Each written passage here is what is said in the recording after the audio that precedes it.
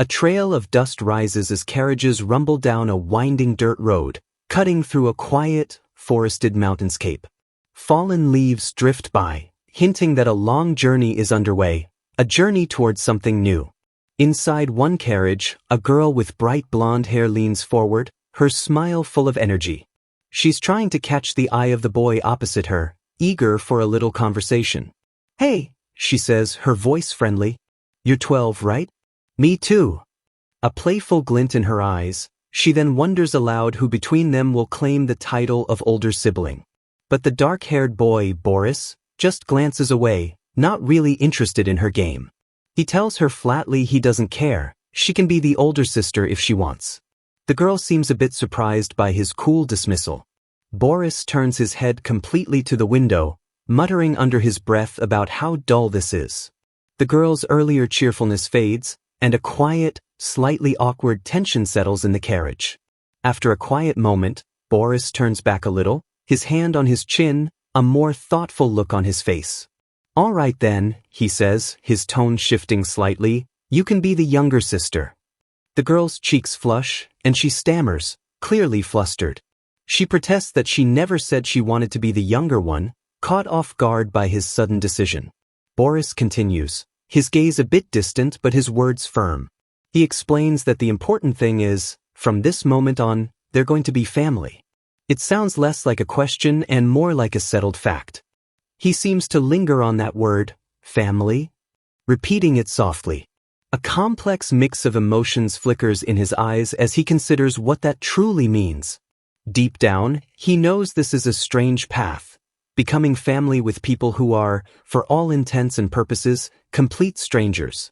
As he stares out at the passing landscape, Boris remembers. It's not like he's never had a family. He once had one, a family he'd known his entire life, and that past is still very much a part of him. His name is Boris Jineman. Suddenly, the scene shifts to a dark, stormy night. Lightning cracks, illuminating a grand, imposing mansion. Thunder rumbles as we learn he is the second son of Jurgen Jineman, the powerful lord of the Travashes Longord. This isn't just any family, it's one of high status and considerable might. We're pulled back 12 years, to the Jineman residence, where the air is heavy with sorrow. Inside a large, candlelit hall, a funeral is in progress. Stern-faced guards surround a casket. A man formally welcomes baby Boris to the Jineman home, and a heavy sound, like a door closing with finality, echoes through the room. A closer look at the casket reveals a woman, likely Boris's mother, her face covered by a white shroud, surrounded by white lilies, a heartbreaking welcome to the world for the infant Boris. His father, Jurgen Jineman, holds the baby. A woman, perhaps a nanny, stands nearby. Jurgen looks down at his son, his voice tinged with a strange sadness, remarking that it's a shame he's the only one there with Boris on this night. Jurgen then gestures to the spear-wielding guards around them, telling the infant that the Jinemans are a renowned martial household. This is Boris's legacy, a family defined by combat and strength. Holding Boris, Jurgen lays out his expectations. His son will grow into a brave warrior, destined to inherit the family's ancestral treasures, the armor Winterer and the sword Snowguard, sharing them with his older brother, Yevgen, whose kind young face flashes briefly. Another man, perhaps a loyal advisor, offers a grim insight. With Boris's mother, the missus of the house, gone, he quietly suggests that the master, Jurgen, might hold a certain dislike for all second children, a chilling thought for a newborn. But the advisor offers a small ray of hope, saying that young Master Yevgen is a very kind boy, sure to shower Boris with love. We see an image of a gentle young Yevgen playing kindly with a smaller child, who must be Boris, hinting at potential warmth. The reason for this urgency quickly becomes clear. The nation of Travashes is in chaos. Images of a city engulfed in flames, shadowy figures fighting, and widespread disorder fill the screen. The revolution claims countless lives every day. And if the external dangers weren't enough, there's trouble brewing within. A man with a cruel, scheming smile is shown hunched over a map, a dagger-like pen in hand. This is Boris's uncle, cast out from the family, now dreaming of the day he can finally take his revenge. Baby Boris sleeps soundly, unaware of the dangers the advisor speaks of. The advisor continues, warning that their lives could be lost any day to the revolution. But he adds that even if a bloodbath strikes their family, or if someone targets their treasure, Boris shouldn't worry. The image of shattered glass hints at how fragile their world is. This assurance comes with a heavy burden. A vision appears, a young Boris, older now, bravely wielding a glowing sword amidst a scene of terrible carnage. A survivor, the advisor states, will undoubtedly seek revenge. Because the Giantmans. The scene shifts to a lone figure standing on a cliff edge, watching the sunset over a vast landscape, birds circling above. The sentence completes with a powerful, chilling finality. Never forget. This is the unshakable core of their house. What do they never forget? First, an image of a smiling young man, likely an older Yevgen, beside a white-haired boy, bathed in soft light, representing love. Then, a jarring shift to a terrifying, monstrous creature with glowing red eyes in a hellish landscape, somehow tied to the word kindness, a strange and unsettling pairing, and wrongs done unto us. This is the promise of retribution, the fuel for vengeance. The advisor's voice, or perhaps the lingering echo of his words, resonates over a desolate, snowy landscape where a solitary figure, an older Boris, walks alone. So young Master Boris. The one to survive must. The voice seems to falter, then gathers strength. You must survive, Boris. Survive until the very end in this painful world. This is his fate, his heavy burden to carry. A close-up reveals Boris as a young man, his dark hair longer now, his expression resolute, hardened by all he has endured. He carries the immense weight of his family's legacy and the harshness of the world on his shoulders. An image of a wooden door, slightly ajar, with light spilling from the crack. With it, a cryptic message, the you I chose, hinting that Boris has been deliberately selected for a specific, crucial purpose. The light from that door seems to illuminate a magnificent, glowing sword, perhaps Winterer or Snowguard, standing proudly on display. And the final, powerful declaration, must not die. Boris, the chosen one, the survivor, the heir to this legacy and this weapon, has one singular, vital mission. Rain pours down on the Grand Giantman estate in Travashes, the dark stone walls slick and imposing. Eerie, blue butterfly-like wisps drift through the stormy night air, giving the downpour a magical, unsettling quality. A chilling warning hangs in the air. A wraith is said to lurk near Lake Emera, a hint of unseen dangers close by. We flash back to a younger Boris, maybe 7 or 8, sitting before his nurse. Moonlight streams in as she holds his hands, her expression serious. She begs him to remember her words, no matter what. Boris, the second son of the Giantman family, looks up with a mix of curiosity and apprehension as his nurse leans in, firmly telling him he must never go near that lake. The nurse continues, fear in her voice, explaining that the lake is visible from the estate at night, its ominous presence always felt. Her words paint a terrifying picture. As Boris listens, eyes wide, she describes how on stormy nights like this, the wraith's eyes glow from the dark lake bank, waiting to prey on anyone who dares approach. We see the dark lake, a sinister purple glow, and 2 menacing red eyes.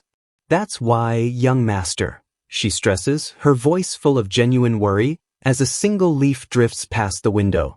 The scene shifts to a bright, sunny day at the Giantman estate, leaves dancing in a gentle breeze. But the warning still echoes, do not go near Lake Emera. A slightly older Boris relaxes in a sunlit field, his head in the lap of his older brother, Yevgen. Yevgen gently asks if the nurse told him about the lake, and Boris confirms that everyone has warned him.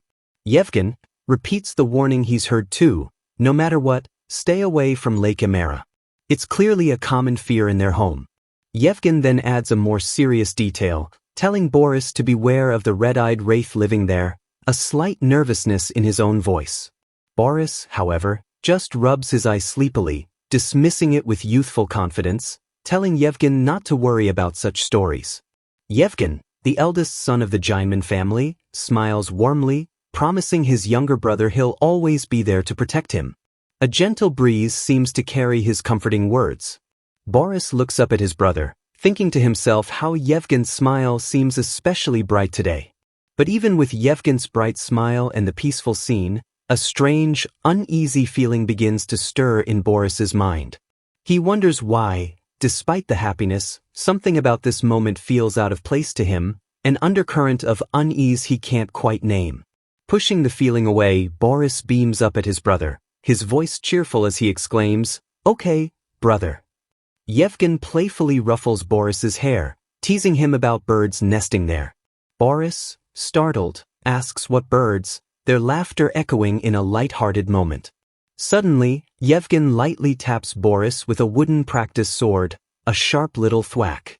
Yevgen stands up, holding two wooden swords, a playful yet determined look on his face, announcing it's time for their promised practice. Boris, now on his feet with his own wooden sword, grins eagerly, shouting, "Take this," as he swings with all his youthful might. Yevgen easily blocks Boris's wild swing with a calm smile, and Boris exclaims in frustration as wood meets wood with a dull thud. Yevgen gently ruffles Boris's hair again, patiently advising him to mind his range, explaining he was swinging from too far away. Boris lets out a small "ah" of understanding. The sharp crack of their wooden swords clashing echoes as they continue their playful sparring. Yevgen smiles, pleased with Boris's effort, praising his form. Boris beams, happy and encouraged by his older brother. "Nice try, Boris," Yevgen says, effortlessly deflecting another swing. Boris laughs, clearly enjoying their game. Boris gathers his focus, his expression turning serious. "I'm coming for real now. Get ready, brother," he yells, advancing with a determined whoosh. Boris charges forward with surprising force, catching Yevgen slightly off guard. Yevgen lets out a startled cry as his little brother barrels into him. They both tumble to the ground in a heap, wooden swords flying, leaves scattering around them as they roll. Yevgen, laughing and winking, props himself up, teasing a laughing Boris about why he fell back. Boris, grinning, playfully retorts about who pushed first. They both laugh heartily, the warmth of their bond clear to see. The scene shifts. Unseen by the boys, their father, Jurkenjeinman, and his long-haired advisor watch them from a window, the mood inside far more somber.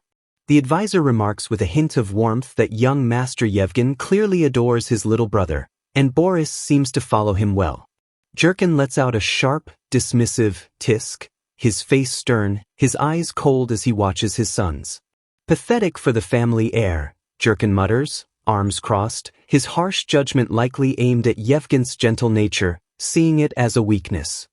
The advisor, his expression still serious, reminds his master that this is no time for idling, hinting at urgent matters. Jurken looks sharply to the side, a flicker of irritation in his eyes, as if the advisor's words struck an unwelcome chord. Back in the field, Yevgen is already encouraging Boris. "Let's try again, Boris," his cheerfulness restored. Boris, eager as ever, replies with a bright, "Yeah," ready for another round. But as they prepare, Boris's internal thoughts reveal his lingering unease. That odd feeling is still there, unsettling him. Yevgen offers more advice, showing Boris how to hold his sword firmly. Boris focuses, gripping his wooden sword tight. Suddenly, Yevgen's expression changes. A flash of something intense, almost predatory, crosses his face. His eyes narrow. Boris lunges, his attack seemingly connecting. Yevgen, despite that sudden shift, loudly praises him, "Good job," as wood clashes again. But then Yevgen cries out in a strained voice that Boris is too close, yelling, "Wait," as he urgently tries to pull back, alarm in his tone. Boris's eyes fly wide with shock and fear, his hair almost on end. Something has gone terribly, unexpectedly wrong. "Boris!" Yevgen shouts, his voice filled with panic, the air crackling with a sudden, dangerous energy. The next moment, Yevgen is cradling a stunned Boris, whose eyes are wide with terror. Yevgen looks deeply distressed, his voice trembling as he apologizes, saying he made a mistake and won't do it again. Boris is in shock, thinking it's the first time he's ever felt such mortal fear. Just then, A voice calls out urgently from a distance. A servant runs towards them, breathless and panicked, gasping that it's urgent and they must not return to the family estate. Yevgen, still shaken, asks what's wrong. The servant, struggling for breath, utters a single, ominous name, Vlado Jeinman. The name itself sends a chill. The elder has returned, the servant clarifies. Boris stares, that odd feeling now making a terrible kind of sense. He realizes that strange feeling he gets sometimes, though uncontrollable, can become active. Sometimes, that feeling becomes a form of foreboding. His premonition has come true. The scene snaps back to the Jeinman estate, still drenched in rain. A lone figure stands with a horse in the courtyard, those same eerie blue wisps dancing around him. A loyal family dog approaches Vlado, growling and baring its teeth. Vlado looks down with contempt, sneering that the dog has quickly forgotten its old master. Dumb fool, Vlado spits as lightning cracks, illuminating his menacing figure against the stormy sky. Inside, Jurkin sits grimly at his desk, his expression like stone, the weight of the situation clear in his stern gaze. The long-haired advisor approaches Jurkin's desk, his voice low and respectful. "Master."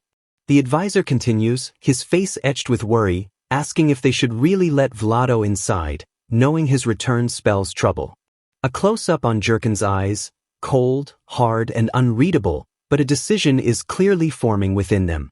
Jurkin's single, firm reply slices through the tension. "Yes." Heavy, deliberate footsteps echo through the grand hall, each step laden with intent, approaching Jurkin's study. The study doors swing open, and Vlado Jeinman strides in, his dark cloak billowing. Jurkin, from his desk, speaks with cold evenness. "It's been a while." Vlado stops, a smirk playing on his lips.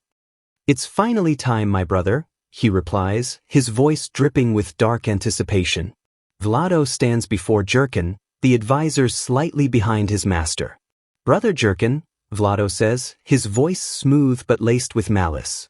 He is Vlado Jeinman, Jurkin's younger brother. Jurkin leans forward, a faint, almost mocking smile on his lips. He states calmly that it's been 5 years since he kicked Vlado out, feigning surprise to see him alive. Vlado's smirk widens into a sinister grin. "Disappointed to see me, brother?" he taunts. Jurkin thinks coldly that he doesn't know why Vlado is here, but did you come all this way just to die? The tension is explosive. Inside Jurkin's dimly lit study, Vlado smirks at his brother, Tulk standing silently by. Vlado remarks with disdain that nothing much has changed in the room, just gotten older.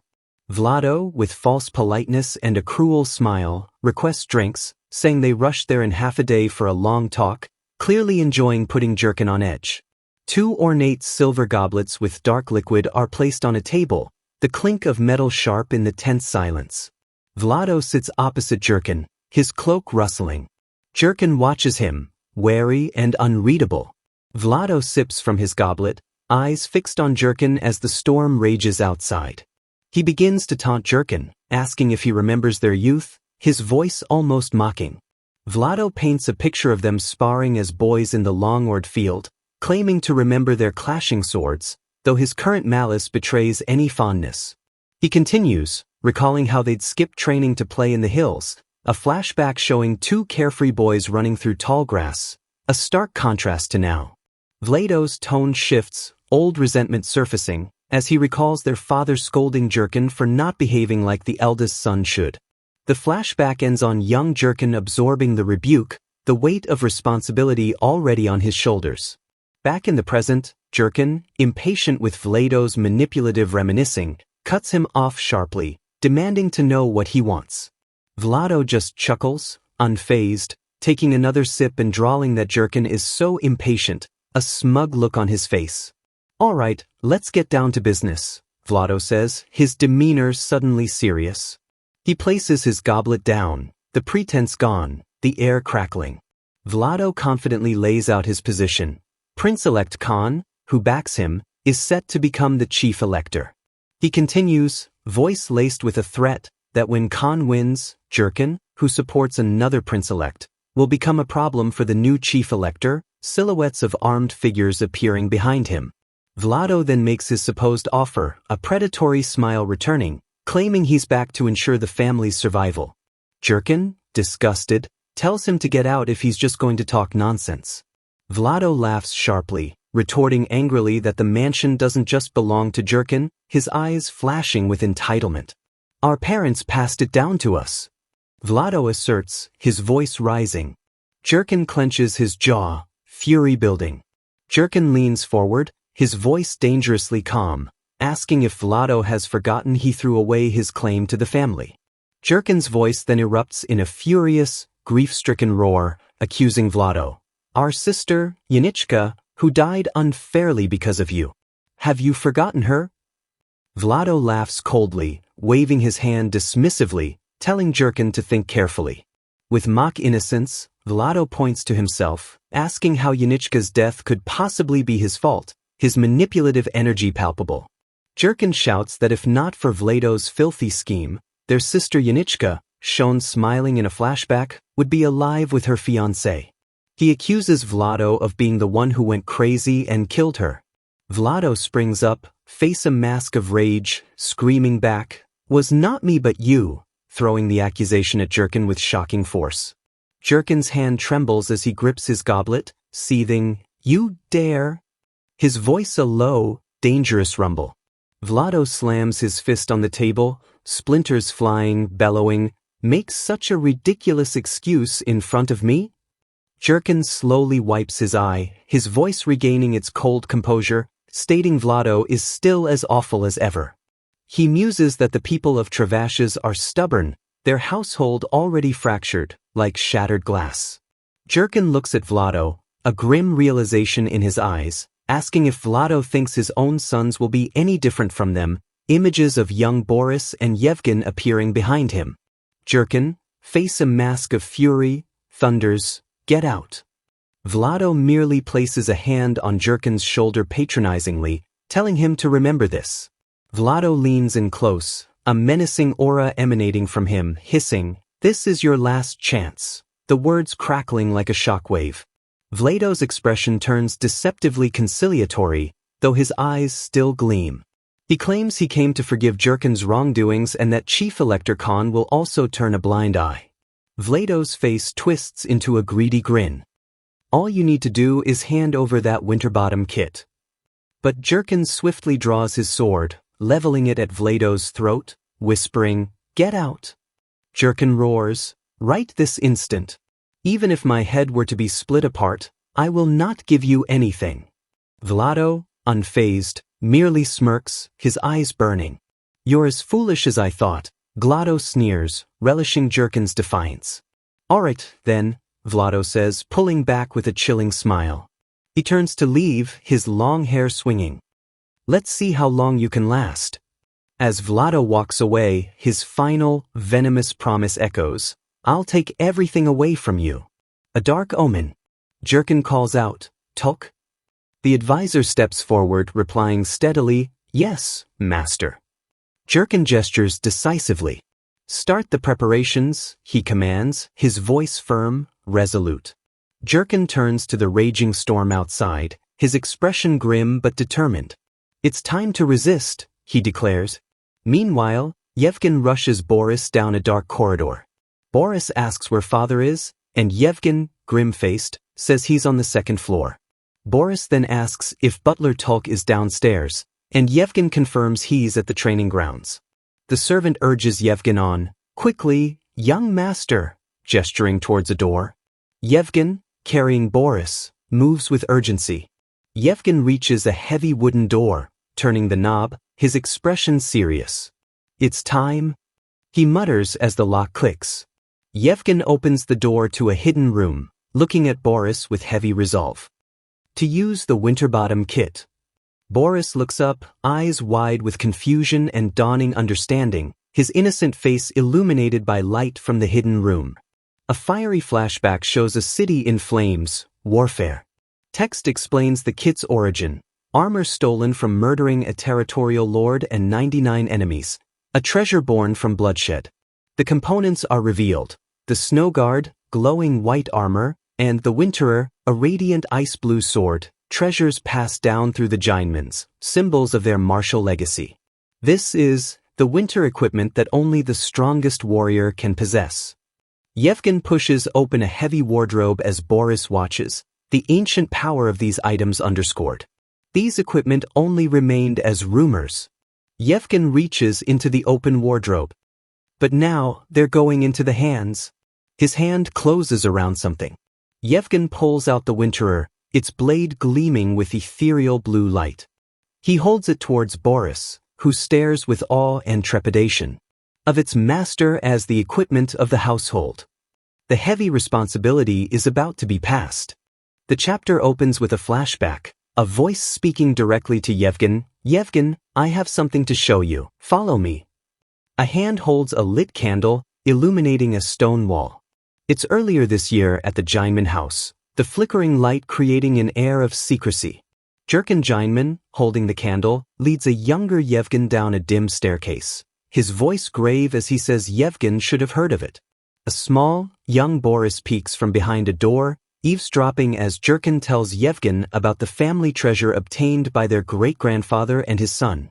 Jurgen reveals the Winterbottom kit, the gleaming Winterer sword and the Snowguard armor, naming them. The artifacts radiate a faint power.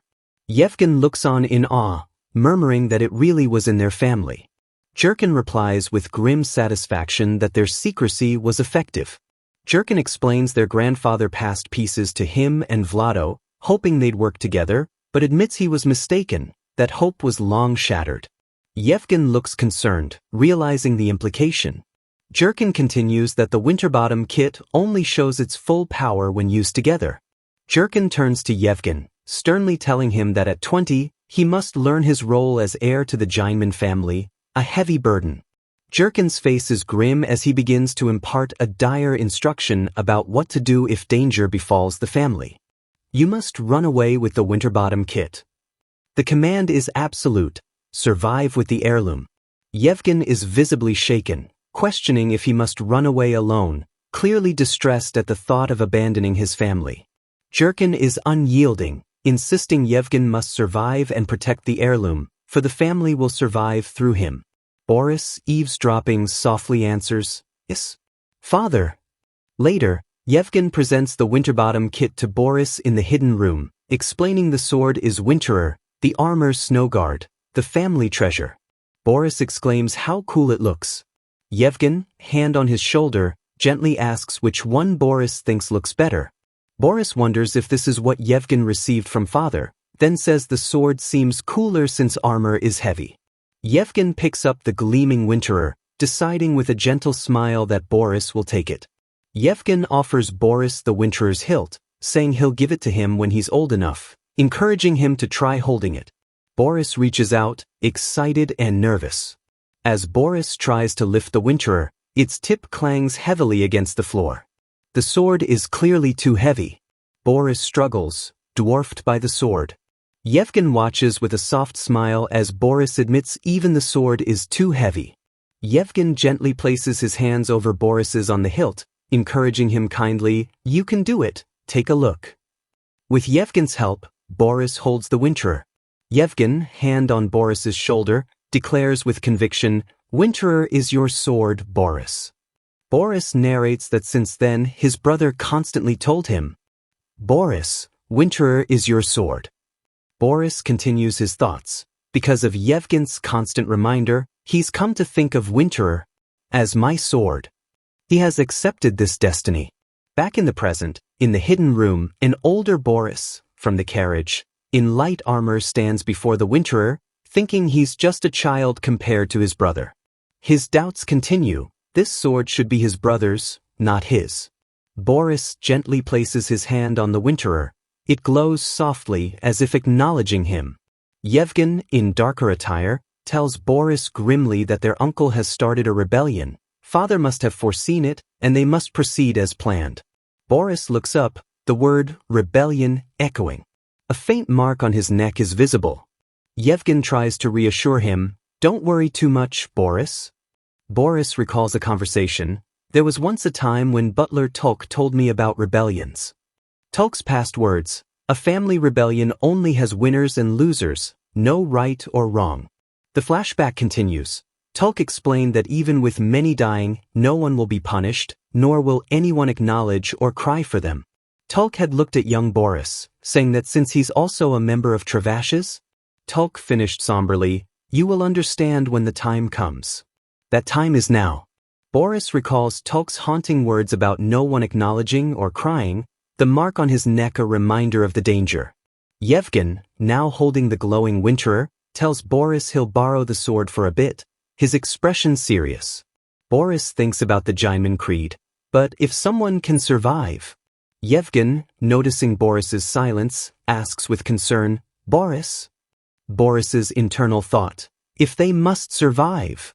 Boris clenches his fist, firmly telling Yevgen he doesn't have to return it. That's Yevgen's sword. Boris, now in his light armor, insists father gave the sword to Yevgen, so Yevgen must be the one. A poignant, childish hope crosses Boris's mind. "I just hope that he will cry for me." Yevgen looks at Boris, speechless for a moment, then sighs softly. Yevgen places a hand on Boris's shoulder, his gaze soft with affection and sorrow. "Boris," he begins. "Winterer is yours," Yevgen reiterates firmly but gently, overriding Boris's protests. Yevgen kneels, placing the glowing Winterer on the floor between them, looking Boris earnestly in the eyes. "I won't borrow it without your permission," Yevgen promises, "and I will return it once this rebellion is over." Boris looks troubled, saying he can't even hold it properly, the bruise on his neck a stark reminder. Yevgen leans in, whispering comfortingly, reminding Boris of when they held the sword together, saying not to worry so much about its current weight. "You'll do fine. You'll be able to wield it. Since you're a warrior." Yevgen's belief is absolute. Boris looks up at Yevgen, absorbing his brother's confidence. Yevgen smiles softly. "Like your name, warrior, Boris." Boris leans his head against Yevgen's shoulder, finding comfort, his expression thoughtful, sad, but resolute. A faint tremor, a subtle shift in the air. Distant shouting might be hinted. Yevgen and Boris look out the window at the unfolding chaos. Flames and battle sounds are clearer. Yevgen's voice is grim. "It's starting." They sit side by side, the air heavy, battle sounds growing louder. A booming voice from outside shouts, distorted, "Today, the head of the Jaimin family will change." The voice continues, a triumphant, mocking yell, "Are you listening? The head of the family has changed." Vlado's faction proclaims victory. Outside, Vlado's soldiers with flaming torches advance on the Jaimin estate, the night filled with fire and attack. The soldiers shout, "Drop your weapons and surrender. Serve your new master and help revive the Jaimin family." Inside, Jurkin, now in armor, scoffs at the attacking forces, confident in his men's loyalty. Jurkin looks at the torches, acknowledging they aren't at their prime, but resolute about the loyal Jaimin soldiers he still has. Jurkin steps onto a high terrace, roaring at Vlado's forces, "Those who've dared invade Longord. Come face the light." One of Vlado's soldiers spots him. It's Jurkin Jaimin. Up on the terrace. Jurkin glares down. Tulk stands beside him, a magical aura forming. Jurkin bellows, "Are you going to hide like cowards? Then I shall light the entire area." Tulk raises his hand, a magical circle glowing, commanding, "Raise the white flame." Arcane energy crackles. Brilliant white flames erupt from Tulk's spell, shooting towards Vlado's soldiers in a devastating magical assault. Vlado's soldiers scream as the white flames engulf them. One cries, What is this? Magic fire." A loyal Jaimin soldier roars, "Kill that dirty traitor Vlado," filled with righteous fury. Vlado's men panic. "They have a magician," one shouts. Another yells, "Run." Their lines break. Jurkin shouts defiantly, "Step forward, you bastards." Then he chokes, as something unseen strikes him, and he stumbles. Jurkin looks up, shocked.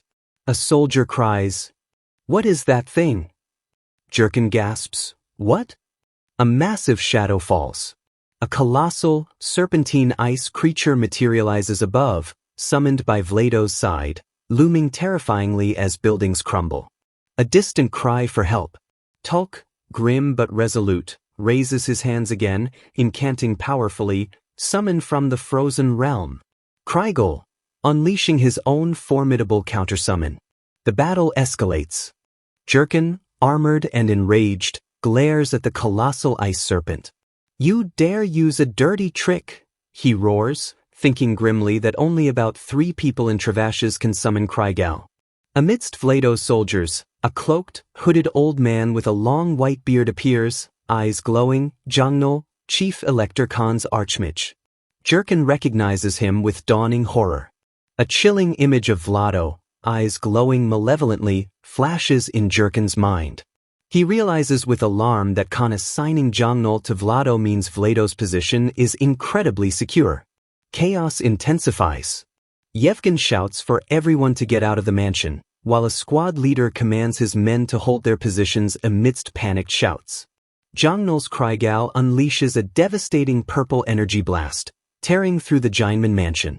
A tower crumbles as someone screams. Jurkin orders an evacuation as top priority, trying to strategize. He spots Yevgen leading Boris away differently, his eyes widening in surprise. "Yevgen!" Jurkin shouts, as his older son pulls Boris, who clutches the Winterer, away from the main escape route, the air thick with dust. "Leave alone. I'll keep Boris with me," Jurkin commands. Yevgen pulls Boris protectively behind him, shouting back, "But, father," clearly having another plan. Jurkin glares at Yevgen, his voice harsh with urgency. "How will you get out of here with a child?" Boris looks on, frightened. Yevgen, bloodied but determined, retorts, "Do you not realize what you're protecting right now?" referring to Boris and the Winterer. He shoves Boris towards Tulk's men, urging them to go quickly. Tulk's men lead Boris through a crumbling passage as Yevgen fights to hold back Vlado's forces, creating a diversion. As Boris is hurried along, his father's words flash through his mind. "Father said it would be impossible to escape with a child, right?" Boris runs, panting, clutching the Winterer, overwhelmed by the chaos and his father's words. He thinks, "I'm just a burden to my brother," tormented by Jurkin's command that Yevgen must survive and protect the treasure. Even in the last moments. His self-reproach continues. "Because even if I survive, I can't protect our family." Boris looks back, eyes wide with sudden fear. "But I have this strange feeling again. That chilling premonition." He feels something will happen to Yevgen, his hand instinctively on the Winterer. Yevgen, armed with a sword, runs down a debris-strewn corridor, likely to rejoin the fight or lead the enemy away. Outside, Jangnol's Krygol roars, looming over the burning estate. People scream in terror. Jurkin's loyal soldiers charge bravely towards Vlado's advancing forces, battle cries filling the night. Boris, now outside with Jurkin and Tulk, looks back at the burning estate. Jurkin grimly notes most people made it out, but the mansion is lost. Suddenly, Boris gasps as a deafening crash echoes. A massive section of the Jineman mansion collapses spectacularly under the ice serpent's assault, a final, terrible end. Jurkin, furious, bellows, "Vlado! A traitor dog! Did you bring destruction on the mansion? I will never forgive that bastard." He orders Tulk to check the status of his squads. Tulk, calm amidst the chaos, gathers swirling blue magical energy. Tulk unleashes powerful magic, engulfing Vlado's soldiers. Jurkin grimly assesses they're at a disadvantage and can't use the mansion anymore.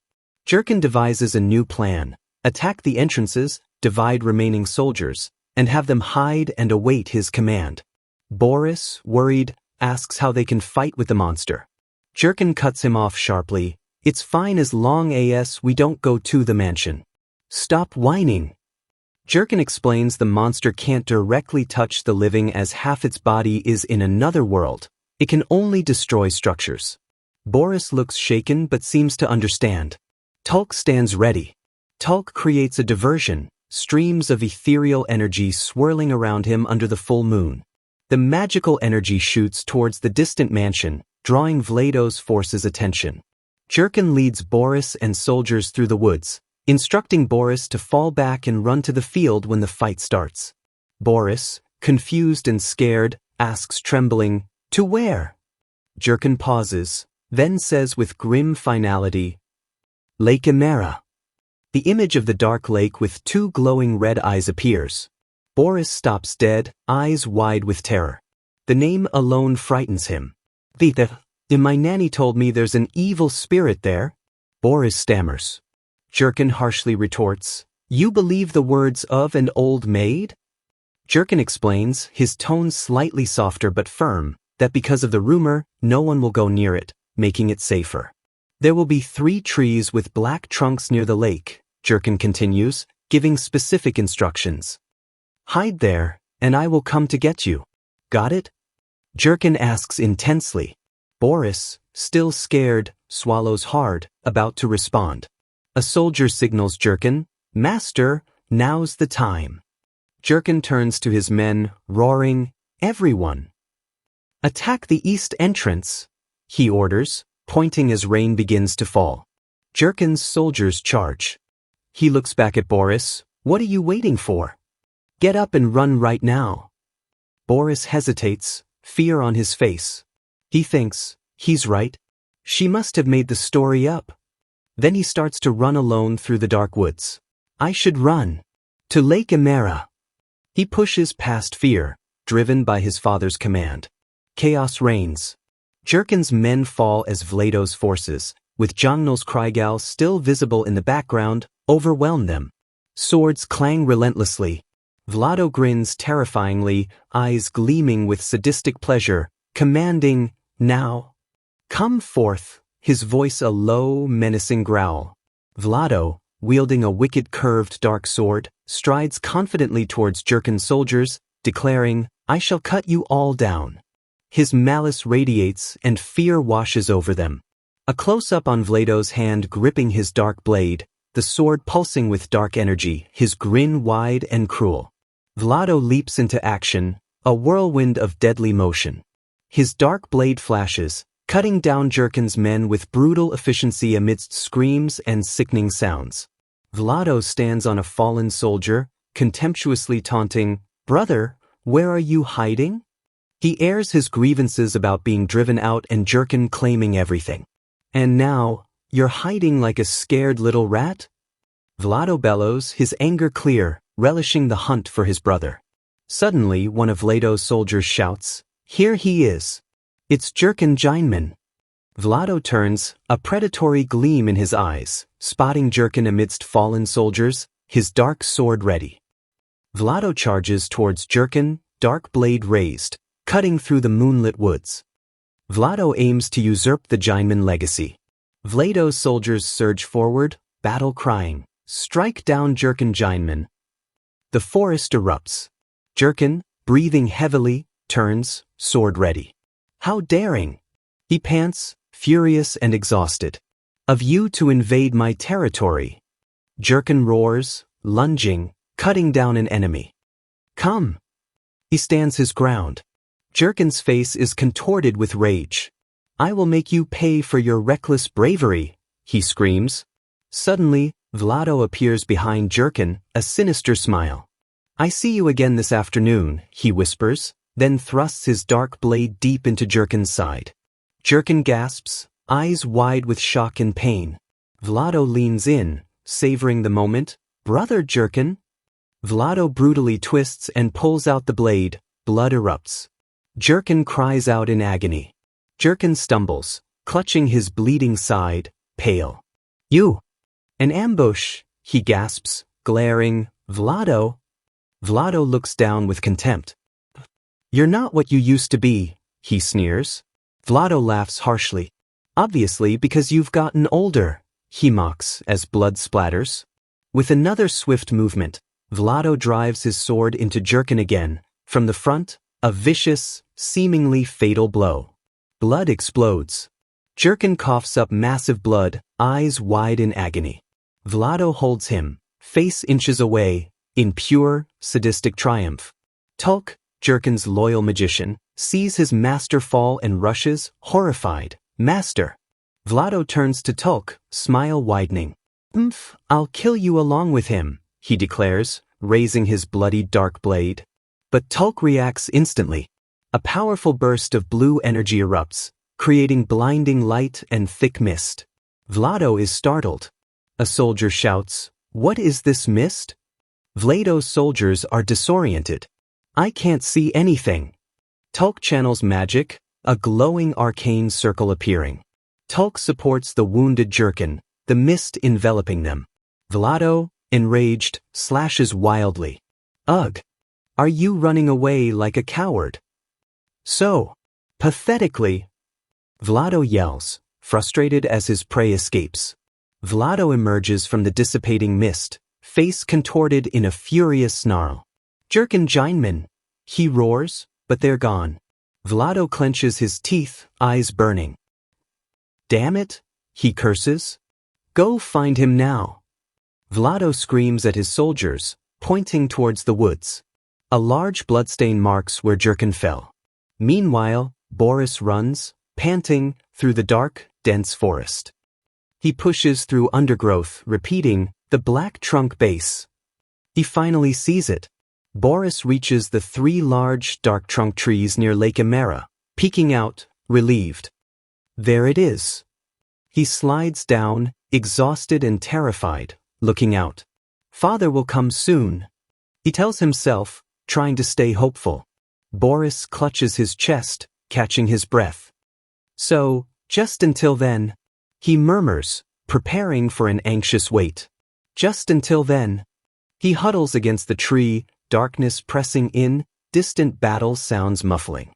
Suddenly, Boris hears a noise, a twig snapping. His eyes dart nervously.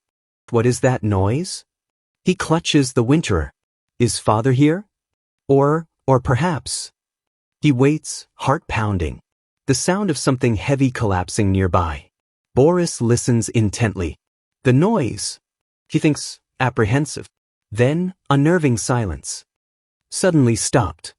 Boris slowly, cautiously peeks around the tree trunk, eyes wide with terror, trying to see what made the noise and why it fell silent. The suspense is unbearable. Boris is alone in the dark woods near Lake Emera, fear choking him. He pants, his thoughts racing. Was his nursemaid right? Did Father really not know? Suddenly, monstrous red tentacles erupt from the dark lake, grabbing Boris.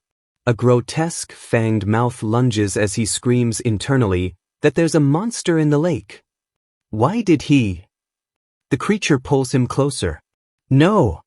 Boris screams in terror, struggling. I don't want to die. Father! His desperate cries are lost in the darkness. In a flash, a figure leaps in. A glowing sword slices through the tentacles with incredible speed. It's Boris recognizing his savior, his brother Yevgen. The swordsman, Yevgen, tumbles and lands hard after his attack, grunting as he hits the ground. Boris, freed but spattered with monster blood, stares in shock, gasping and trembling violently. Yevgen stands, the glowing Winterer in hand, facing Boris, his determined figure lit by the moonlight. Boris gasps, still reeling. Yevgen strides towards Boris, who looks small and terrified on the ground. Yevgen stands over Boris, silhouetted against the full moon, a protective and imposing figure. Boris! Yevgen calls out, his voice full of concern. Yevgen's face is etched with worry, a trace of blood on it. Why are you here? He demands, surprised and alarmed to find Boris alone in this dangerous place. Boris, still in shock, looks up, confused and trembling. Eh? Without a word, Yevgen rushes forward and pulls Boris into a tight, protective hug. Boris buries his face in Yevgen's shoulder, finding a moment of safety, his eyes wide with lingering fear. Yevgen holds him close, his voice tight with emotion. You could have died, the fear for his younger brother evident.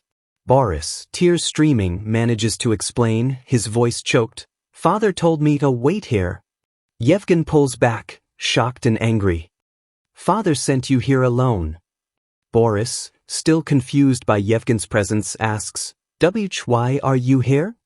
Boris continues, relaying his father's instructions. Father said that you have to protect the Winterbottom ki. Yevgen listens, his expression grim. Yevgen supports Boris, the glowing winterer lying between them, the weight of their father's command clear. Yevgen gently touches Boris's cheek, his gaze firm.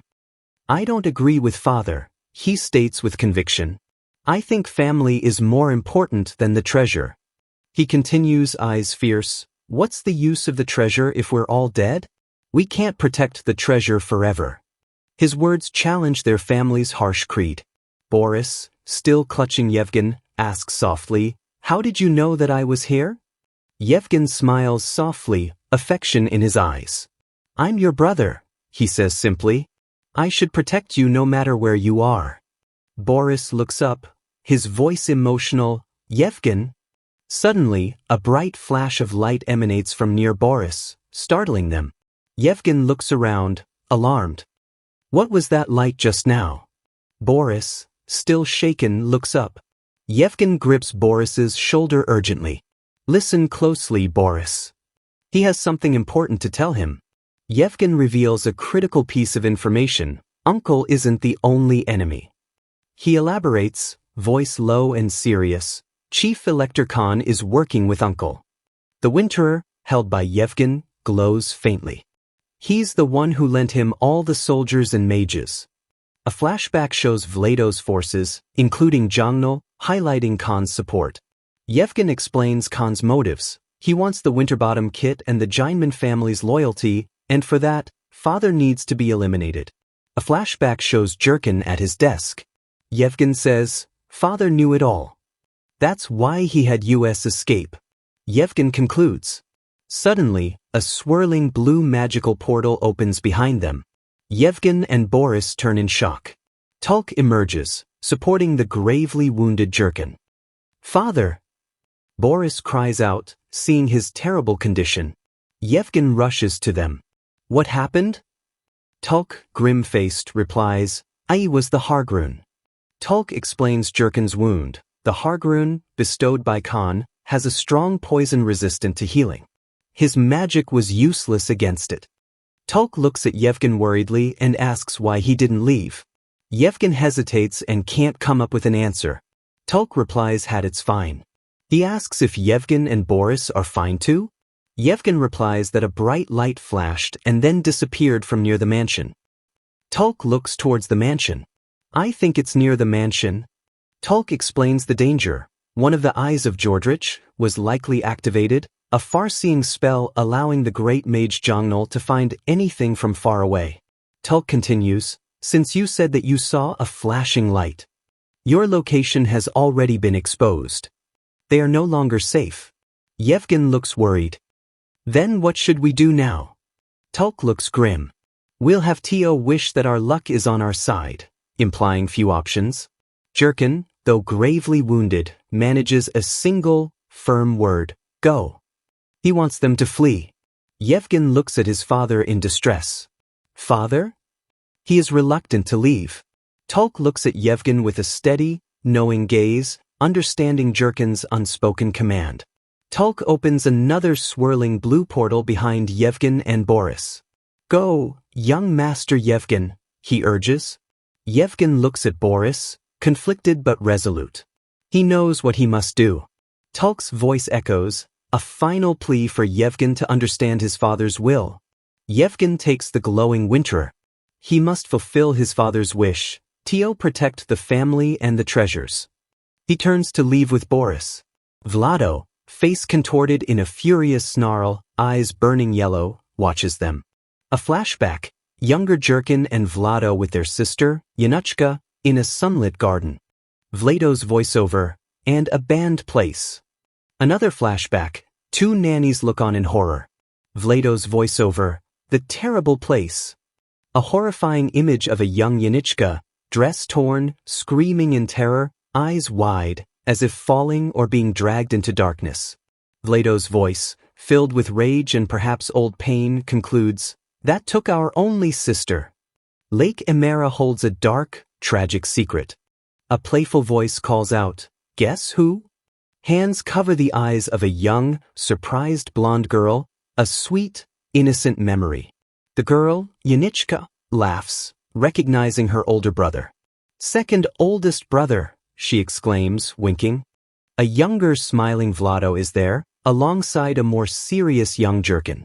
The three children run and laugh through a sun-drenched field, Yanichka shouting playfully, their laughter echoing. The only person I cared about in the Jineman household. Another flashback. They are all younger, their relationship simpler. A funny image, sibling rivalry on full display. Yanichka trying to make them reconcile. Make up with each other. Now, she demands, a tiny but determined peacemaker. The mood shifts sharply. Vlado's thoughts, dark and resentful, surface as he thinks about Yanichka's arranged marriage. Are you going to keep being like this? You nightmare. Vlado confronts Jurkin, outraged. Jurkin, are you out of your mind? Vlado furiously questions Jurkin about Yanichka's marriage. How can you send Yeni to a family like that? Jurkin, weary, replies that Yanichka decided, and now they can only wish her happiness, his own pain clear. Vlado scoffs, his eyes burning yellow with fury. Wish her happiness? Don't make me laugh. He then mutters, a sinister plan forming. Then, there's only one method. The flashback shows Vlado speaking privately to Yanichka, deceptively concerned. Ninai, I think your fiancé is going to Lake Amara. He's manipulating her. Yanichka looks shocked, terrified. What? Ah, that place. She knows the lake's dark reputation. He can't go there. Yanichka cries, fleeing towards the lake.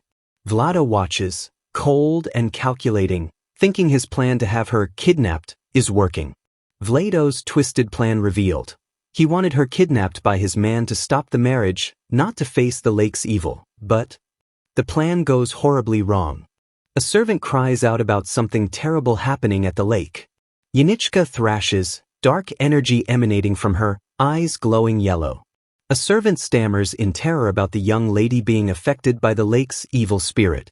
A horrified Vlado and others watch as Yanichka, clearly possessed or mad, is consumed by dark energy. Vlado is in shock. He realizes his terrible mistake. She wasn't supposed to get near the lake. Jurkin pushes past a stunned Vlado. Move, Vlado. Vlado can only stammer, Jurkin. Jurkin rushes towards Yanichka. Vlado cries out her name. Someone shouts for a medic. Jurkin looks at his sister, his expression filled with sorrow and grim resolve. She no longer belongs to this world. Vlado stares in horror, unable to comprehend.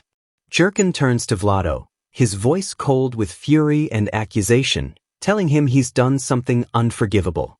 Vlado, terrified, stammers excuses. I didn't know this would happen. Vlado's pathetic excuse. I never thought the coward Yeni would go to the lake. Yanichka, fragile and frightened before her ordeal. Vlado continues, how could I have known the evil spirits of the lake were real? He refuses responsibility. Jurkin looks at Vlado with utter contempt. Your excuses hold no value to me. Jurkin's final, damning judgment, since you are no longer a Jineman. He has disowned him. Jurkin turns, shouting for everyone to return to the estate. Vlado, left behind, cries out in despair and anger, what are you going to do? Vlado watches in horror as Jurkin draws his sword. Jurkin? Are you? He realizes Jurkin's terrible intent. No! I can fix this. Jurkin stands before the tormented Yanichka, sword raised. Insanity due to an evil spirit can only be cured. By death, Vlado. A tragic, necessary sentence in Jurkin's mind. Vlado screams, trying to stop Jurkin, held back. Wait! Jurkin! Damn it! Let go! He shouts Yanichka's name in agony. The swift, brutal sword strike, the irreversible tragedy, Yanichka's end. Back in the present, Vlado, face contorted with rage and grief, screams, search Lake Amara thoroughly, obsessed with finding Jurkin and Boris.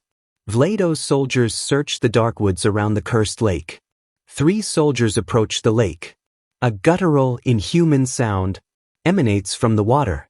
A grotesque, corpse-like hand rises from the murky depths.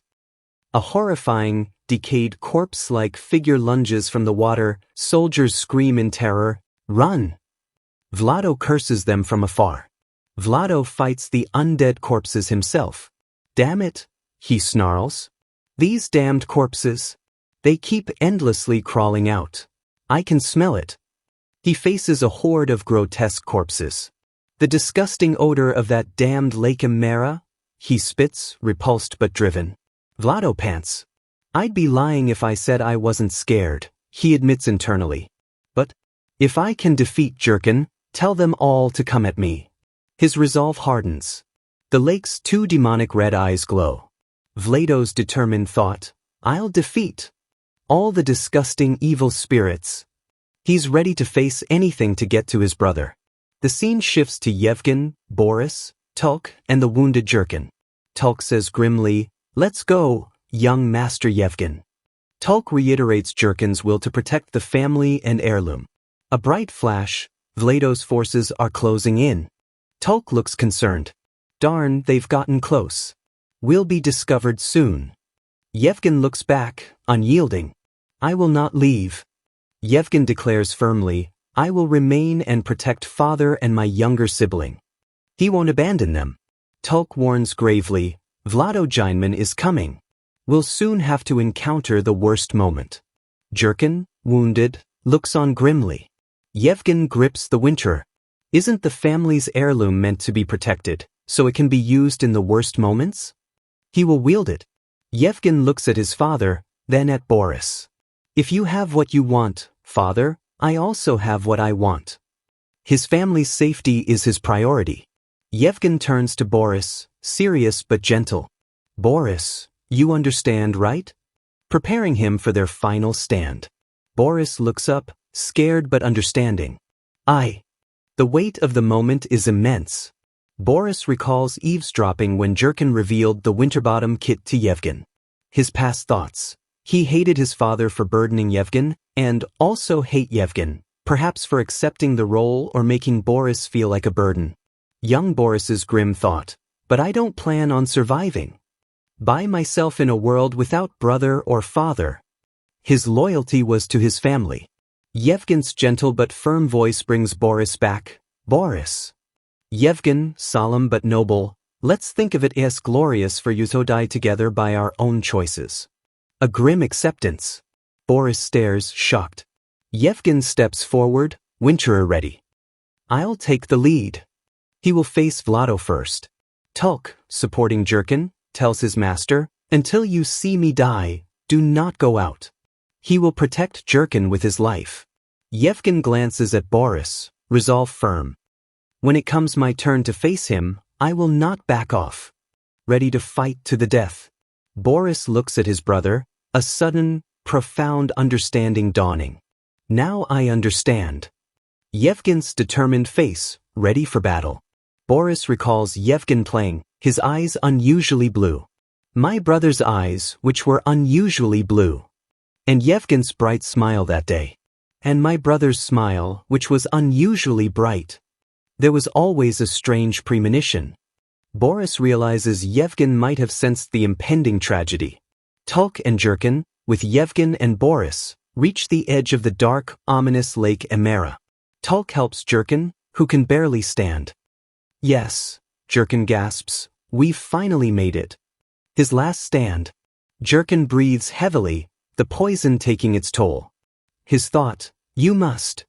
His thoughts drift to Yanichka, her image over skeletal remains in the dark water. Be in there somewhere, right? Caught by an evil spirit. Jurkin stands, drawing strength, a faint blue aura around him. He whispers her name. Jurkin turns, his expression hardening. Vlado strides out of the woods, Jongnul silently following. Vlado taunts, after abandoning her without even a grave. Vlado's voice drips with sarcasm. "She must be so happy to see you," saying that her oldest brother, who stabbed her in the heart, has finally come. He twists Jurkin's tragedy into a cruel mockery. Jurkin glares, weary. "You'll never acknowledge your wrongdoings." Vlado sneers, "And have you come to ask for forgiveness now?" Jurkin sighs heavily. To do that, we're both too late.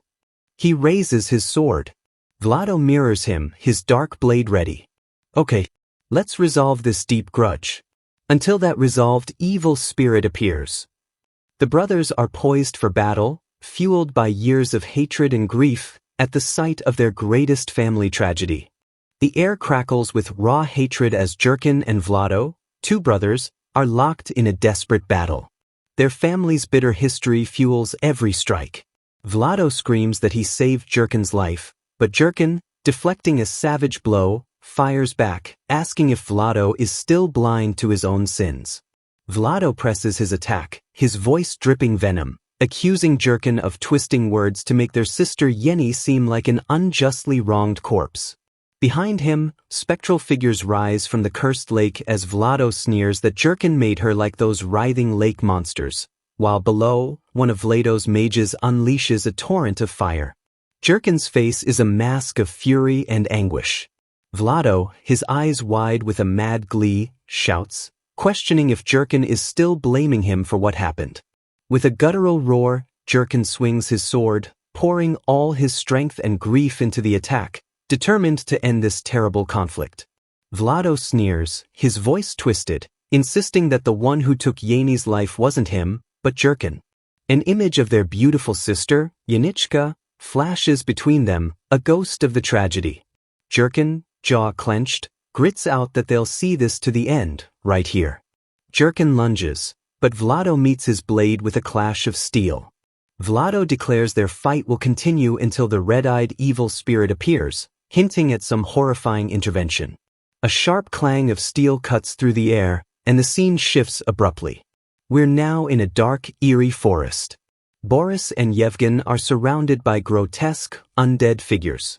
Yevgen stands firm, sword drawn, a lone protector against the encroaching darkness. Yevgen mutters, his resolve hardening, recalling warnings about the red-eyed evil spirit that took their Aunt Yenichka. He clutches his sword, determined to protect Boris with the Snowguard armor and Winter sword. Boris, eyes wide with dawning horror, looks up at his brother, his voice trembling as he asks if what Yevgen killed earlier wasn't the evil spirit. He's realizing the true danger. Yevgen pulls Boris close, his face etched with worry and a grim determination. Boris just stares, shocked and afraid. Yevgen grunts, his hand trembling as he grips Winter. The legendary sword begins to glow with an intense blue light, pulsing with power, as if he's struggling to control it or preparing for something immense. Boris looks at his brother, a quiet, fearful brother. Escaping his lips, a chilling thought surfaces in Boris's mind. Father was right. A memory floods Boris. His father, Jurkin, telling Yevgen that the Winterbottom kit is only truly powerful when used by one person, and that Yevgen alone must survive to protect the heirloom. That heavy responsibility now rests on Yevgen. Boris clenches his small dagger, recalling Yevgen's bravery and his own quiet vow to block the first attack if needed, his young face set with determination. He had resolved to block the evil spirit if it appeared, ready to stand by his brother despite his fear. His one driving thought, my brother must survive until the end. Suddenly, a brilliant blue light erupts from Yevgen as the Snowguard armor activates, encasing him in its protective glow. Boris gasps, stunned. Brother! Boris cries out, Snowguard is... Yevgen is now fully enveloped in the azure aura, Winter blazing, the air crackling with power. Yevgen's eyes are wide, fixed on something unseen. A single, terse declaration escapes him, it's here. An overwhelming, blinding crimson light explodes outwards with a deafening roar, consuming everything in a violent torrent of red energy. Boris, caught in the aftermath, screams in terror and confusion, what happened? Brother! His last thought, a desperate cry in the darkness, Yevgen. Boris feels himself floating, or perhaps falling, into a swirling, bloody red abyss. A strange, unsettling sound, like soft, eerie laughter, echoes around him as the very fabric of this space seems to writhe. The creepy laughter continues, closer now, as if something is enjoying his descent into this terrifying void. Boris gasps, his eyes snapping open in terror, a strangled sound caught in his throat. He jolts upright with a desperate scramble out of the grass, his heart pounding, the nightmare clinging to him. Boris looks around, bewildered. He's in a sun-drenched, peaceful meadow, surrounded by lush green grass and tall pine trees. His horse and pack are nearby. "Where is this?" he whispers, the peaceful scene a jarring contrast to the red void. A familiar voice calls out, bright and clear, "Boris!" Boris turns, his eyes widening. It's Yevgen, walking towards him with a gentle smile, carrying a wooden bowl, looking completely unharmed. The scene is impossibly serene. "You're awake?" Yevgen asks, his tone casual and warm. He walks closer, the picture of calm. "Drink some water," Yevgen offers. Boris stares at him, speechless, his mind reeling. Yevgen adds that he just fetched it from nearby. Yevgen looks at Boris's stunned expression, a hint of concern in his smile. "What's wrong, Boris?" he asks gently. "Did you have a nightmare?" Overwhelmed, Boris lunges forward and throws his arms around Yevgen, burying his face in his brother's tunic. "Brother," he chokes out, tears welling. The relief is immense, yet confusion remains. Yevgen stumbles back a step but catches Boris, his smile softening. "Yeah," Yevgen says softly, returning the embrace. "I'm your brother," he reassures Boris, holding him close in the peaceful meadow. But even as Boris clings to him, a nagging thought surfaces, "But something is weird." Boris's mind races. "I was definitely at Lake Amara." He thinks, the memory vivid and terrifying. He recalls the chaotic scene. Father was fighting Uncle Vlado. The image of their desperate battle flashes. While brother and I... The memory of Yevgen, surrounded by the undead in the dark forest, sword drawn, is stark and clear. What happened after that then? Boris wonders, a huge gap in his memory, the sudden peace feeling utterly wrong. Yevgen gently pulls back, noticing Boris's distress. "Oh, it looks like I need to get some more water," he says, perhaps to change the subject. Boris looks around the unfamiliar landscape. "Brother, where is this?" he asks. Yevgen glances around. Yevgen answers with a smile that it's the north of Longord, Hata Plateau, in Guram family territory. His calm explanation doesn't soothe Boris's unease. "We rode this guy here," Yevgen says, gesturing to their horse, adding that Boris slept well. But Boris is focused on a more pressing concern, urgently asking about their father. Yevgen hesitates, looking away. "Shh," he murmurs, then says, "Father went to some other place." He vaguely explains that the situation got messed up and everyone scattered. Boris, desperate, asks how they'll find him. Yevgen sits beside him calmly. Yevgen ruffles Boris's hair playfully, smiling reassuringly. "Don't worry, Boris. Butler Tulk is going to contact us using magic soon." Boris, still anxious, asks what they do now. Yevgen twirls a blade of grass. "Let's see." He muses. "Should we meet our great-aunt?" He adds that the March Medicine faction she's in has a decent relationship with their father. Yevgen then suggests heading towards Elector Katsuya, whom their father serves, weighing their limited choices as Boris listens, still processing. Boris, troubled, quietly asks if they can just not go anywhere, suggesting they could live like commoners instead of begging strangers for help. Yevgen considers this thoughtfully, admitting he doesn't know how to live like a commoner since they've always had help, and adding that public sentiment towards nobles isn't good right now. Boris looks down, conceding. "Since father will contact us soon," he murmurs, "just until then, let's live quietly." The desire for peace is strong. Just then, Boris's stomach lets out an enormous growl, breaking the somber mood. He clutches his belly embarrassed. Yevgen bursts into a hearty, genuine laugh, his eyes crinkling, a brief respite from their worries. "Should we at least fill our stomachs at a nearby village?" he suggests, still smiling. The scene shifts to a dimly lit, rowdy tavern. Men laugh loudly, mugs clank, the air thick with ale and food. Yevgen and Boris step inside. Yevgen politely asks for entry. An innkeeper woman, stout and with her hair tied back, and a gruff man beside her, turn.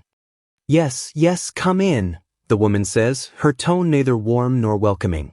One room, please, Yevgen requests.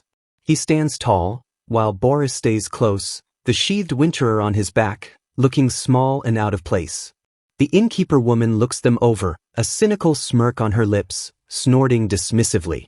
That'll be 10 elso, she states, a price that seems to surprise Yevgen slightly. Yevgen places a gold coin on the counter. The woman's eyes widen in astonishment. Oh wow, she exclaims, her demeanor changing instantly. I had a hunch you looked like a rich young master, she gushes, her earlier gruffness gone. Other patrons murmur, their attention drawn by the gold. One exclaims how someone so young could carry so much.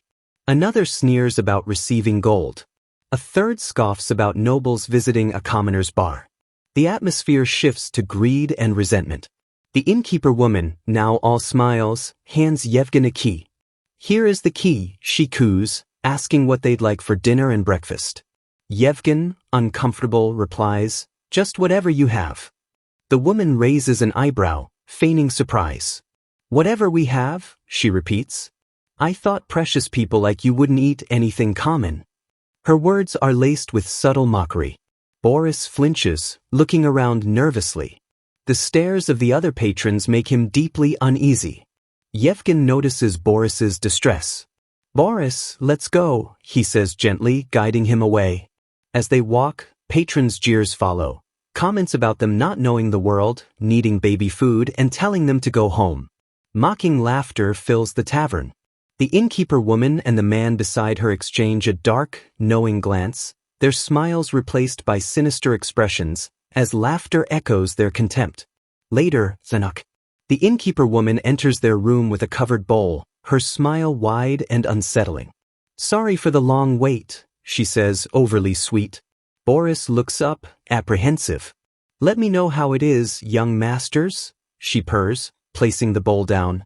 Her face is a mask of false hospitality, but her eyes, and those of the men leering from the doorway, betray malicious intent. The air is thick with menace. Boris leans forward to look into the bowl, and his eyes widen in horror. He claps a hand over his mouth, gasping, sweat beading on his forehead. The bowl is filled with a disgusting mess of writhing, pale grubs. The sight is sickening. The innkeeper's voice, dripping with mock concern, asks, Is this to your liking, young masters? The cruelty is palpable. A strangled cry rips from Boris as pure disgust washes over him. The bowl seems to thud heavily onto the table, echoing the sick feeling churning inside him. He scrambles back, eyes wide with horror, pressing himself against the rough wooden wall as if trying to escape the disgusting sight. He looks like he's about to be sick. One of the villagers, smirking cruelly, taunts Boris to hurry up and eat the inn special. Another sneers that the young master has probably never seen anything like it, their laughter sharp and demeaning. The first villager, the lead taunter, gets up, a predatory gleam in his eyes. He sneers, asking if Boris needs to be taught the right way to eat it, clearly enjoying the boy's distress as he approaches. He leans in close to Yevgen, his voice a low, insinuating drawl, offering to show him. He places a hand on Yevgen's shoulder, a gesture both familiar and threatening. Yevgen, his expression unreadable, looks at the villager's hand, then at the man. All right, he says, his voice calm but with an edge. Teach me. The villager's hand tightens slightly. Yevgen's eyes, cold and sharp, lock onto the villager. I want you to eat it in front of me, he commands, his voice dropping, no longer a request but an order. The air in the room tenses instantly. The villager recoils slightly, then bursts into loud, mocking laughter, shouting to the other patrons about Yevgen wanting him to try a bite first. Derisive laughter echoes through the inn. He leans in again, his face a mask of contempt, scoffing that he isn't hungry enough to eat someone else's food, but his words are cut short. With shocking speed, Yevgen grabs the villager by the back of his head and slams his face down towards the table with a sickening thud. The villager lets out a choked cry of pain and surprise. Boris stares, aghast at his brother's sudden violence.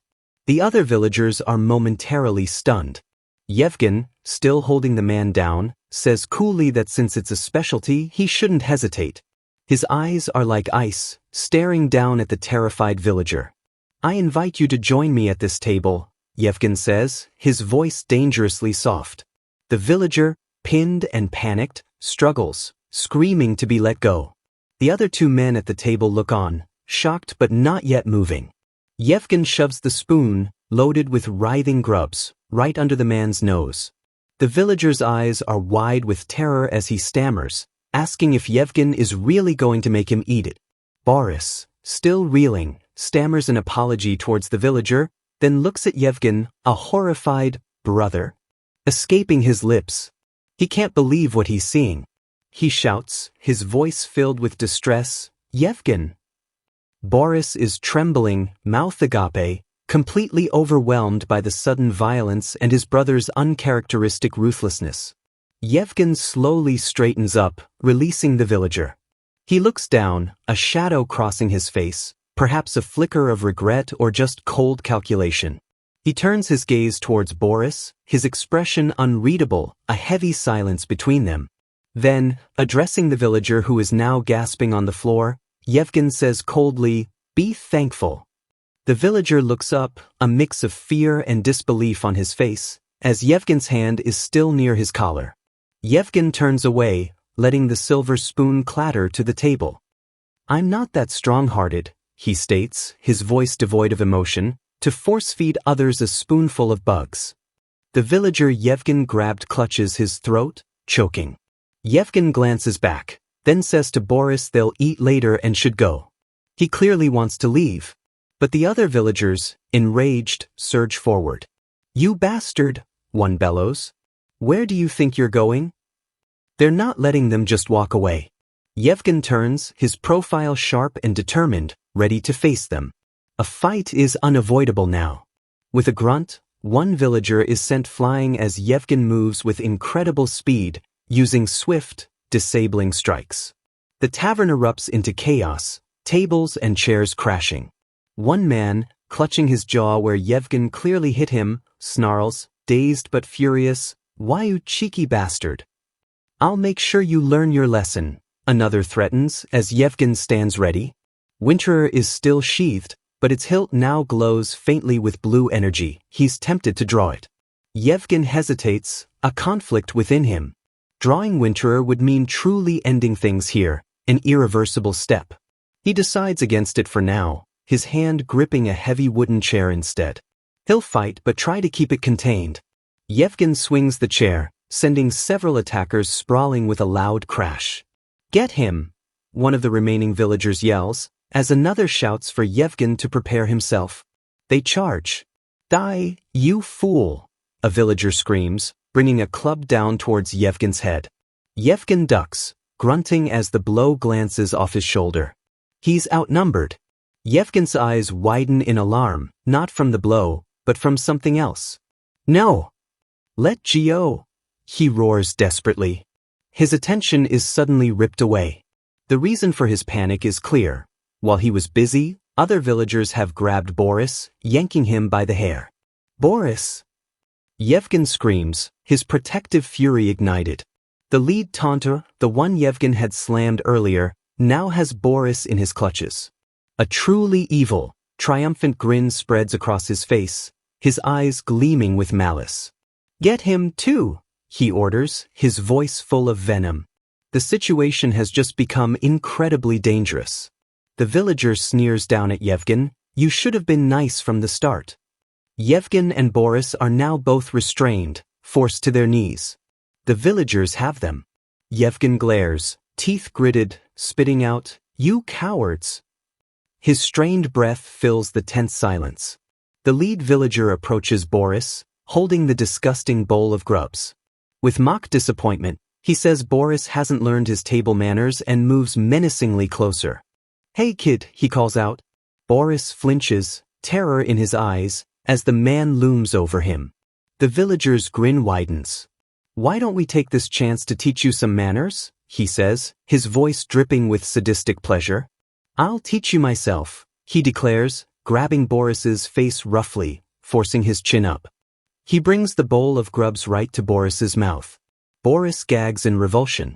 Stop! Yevgen roars, struggling fiercely against the men holding him. What do you think you're doing to the kid? His voice is raw with a desperate fury, seeing his little brother about to be humiliated and tormented. The villager holding Boris turns to Yevgen, a cruel, taunting smirk on his face. I see you're close with your brother, he sneers. Then, holding the disgusting bowl towards Yevgen, he asks with malicious glee, do you want to eat it for him, then? Yevgen stares at him, his eyes blazing with a mixture of anger and a terrible resolve.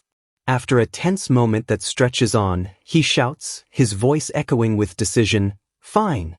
Bring it to me. The villagers erupt in incredulous, mocking laughter. He said he'll eat this. One of them howls, finding the situation hilarious.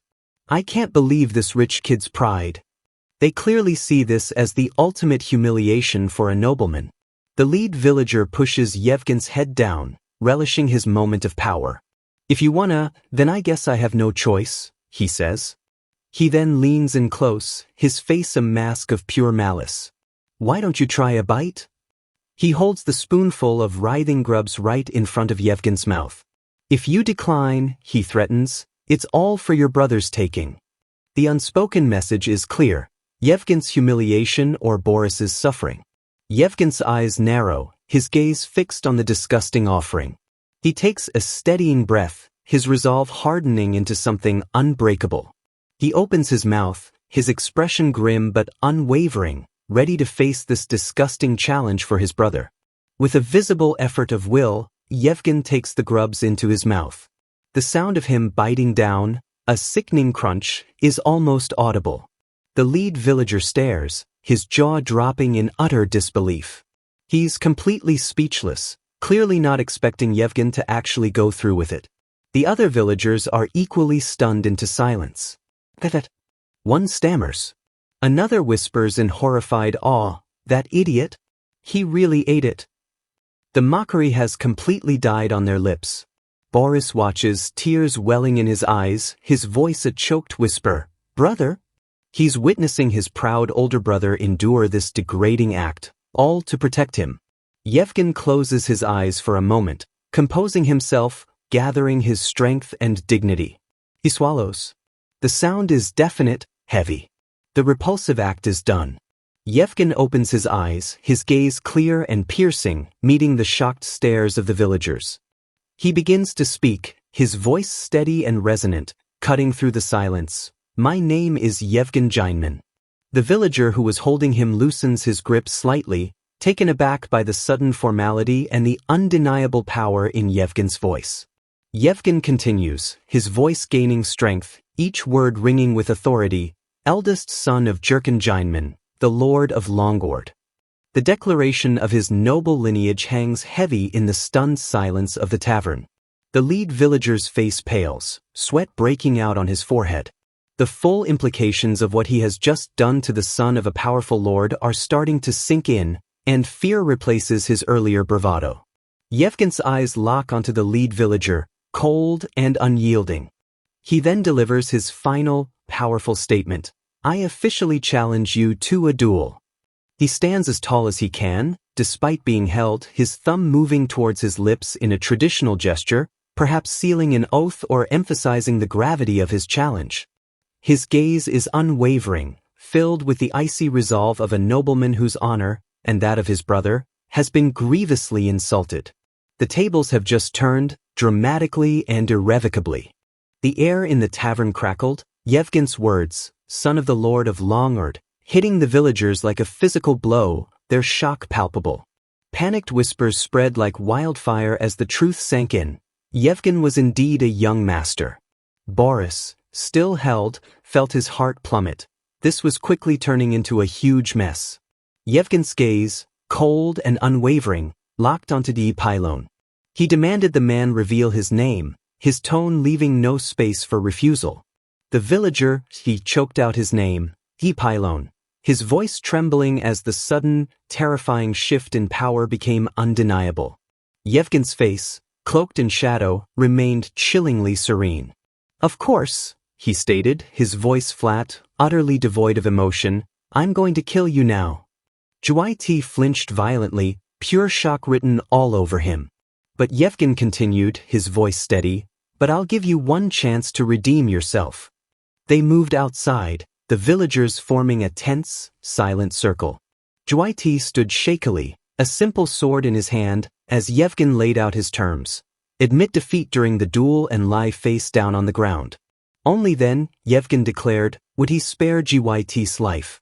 Otherwise, Yevgen continued, his voice hardening, a dangerous edge creeping in. I swear on my family's name, he vowed, his eyes blazing with a cold, righteous fury that promised retribution. Yevgen gestured with Winterer, the sword now glowing with a faint, ethereal light, towards the discarded bowl of grubs. He swore that if Juwaiti refused, he would force him to consume every last, disgusting morsel in that bowl. Boris watched his brother, a pit of dread forming in his stomach.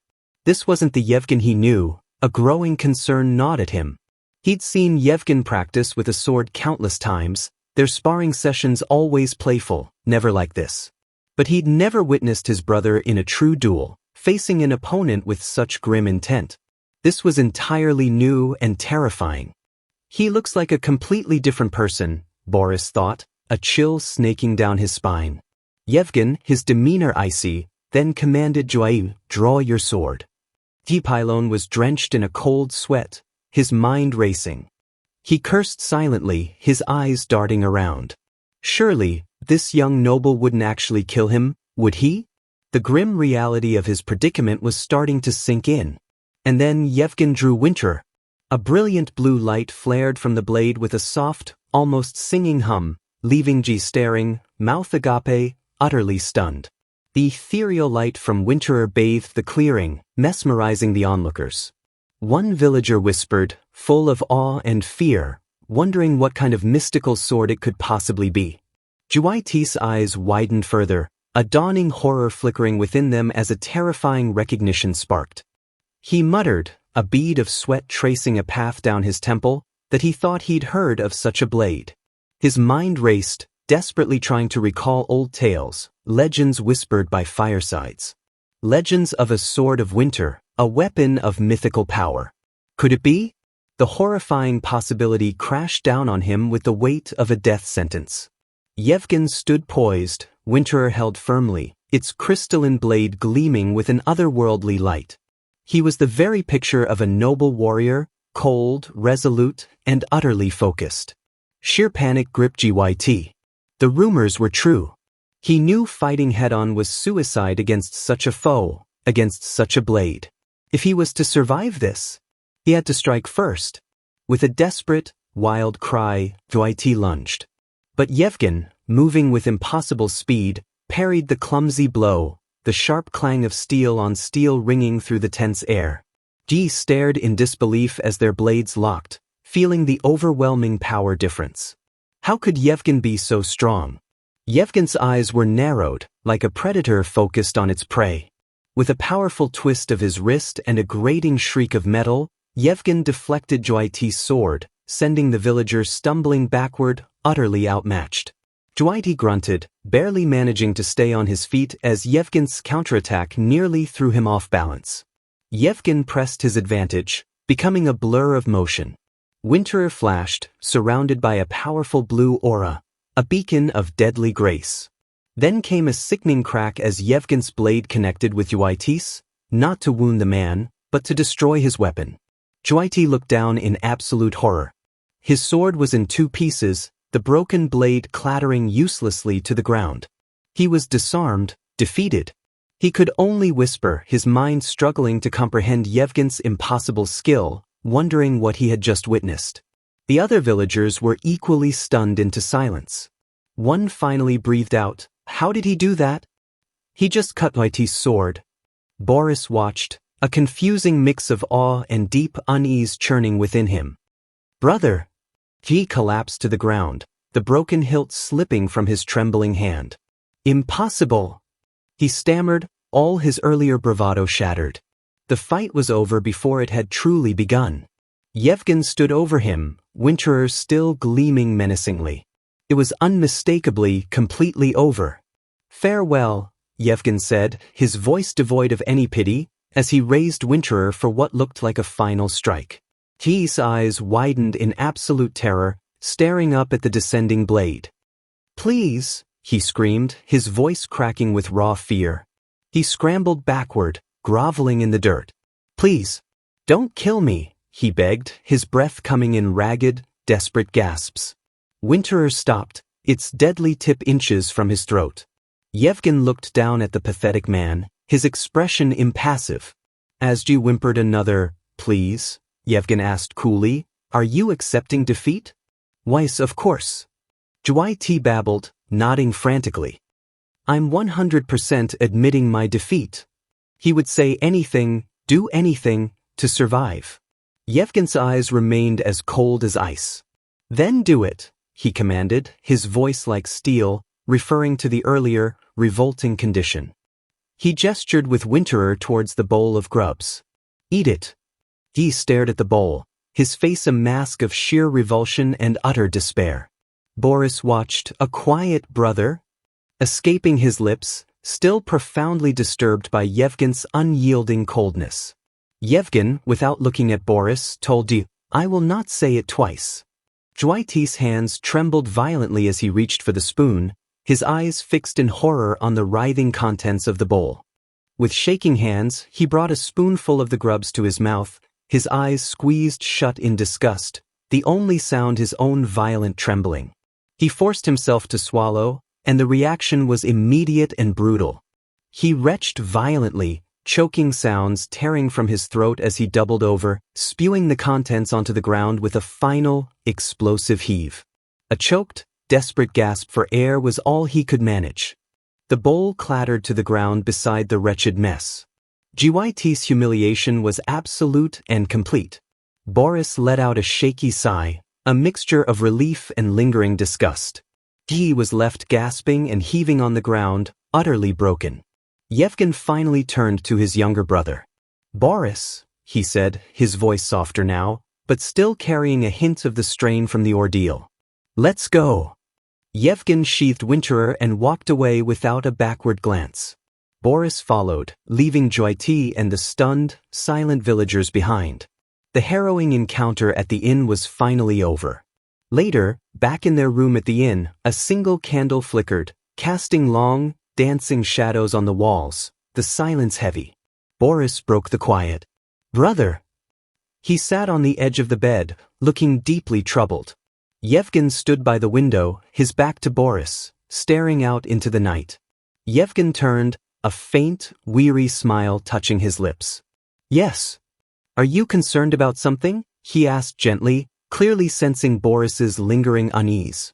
Boris hesitated, then looked down, his silence speaking volumes about the turmoil inside him. Yevgen walked over and sat beside him on the bed, his voice soft. "Now, tell your brother what's on your mind." Boris finally spoke, his voice quiet. "I'm glad to see you're okay. And I'm glad you beat him. But at that time I thought..." He trailed off, struggling to find the words to express the unsettling feeling. He looked at Yevgen, his eyes searching. "That you were somehow different." Yevgen listened, his expression serious. "It's not that you did something wrong." Boris quickly tried to clarify. "I also know that there was no other choice," Boris continued, clenching his fist. "If Father was present, he would have praised you for upholding our honor. Even so, He still felt that profound, unsettling disquiet. Yevgen cut him off gently. "No." He looked at Boris with a soft, understanding expression. "You saw it correctly," he said, his voice gentle. "Nobody knows me as well as you do." He acknowledged the change Boris had sensed. Yevgen looked away, a somberness settling over his features.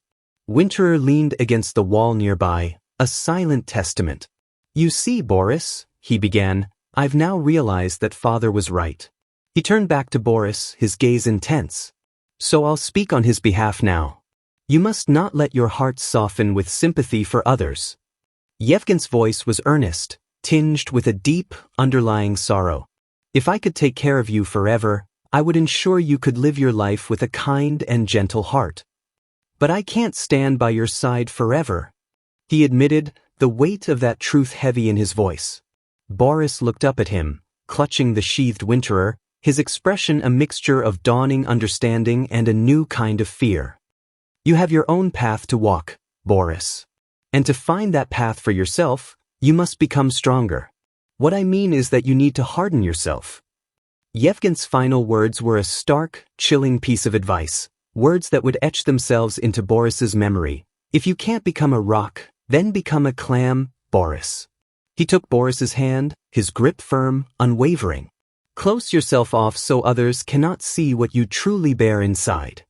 The lesson was harsh, a grim reflection of the cruel world Yevgen now believed they had to navigate.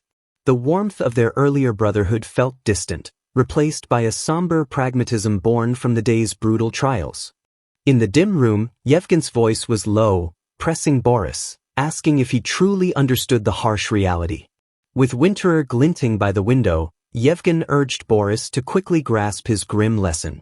He gripped Boris's arm tightly, warning him that the world wouldn't just leave him alone.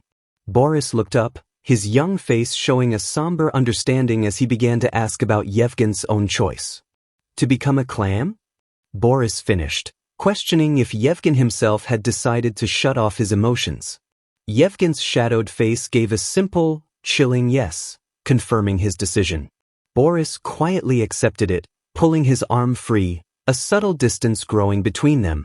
Boris reasoned that Yevgen was probably just afraid of him becoming weak, especially now that they were alone, without their father or troops.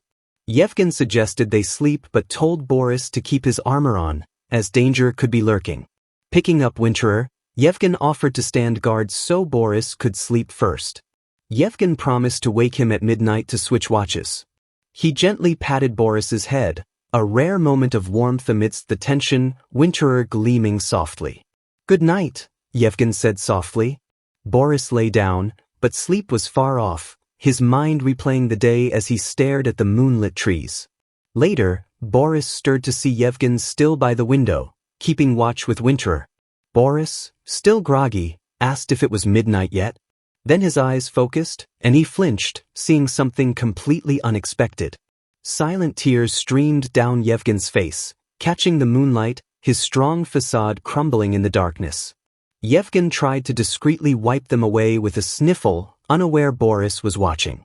Boris was stunned, wondering if he was dreaming, unable to believe what he saw.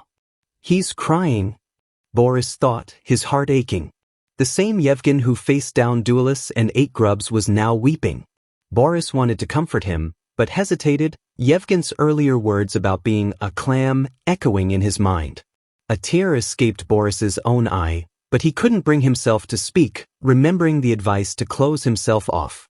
So Boris quietly turned over, feigning sleep, hiding his own emotions as Yevgen continued his sorrowful watch. Later, Boris lay awake, his own tears silently soaking his pillow, the weight of it all crushing him. He remembered Yevgen's words about becoming a clam, and took them to heart, bottling his own sorrow. The next day, they were on the road. Yevgen walked with a grim determination, leading the horse. Boris rode, looking small and thoughtful, Winterer now strapped to the saddle. Boris glanced at his brother, troubled by Yevgen's tears the night before, feeling he should say something. Trying to break the silence, Boris asked about a nearby flower, but Yevgen's reply, cornflower, was flat and distant. Boris felt a pang of disappointment, remembering how Yevgen used to share stories about such things. As Yevgen led on without looking back, Boris sadly wondered if his brother had forgotten all those stories. Yevgen just replied, "I guess so." His voice distant, the change in him stark. As dusk fell, painting the sky in fading colors, their journey continued. Their horse eventually slowed to a halt. Yevgen looked around, observing that the town was nowhere in sight. They were in a desolate, open area, and Yevgen decided they'd have to camp out. By a small campfire, Boris huddled while Yevgen kept watch, Winterer beside him, the fire crackling. Boris clutched his sword, staring into the flames, the rustling leaves making him uneasy. Suddenly, Yevgen was alert, dropping the stick he held, his voice low and urgent, "Boris." His eyes narrowed. "Grab your sword," Boris scrambled up, drawing his sword, as Yevgen, Winterer in hand, called out to the darkness, challenging their followers to show themselves, noting their numbers. Footsteps approached, and a smug voice mocked Yevgen's arrogance. A group of armed men emerged, led by a burly, bearded man who ordered them to surround the brothers. These were no mere villagers. Boris gasped, recognizing Ji Pylon from the inn among them, realizing he'd led these dangerous men to them. Yevgen, grim but unsurprised, dryly commented on Ji having so many protectors, making GYT flinch. The bearded leader laughed, scoffing that they weren't there to help GYT, implying Yevgen still didn't understand the real situation. The leader's gaze fixed on Winterer, his eyes gleaming with greed as he identified it as the legendary sword hidden by Yevgen's family. Yevgen's expression darkened. He knew revealing his name and lineage had made them a target for those after the famed sword. The bearded leader grinned maliciously, roaring at his men to seize Winterer, and the mercenaries surged forward with a battle cry. Yevgen moved instantly, Winterer flashing as he prepared to face the overwhelming odds. With a loud clang, Winterer met the weapons of multiple attackers, blue light and steel clashing fiercely. Yevgen dug his heel in, holding his ground against the fierce onslaught. His eyes flashed with cold fire as he declared they couldn't take the sword, unleashing a powerful slash that sent several attackers flying. One younger mercenary, parrying a blow, grinned cockily, impressed by Yevgen's skill even as another attacker fell. The young mercenary lunged, aiming for Yevgen's chest, eager to test him further. Boris screamed a warning as Yevgen turned to meet the new threat, his eyes widening slightly. Suddenly, iron chains whipped out, ensnaring Yevgen and Winterer, trapping him completely. Boris gasped in horror. The bearded leader stepped forward, holding the chains, sneering that Yevgen's skill was useless now, but then paused, confused by something. An intense blue light erupted from Yevgen and Winterer, the chains around them glowing and crackling with icy energy, making the mercenaries recoil. Yevgen gripped Winterer, the sword pulsing with an intense cold, as a sharp crack echoed. With a deafening shatter, the iron chains exploded outwards in a shower of icy fragments and brilliant blue light. The surrounding mercenaries cried out in pain and shock, blasted back by the force, wondering what just happened. Boris stared, awestruck and disbelieving, as he realized the iron chains had literally exploded. The bearded leader watched, a slow, appreciative grin spreading as he acknowledged he was witnessing a power he'd only heard of in rumors. He recognized it, the legendary power of Winterer to cool materials to extreme temperatures. Yevgen stood amidst the icy mist, Winterer ready, as the leader named the ability he'd just seen, Winterer's Frozen Break. Yevgen stood in a swirl of icy mist, Winterer gleaming, the mercenary leader's words, Winterer's Frozen Break, still hanging in the air. The bearded man's heavy axe lay on the ground. He grinned, his eyes fixed on Winterer, openly admitting his desire for the legendary sword. He gave Yevgen a nod of grudging respect, acknowledging his skill. But then his cruel smile returned. He lunged, not for Yevgen, but grabbed Boris, using him as a shield. He sneered, threatening Yevgen with Boris's life, muttering that the boy was perhaps too young to die just yet. Yevgen whirled, shocked and furious, realizing the man had used the surprise of Winterer's power to snatch his brother. Yevgen's mind raced. He knew he could fight his way out alone, but with Boris hostage, he hesitated, sweat trickling down his temple. Suddenly, Boris spoke, his voice surprisingly steady. 12 years is not a short time. Yevgen looked on, confused by his brother's strange words. The mercenary leader holding Boris just laughed mockingly, his men joining in. Boris turned his head slightly, defiant, gripping his small dagger. "It means that I know I need to die," he declared, "and I won't die to you." The mercenary leader just smirked, raising his axe to call the boy's bluff. Boris glared up, terrified but determined, perhaps channeling Yevgen's harsh lessons on being strong. "No!" Yevgen screamed, lunging. The mercenary swung his axe with a savage cry, but just as it neared Boris, a sharp sound ripped the air, and blood sprayed. The mercenary leader stumbled and fell, an arrow suddenly jutting from his neck. Yevgen skidded to a halt, winter raised, staring in shock. The remaining mercenaries cried out in disbelief and confusion, shouting about their captain and the sudden arrow. One yelled, wildly looking for the unseen attacker who had fired such an expert shot. Yevgen reacted instantly, pulling Boris into a protective embrace as more arrows rained down, felling several more mercenaries. Survivors screamed about an ambush and tried to flee. Yevgen shielded Boris, thinking how close they'd just come, and wondered who was behind these deadly arrows. A calm voice spoke from the shadows, complimenting Yevgen on his fight, as footsteps approached. 4 cloaked and armed figures emerged from the darkness, moving with a quiet, experienced confidence. Yevgen pushed Boris slightly behind him, winter ready, demanding to know who these newcomers were. One of them, a woman with reddish-brown hair and a pipe, pulled back her hood, an amused smile on her face. She lightly suggested they were saviors and deserved a nicer greeting. Yevgen remained guarded, offering a formal thank you if they expected nothing in return, which made the group laugh. The immediate threat had passed, with the newcomers on one side of the campfire and the brothers on the other, though tension lingered. The woman looked them over, practically asking if they even had anything to offer in return for the rescue.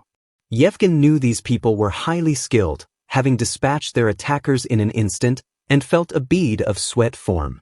He watched the 4, now casually around their own fire, wondering if they were allies or even stronger enemies. One of the cloaked men dismissively suggested they were just rich kids on a tour with nothing to offer, perhaps testing Yevgen's reaction. Yevgen remained silent, his expression carefully guarded. He finally spoke, politely thanking them again and acknowledging their obvious skill. One man introduced himself as Will's Camv, and the younger one beside him added, "I'm Joaquin. No surname." A third, with lighter hair and a crossbow, said, "I'm Ramavac July. People call me Ramavac of Bolt." The woman with the pipe smiled, "Janaka Goth. People call me Jenny or Nika." They all looked at Yevgen and Boris expectantly. Yevgen pulled Boris closer, clearly hesitant to reveal who they were. Ramavac July noted their distrust but kindly offered to leave if they were uncomfortable. Yevgen and Boris exchanged a quick, uncertain look. Yevgen shook his head slightly, saying that wasn't it, and invited them to stay, perhaps seeing safety in numbers. They settled around the campfire, the mood a little less tense, but everyone remained cautious. Boris sat observing the newcomers silently, while Yevgen stayed alert. The 4 adventurers seemed relaxed, chatting quietly among themselves. Janaka or Nika then casually tossed an apple towards Boris, telling him to take it. Boris caught the apple, looking surprised by the gesture. He examined the fruit, then looked up at Nika, a silent question in his eyes. Nika smiled, taking a puff from her pipe, teasing him gently for not eating it right away, then seriously assured him it wasn't poisoned. She gestured towards Yevgen, asking if he was Boris's brother, noting Yevgen seemed young to be in such dangerous wastelands. Nika explained their group, adventurers who took on jobs for money, going wherever the pay was good enough. She then looked at Yevgen, her expression becoming more serious. "Have you ever heard of the Mortal Land?" Yevgen looked up, surprised. "The Mortal Land?" he repeated. Nika nodded, smoke curling from her pipe. "Yes. It's where?" Nika began, her voice taking on a somber, storytelling tone. She explained it was once Ganapoli, the magnificent magic kingdom, rich with gold and jewels, but now just ruins left by war. Nika described a grim wasteland, filled with resentful spirits and the undead, amidst towering, broken pillars and shadowy figures. Nika looked directly at Yevgen and Boris, her smile gone. "The Mortal Lands," she declared, her voice a stark warning, "is a place where people go in alive and come back dead." Around the campfire, a fragile truce held between the brothers and the 4 adventurers, smoke rising into the night. Nika, with a knowing smile, asked Yevgen if her tales of the Mortal Land were so surprising, noting his horrified expression. Yevgen admitted it was unbelievable they'd survived the Mortal Land, a place not easily entered or left. Ramavac, the crossbowman, chuckled, holding up one of his bolts, asking Yevgen to look at its tip. The arrowhead gleamed with a faint purple light. Ramavak smugly pointed out there was something on it. He brought the bolt closer, warning them it was a deadly poison, strong enough to kill a ghost, making Boris gasp. Wilskamv interjected, telling Ramavak to stop, then clarified to the brothers they hadn't been to the real Ganapoli. Nika elaborated, saying they'd merely wandered its edges, looting items from the ghosts they encountered. Nika then grinned mischievously, offering to show them something interesting, a thick, golden bracelet. The bracelet was intricately carved, clearly an ancient and valuable artifact. Nika offered it to Boris, who took it, his eyes wide with curiosity. Boris examined the bracelet, captivated by the detailed pictures engraved on its surface. The images of people dancing in a shiny, golden city seemed to come alive in his mind, making him feel as if he were there. Visions of a magnificent golden city under the sun filled his thoughts, but a strange, uneasy feeling began to creep in. The scene shifted. The group had arrived at a sturdy-looking inn, its windows glowing warmly in the early morning. The heavy wooden door creaked open. A stout innkeeper greeted them, surprised by their early arrival and weary appearance. Nika led the group in, Yevgen protectively guiding Boris, as the innkeeper noted their arrival at such an early hour. The innkeeper observed their exhaustion, and Nika explained they'd had troubles and couldn't camp. Boris looked utterly spent. Nika added they'd marched all night. Boris, haunted by the dead mercenaries, hadn't wanted to sleep near corpses. The innkeeper jingled a set of keys, ready to show them to their rooms. Nika smiled at Yevgen and Boris, suggesting they all get some rest after their long night. Yevgen took the keys, genuinely grateful, thanking Nika. Wills and Ramavak headed upstairs, looking forward to sleep. Boris watched them, feeling his own exhaustion. Boris rubbed his eyes, yawning, telling Yevgen he was so tired he was about to pass out. Yevgen smiled softly, agreeing they could finally rest well, and suggested they go to sleep. A wave of relief washed over Boris. He hoped no one was chasing them anymore and they could have a peaceful night. Suddenly, Boris was a young child again, in a sun-dappled grove, startled by a voice calling his name. A man in fine green clothes stood before him. Young Boris asked who he was. The man smiled a chillingly familiar, predatory grin. His uncle Vlado, younger but just as sinister, asking if Boris was playing alone. "What fun is that?" Vlado cooed, offering to show Boris real fun. Young Boris, innocent, asked how. Vlado easily lifted the small Boris, who exclaimed in initial delight. Young Boris giggled, but Vlado's expression was dark. "You'll never forget it," he promised, a low growl in his voice. Vlado turned, his coat tails swishing with the movement. He carried Boris towards an old stone well, its depths hidden in ominous shadow. Young Boris looked around, fear dawning in his eyes as he stammered, "You uncle?" Vlado held him over the dark well. Young Boris cried out, "Let go of me. I'm scared, uncle," struggling against his grip. Vlado's face was a mask of pure malice, his eyes gleaming yellow as he laughed. Boris woke with a choked scream, thrashing on the floor of a dark room. He realized with panic that his hands were tied behind his back. A voice spoke from the darkness, "You're awake, Boris." Boris looked up to see Yevgen kneeling nearby, also bound, his head bowed. "Brother?" Boris whispered, asking where they were, his voice hoarse with fear as he took in the dusty storeroom. Yevgen looked up grimly. "We need to escape quickly," he said, then delivered the devastating news, "Winterer is missing." Boris was horrified. "Winter is missing?" he gasped, wondering how and who could have taken it. They were both tied up, helpless. Boris looked at his brother, seeking reassurance that wasn't there. Yevgen suddenly began to chuckle, a low, unsettling sound that built into a full, slightly unhinged laugh. He threw his head back, laughing at their predicament with bitter, manic irony, exclaiming how grand their situation was. His laughter subsided, replaced by a weary smile. "Boris," he said, "I'm also just a kid that doesn't know the world." Yevgen's voice became serious. "However, I hope that you won't be like me. You can't be taken for a fool like me." His eyes narrowed with a new, dangerous glint. What you should have been taught by father. I'll start teaching you from now on. Let's go, Yevgen declared, his voice filled with a chilling new resolve. His eyes seemed to glow with an unnatural purple light, his expression a mix of determination and something far darker. To pay back as much as we've received. A profound, terrifying change had come over Yevgen. Yevgen's chilling vow to teach Boris about the world's cruelty filled the air. Later, in the quiet of a rural morning, a sharp thud from inside a barn signaled that lesson was about to begin. Inside, the innkeeper who'd locked them up crashed to the floor with a pained grunt, a sword clattering beside him. Yevgen, somehow free, now stood over the man. Yevgen's boot landed near the fallen sword. His voice was cold, devoid of any warmth. I don't have time for games, he stated, his steady step deliberate. He leaned in, his tone leaving no room for argument. I'll ask you one more time.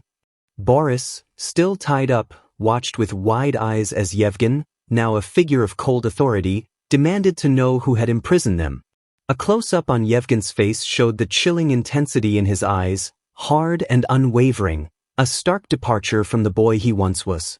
The innkeeper, clutching his face, groaned in disbelief and pain, lamenting his involvement and realizing Yevgen was no ordinary kid.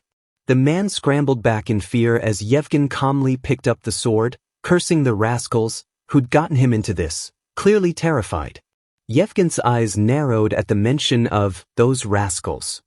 He held the dagger menacingly.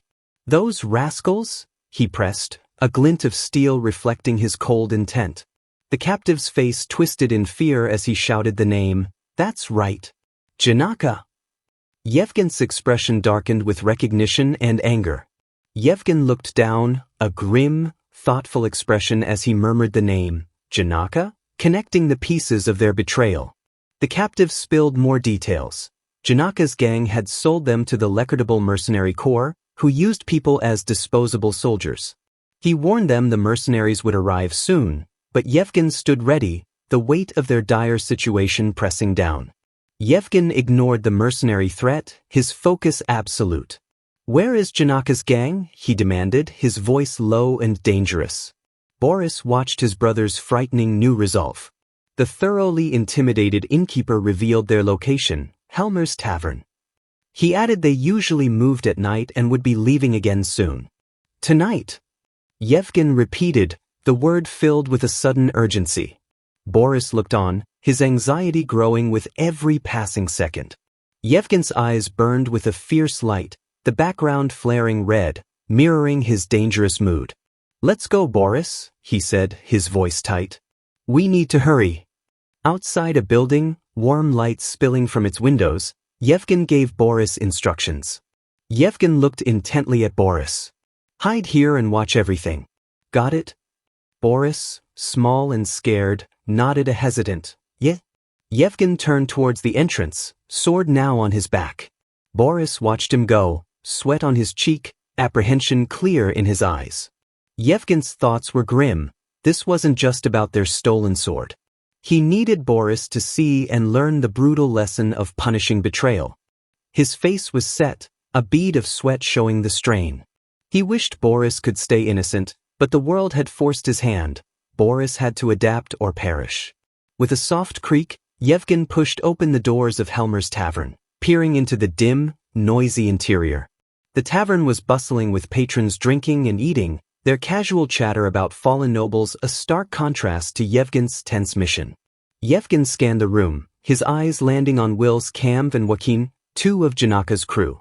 He wondered where the other two, Janaka and Ramavak, were. Yevgen moved with quiet purpose, picking up a tray as if he were a server, blending in as he calculated his approach. He walked towards their table, his hand already drifting towards his hidden sword, each deliberate step building the tension. Yevgen stopped by their table. Did you call me, sir? He asked politely, his voice belying his true intent. Joaquin looked up, surprised and flushed from drink. Wills asked Joaquin if he'd called the boy. Joaquin, confused, said no. Their guard was down. Yevgen continued his ruse smoothly, telling them a lady was outside asking for them, trying to lure one away. Joaquin looked intrigued, but Wills mentioned Janny was supposed to meet merchants, and they'd meet her at the village entrance. Joaquin looked puzzled, saying that was weird. It definitely wasn't. The time yet? He trailed off, a flicker of suspicion dawning, but it was far too late. Suddenly, Yevgen struck. A blood-curdling scream ripped through the tavern as he slammed Joaquin's hand to the table, impaling it with a dagger. "My hand!" Joaquin shrieked. Will's cam shot up in alarm, hand flying to his sword, yelling Joaquin's name, then turning on Yevgen, bewildered and enraged, demanding who he was. Yevgen ignored Will's, his gaze fixed on Joaquin. "Are you sober already?" he asked, his voice chillingly calm as he pressed the dagger deeper. Yevgen's eyes were cold as steel, the background turning a menacing purple. "I'm here to find my sword," he stated. "Where is it?" Wills, recovering, drew his sword and lunged at Yevgen with a furious roar. "Why, you bastard!" Yevgen met Wills's attack, blade flashing, his eyes wide with focused fury. "I asked where it is," he snarled, his patience gone. Yevgen's hand gripped his sword tightly, ready for the brutal confrontation. The clash of steel echoed as Yevgen parried. Wills, now defensive, shouted that it was none of Yevgen's business. Yevgen pressed his attack, blades a silver blur, forcing Wills to stumble back with a grunt under the relentless assault. Wills looked genuinely terrified, eyes wide with shock as Yevgen's blade came perilously close, a silent exclamation of pure fear escaping him. Yevgen glared at Wills, his expression one of utter contempt. Not only a petty thief, but shameless too. "Tell me," Yevgen commanded, his voice a low, dangerous growl. He punctuated his demand with a chilling threat, "Before I cut your wrist off." The scene froze. Yevgen had Wills at his mercy, sword at his throat, Joaquin pinned by his impaled hand. Yevgen was in absolute control. Yevgen's voice was laced with menace. "What? You don't want to?" Wills could only stare up in terror, sweat dripping, utterly speechless and trembling.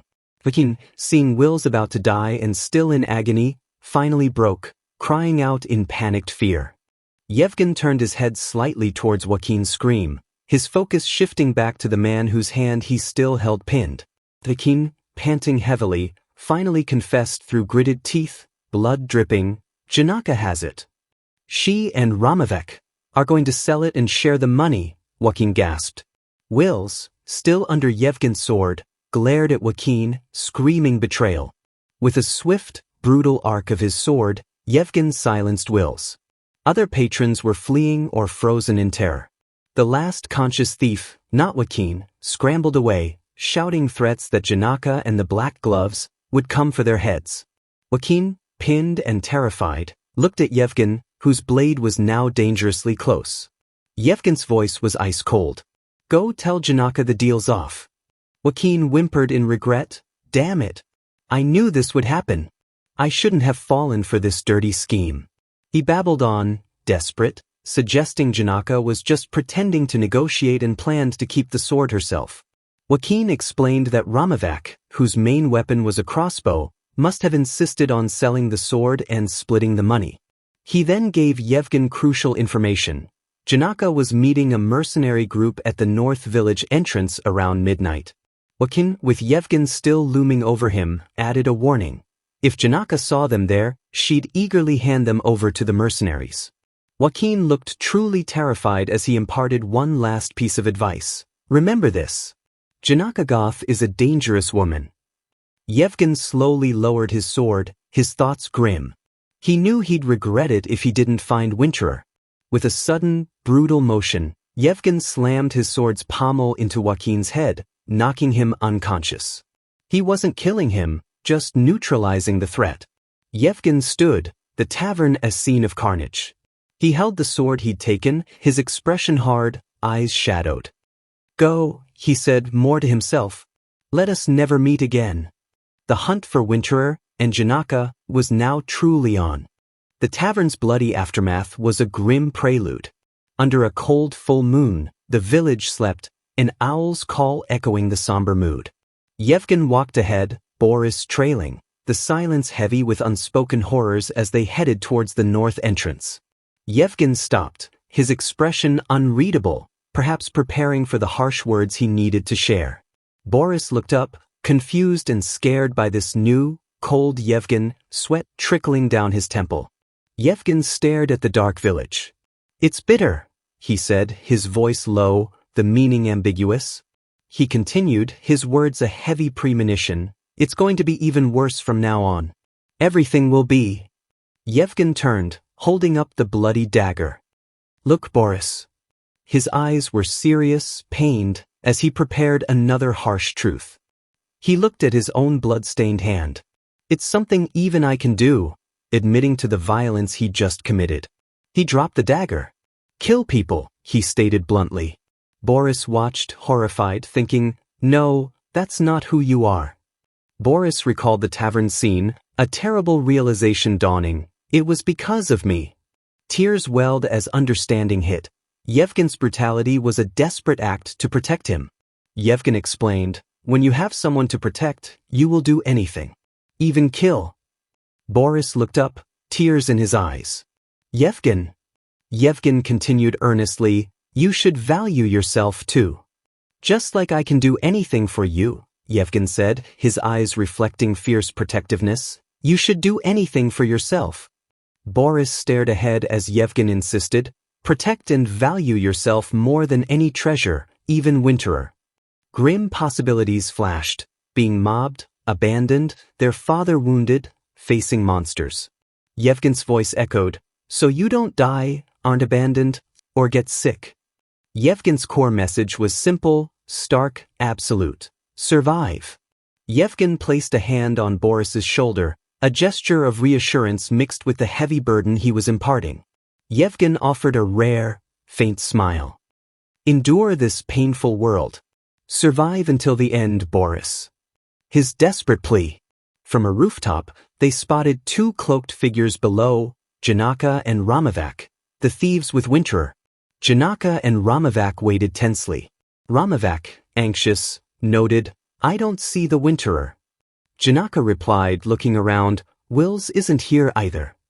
They were unaware Yevgen had dealt with them. Above, Boris and Yevgen watched. Yevgen spotted movement. Boris followed his gaze. Yevgen pointed subtly. "Over there."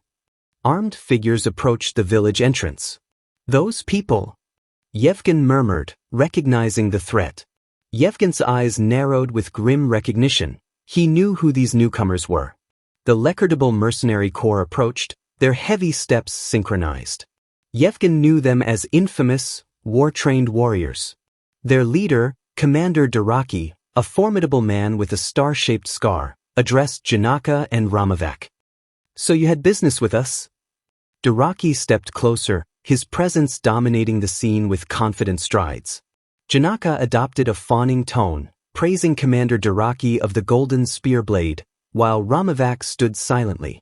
Daraki, unswayed, stated bluntly, "You need to compensate us. The guys you sold to us ran away."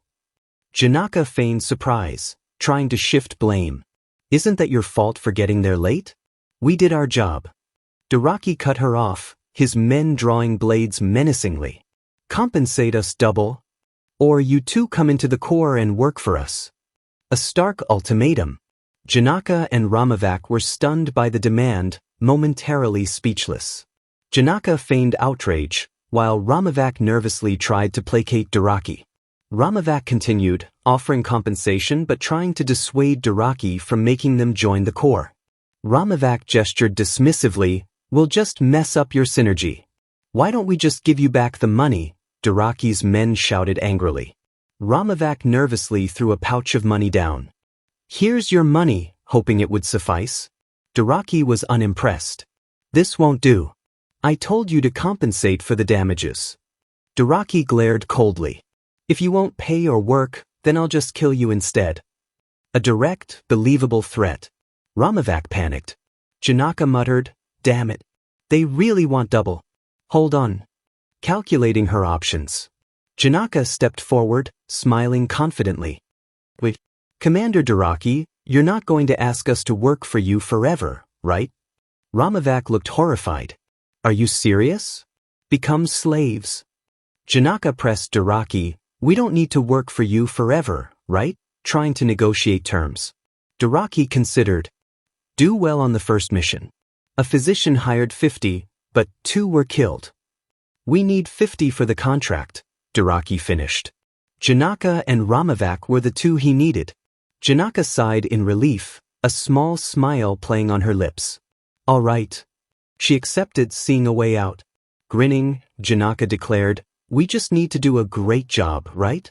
Then, throwing back her cloak, she revealed Winterer, its aura shimmering. On the rooftop, Yevgen's eyes widened. The sight of Winterer in Janaka's possession ignited a fire in him. I can do that, Janaka declared. But before more could be said, Yevgen roared, stop, leaping from the rooftop with an impactful landing. Doraki turned, surprised, seeing Yevgen charging towards them. Janaka turned, startled. What? You guys didn't run away? Yevgen, sword drawn, eyes blazing, sprinted towards her. Give me back my sword, Janaka Goth, he demanded. The fight for Winterer had begun. Yevgen's demand cut through the night. Give me my sword, Janaka Goth. The challenge was set. Yevgen stood firm, gaze locked on Janaka, Winterer on her back. Boris watched, knowing the danger. Ramavak, beside Janaka, muttered in surprise, what is he doing here? Not expecting this bold confrontation. Yevgen's eyes blazed with cold, purple light, his resolve unshakable, an aura of anger around him. Janaka quickly regained composure, smirking. Well, that's good, she told Doraki. The person you were looking for has appeared. Doraki watched, calculating. Janaka asked, then can we go, Commander Doraki? Hoping Yevgen's arrival cleared her debt. Yevgen ignored her, challenging, on what grounds are you selling and buying us? This is a nation without slaves. Janaka scoffed, if you were caught, follow obediently. How dare a rookie teach others? Winterer gleamed on her back. She added dismissively, a child's whines should be done at home with your mom, her words meant to provoke. Yevgen's jaw tightened, a muscle twitching, her insults stealing his resolve. Yevgen glared. You're a rookie, he retorted, angered by their cowardly capture. Boris shouted, trembling with indignation, you came for us while we were sleeping. Is that talent? Remembering their betrayal. Are you proud of that? Boris cried, his small voice outraged. Yevgen watched Janaka and Ramavak, now unsettled. Ramavak muttered, recalling their earlier underestimation and the greed that led them here. Boris remembered Janaka's deceptive kindness, the apple, the bracelet, fueling his sense of betrayal. Tears of anger welled in Boris's eyes. How cowardly, he spat, his voice thick with emotion. You exploited our trust. Boris yelled, turning to Doraki. You are not warriors, but scammers. Janaka and Ramavak looked incensed. You, arrogant child. Janaka seethed. Ramavak was speechless. Doraki stepped forward, an amused smile. HM. It seems we have different opinions. Janaka looked surprised. Janaka tried to leave. The 2 people have appeared, so we'll go. But Doraki cut her off. Fight again. Doraki proposed brutally, fight again and sell me the loser. Whoever wins, I'll let go. Yevgen turned to Janaka and Ramavak, understanding dawning. Doraki was making their conflict a spectacle. Doraki stood, spear in hand. Whoever loses will be dragged away by us. Freedom or servitude. Yevgen faced Janaka, moonlight heightening the tension, leaves drifting peacefully around them. Yevgen's gaze was intense, body coiled. Unsheathe your sword, he commanded. Janaka smirked, reaching for her own blade, not Winterer. A fight? Of course, I'm going to win. She hesitated, thinking, if I draw Winterer, Doraki will take it. She chose her regular sword, pragmatically. Damn it, Janaka thought, lunging. Don't hate me once I sell your corpse. Yevgen barely parried, surprised by her speed. Sweat on Yevgen's temple as Janaka's blade flashed near his neck. She's fast, he thought, realizing her skill. Janaka pressed her attack confidently, her movements fluid, her sword a silver arc. Janaka mocked, talked big, but you're nothing much, rookie? Blades clashed, Yevgen gritting his teeth, holding strong. Yevgen stepped back quickly, creating distance, seeking an opening. Janaka was relentless, her blades slashing Yevgen's cheek and neck, drawing blood. She leaped, attacking from above, a whirlwind of motion, forcing Yevgen onto the defensive. Boris watched, pale with terror, as Yevgen parried. "Brother," he whispered, filled with fear. Boris panicked. His opponent is too strong. He's wounded. At this rate he'll? He started to run, perhaps to help. Suddenly Boris stopped, surprised, looking up at a large tree. Who is it? He'd heard something. A voice from the tree called, "Bye-bye." Boris whipped his head around, startled and confused. The distraction was costly. Janaka's blade sliced Yevgen's side. Blood splattered. Boris screamed, "Yevgen!" Yevgen's eyes flashed with intense purple light, widening with power. He wasn't done. His free hand darted out with incredible speed. Yevgen grabbed Winterer from Janaka's back. What the? She cried as the sword glowed blue, icy energy erupting. Icy power enveloped them. Janaka, caught off guard, shouted, "What are you doing?" as the cold consumed her. Janaka was instantly encased in a massive block of jagged ice, frozen mid-motion, shocked. Ramavak stared. Janaka? Daraki, his men, and Boris looked on, stunned. What did that kid do? It's shining. Janaka was trapped, a frozen statue, Winterer visible within the ice, its power undeniable. Yevgen stood, Winterer in his grasp, breathing heavily, eyes resolute. The fight is over, he declared into the sudden silence. The battlefield froze, Winterer's icy power resonating. Janaka was trapped, shocked and outraged, within a jagged ice prison. Yevgen stood before her, Winterer in hand, its blue aura dimming. The duel is over, he stated, his victory final. He looked at Daraki, expression hard despite his wounds. I win. The terms were met. Daraki nodded curtly. All right, I'll send you off. Accepting the outcome, a man of his word. Boris rushed to Yevgen crying, "Brother!" They embraced, a brief moment of warmth, Winterer still gleaming. Ramavak stared in horror at the frozen Janaka. Janaka, he gasped, pale with disbelief. How did this happen? Panic twisted Ramavak's features. Damn it. He quickly raised his crossbow, eyes glinting with cowardly resolve. Ramavak aimed at Boris, still embracing Yevgen. A bolt shot out with a menacing hiss. Ramavak's eye widened in shock as his desperate shot was foiled, and he flinched. Someone attacks Ramavak and pierces a dagger through his chest. Yevgen clutched his wounded arm, pain etched on his face. Ramavak stumbled back, dropping his crossbow. Daraki stepped forward, his voice dangerously calm. Daraki glared at Ramavak. How dare you try a trick right in front of me? His patience was gone. Suddenly, a voice called from the nearby tree, Naya. A flash of movement from the branches. The figure in the tree, Naya, held another identical knife, a leaf drifting past her silent form. Naya leaped from the tree, her long white braid flowing like a silver ribbon. She landed lightly. Daraki, intrigued, commanded his men, "Capture that loser," referring to Ramavak. Naya took a firm step, her small presence commanding. Naya, young, striking white braided hair, intense purple eyes, her expression serious, stoic. Naya moved with blinding speed, delivering a swift kick that disarmed Ramavak of his dagger. Ramavak cried out, completely overwhelmed by Naya's sudden, efficient attack. Naya landed gracefully, sweeping Ramavak's legs and kicking his crossbow away with practiced ease. Ramavak's crossbow slid across the ground, now useless.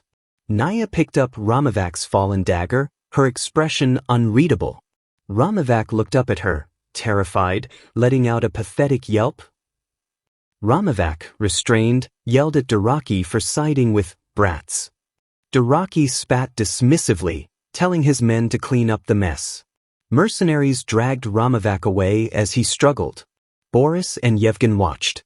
Yevgen looked at Ramavak with contempt, questioning his respect for mothers, calling him worse than a maggot. Naya stepped forward. Hey! Boris looked up, surprised. Boris remembered the voice from the tree, the gaze I felt from above. Must have been her, Boris realized. Yevgen told Naya, you've done well. Let us go. Naya turned and walked away. We're done here, Yevgen said as they prepared to leave. Mercenaries departed with Ramavak and the frozen Janaka. Naya walked silently beside Daraki. Boris reflected, looking back now. Janaka and her gang never asked why we were on the run. They were targeted from the start. He drifted in thought, feeling vulnerable and alone. They must have approached us intending to swindle us from the start. Boris lay down, worried. No horses, no money. Will we eat? Sleep outside? The practicalities hit hard. He clutched his hand. But brother is safe, and we recovered Winterer. That's a relief. Suddenly, pressure on his neck. Boris opened his eyes in alarm. Wait, who is this? Boris thought in terror. Lifted and choked. Were we followed again? I can't breathe. Brother, help! He gasped internally. Boris struggled, clawing at the hands on his throat. Brother! He looked up into Yevgen's face, eyes glowing chillingly purple. Yevgen's grip tightened. Boris was terrified, confused by his brother's attack. Yevgen threw Boris to the ground. Boris gasped for air, utterly bewildered. Boris's eye widened in sheer terror and disbelief. Wah!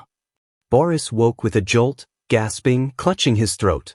Was it all a dream? He wondered, disoriented.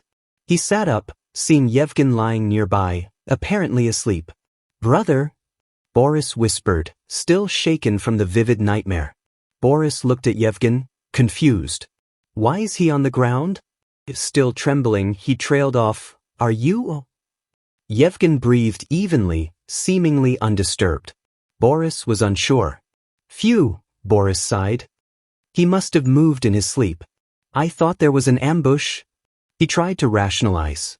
Boris carefully draped their cloak over Yevgen. Good night, brother, Boris whispered, settling beside him, though sleep would be difficult.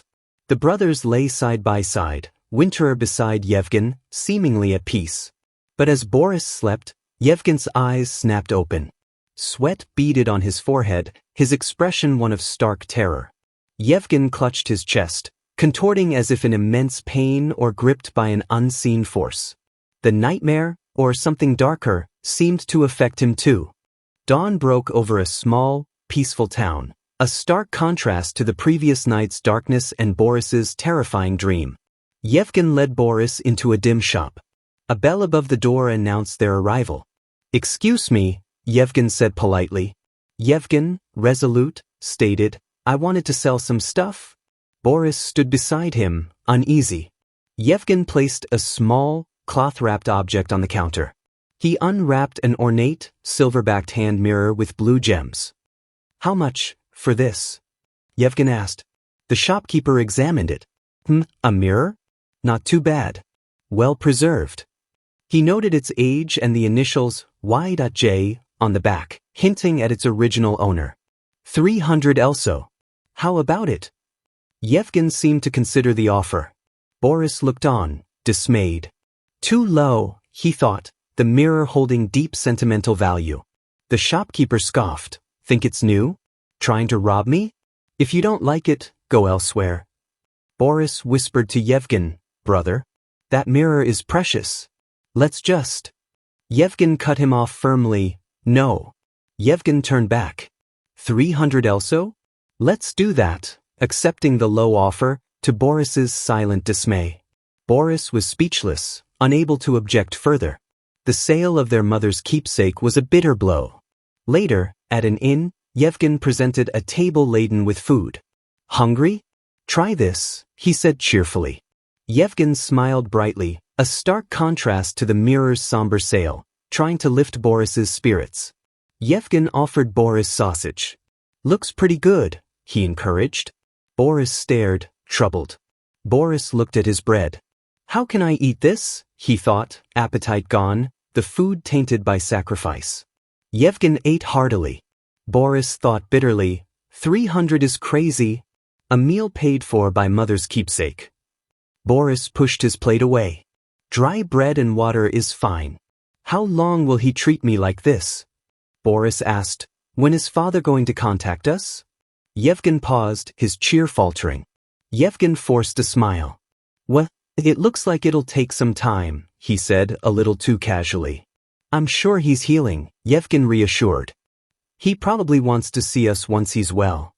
That's why we should eat and be healthy too, Yevgen reasoned, linking it to their father's return. Yevgen picked up his fork. That way we'll be ready. Boris looked up, a flicker of hope. Boris replied hesitantly, You're right. Yevgen looked pleased. But unease lingered in Boris's eyes. A tear escaped. But brother, don't you want to see father? If that's not the case? Boris wondered silently. Yevgen, smiling, continued eating. Then why are you making such a sad face? He asked Boris. That night, the horror returned. Hands around Boris's throat. Yevgen, face obscured, intent terrifyingly clear. Again, Boris thought in terror. Boris struggled, choking. This dream again, he realized with dawning horror. Dream Yevgen, eyes glowing malevolent red, grunted with effort. Boris, trapped, questioned desperately, Why am I having this dream again? Why? Why? The question echoed in the darkness of his terror. He could only see Dream Yevgen's shadowed face, intent on choking him. The dream shifted. Yevgen, clearly visible above him, expression cold and menacing. Boris was terrified. Boris's eyes, one normal, one red from the nightmare, stared up. Brother? He choked. Sweat poured down Dream Yevgen's face, his grip relentless. Boris thrashed, trying to push Yevgen away, a desperate struggle. Keuch! Boris cried out in the dream, pain and fear overwhelming. Yevgen suddenly shoved Boris away. Bro! Boris cried out as he was thrown. Boris hit the ground hard, gasping. He lay there, tears streaming. Brother! The nightmare felt terrifyingly real. He looked up. Yevgen stood over him, Winterer planted beside him, glowing faintly. Brother? Winterer gleamed with an ethereal blue light, a silent witness to the horrifying dream. And no! Boris screamed, trying to scramble away from the menacing Dream Yevgen. Yevgen grabbed Boris, hands pressing his stomach. Are you really going to kill me, brother? Boris was hysterical. I'm scared. Something's wrong with you. Yevgen's eyes were solid red. Wake up, brother. Boris bolted upright in bed, gasping, the nightmare clinging to him. He panted, sweat dripping, disoriented. What's wrong? He murmured, caught between dream and reality. Yevgen stood beside the bed, concerned. Did you have a bad dream? He asked calmly. The ambiguity of Yevgen's true state hung heavy. Boris jolted awake, screaming Yevgen's name, the nightmare vivid, his heart pounding. Panting, sweat-soaked, he gasped, What's wrong? Still caught in the dream's terror. His eyes were wide with fear, trying to make sense of the recurring, violent nightmare. Yevgen stood by the window, silhouetted by morning light. Did you have a nightmare? He asked calmly. Yevgen tilted his head, his eyes seemingly normal, no trace of the dream's malevolence. But for an instant, Boris saw him as in the nightmare, eyes glowing demonic red, a bloody, threatening aura. Boris flinched, a chill of pure fear. His eyes wide, dream and reality blurred dangerously. Covering his fear, Boris stammered, forcing a weak smile, feigning pain from falling. Yevgen rushed to him. Boris! What's wrong? Boris groaned as the nightmare image of Yevgen choking him flashed again. The image of Yevgen, cold and threatening with Winterer, was seared into Boris's memory. Boris sat, utterly shaken, eyes wide with a fear he couldn't articulate. He explained, I just fell from bed. Yevgen looked surprised. What? Yevgen forced a smile. Oh dear, you must have been really tired, huh? Brushing off Boris's distress. Let's travel more today, Yevgen said cheerfully. Boris looked at him, a deep unease settling. He knew something was wrong. They traveled through a sun-dappled forest, the cheerful scenery a stark contrast to Boris's turmoil. Yevgen walked ahead, Winterer at his side, his pace steady. Boris followed, gaze fixed on Yevgen's back, his mind racing. What was that yesterday? Boris thought. It wasn't a dream, he actually attacked me. The certainty chilled him. He recalled Yevgen's hot, moist hands, like a fever. He doesn't remember. Just what are you hiding? Boris saw Yevgen falter. Are you all right? Boris asked, concerned. Yevgen turned, sweating, eyes strained, a faint blue glow visible. Yeah, he feigned nonchalance. But Yevgen stumbled. Boris watched, worry deepening. I'm certain now, Boris thought grimly. He's very ill. We've been moving without help. Are we really heading to Aunt Janine's? Will he last? Maybe we have nowhere to rely on. Hope crumbled. Boris gently tugged Yevgen's sleeve. Hey! He began hesitantly. Yevgen stopped. Boris looked up, pleading. Father isn't coming, is he? Yevgen froze. Yevgen looked away, shadowed. Ah! He murmured, unable to meet Boris's gaze. Yevgen tried to deflect. No, that's not it. Swaying. Boris insisted, be honest with me. Boris grabbed Yevgen's arm, desperate. What happened? Did father get captured by our uncle? Yevgen looked down, pained, composure breaking. Wait, Boris. The truth was too heavy. Boris's mind raced, fragmented, terrifying memories swirling. Something strange. He remembered Vlado's monstrous dragon, the grotesque lake monster with multiple eyes. Why are my memories after that so vague? Boris thought, lost in a dark, confusing mental landscape. Flashes, falling, Lake Emera's murky depths, chaos. What happened? What did I see? Father? The chilling realization hit. Yevgen sat defeated. Boris, you're right. Father isn't coming. Yevgen confirmed Boris's worst fear, voice heavy with grief. Quite some time ago. Boris stared, wide-eyed with shock and dawning horror as the full weight of Yevgen's words sank in. Flashback. Jurkin, gravely wounded at Lake Emera with butler Tulk. He went to a place he can't return from, Yevgen said, but the image showed a grimmer truth. Jurkin and Tulk stood defiant against fire and chaos, ready for their last stand. Boris, in memory, looked back, reluctant to leave his father. Jurkin roared at Yevgen, who was pulling Boris away. Boris! Watch out! The monstrous, multi-eyed lake beast erupted behind them, radiating pure terror with its unearthly roar. Yevgen, horrified, grabbed Boris. The creature's terrifying red eyes glared. Boris panted with fear. A close-up of the monster's single, blazing red eye, filled with malevolent power. As Yevgen pulled Boris, Jurkin through Winterer. Ah! Yevgen screamed. The monster lunged. Boris fell. Yevgen reached for Winterer, shielding Boris, who was struck or overwhelmed. Boris was flung back, Winterer flying from Yevgen's grasp. Yevgen, Winterer back in hand, glowing, faced the colossal beast under a blood-red moon. He screamed at Boris, "Run away!"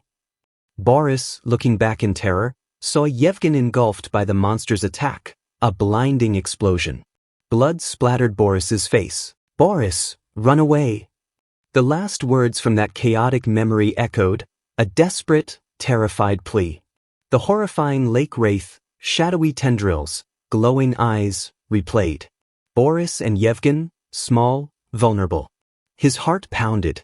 Boris remembered his nanny's voice by the rainy window. There's a wraith at Lake Emera. Now, facing the memory, that's the wraith. Nanny's words. It doesn't look like anything dead or living. Its eyes were like fireballs just staring at the world. The creature's terrifying, singular red eye. Memory continued. The wraith struck Yevgen with its huge wing. Ran away.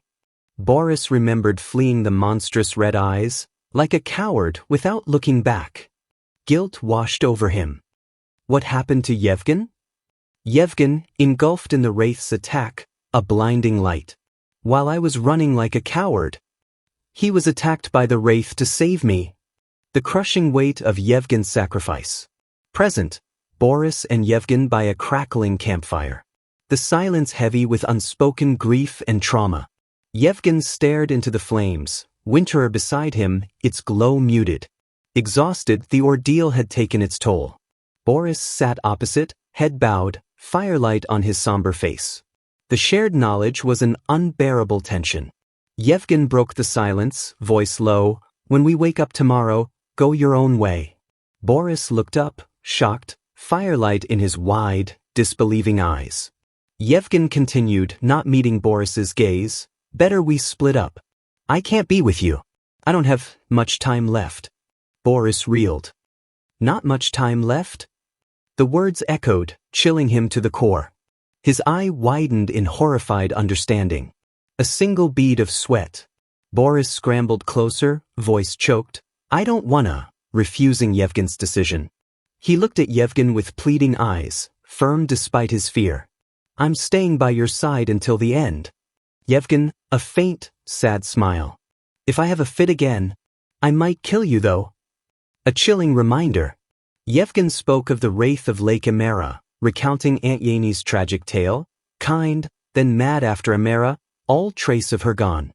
He remembered her monstrous transformation, inhuman screams. That wasn't Aunt's voice. That was a monster's shriek. Yevgen recalled his father's sorrow, witnessing a madness only rid by death. A young boy's tears. Yevgen looked at Boris, grimly certain. "That'll soon be my future. Cursed to the same fate." Yevgen held out Winterer. "Boris, try holding it. Take it out, try swinging it." Boris surprised. "Right now?" Yevgen placed Boris's small hands on the glowing hilt. Boris tried to lift Winterer, too heavy. He stumbled, struggling. Yevgen watched, expressionless. Yevgen gently took Boris's arm.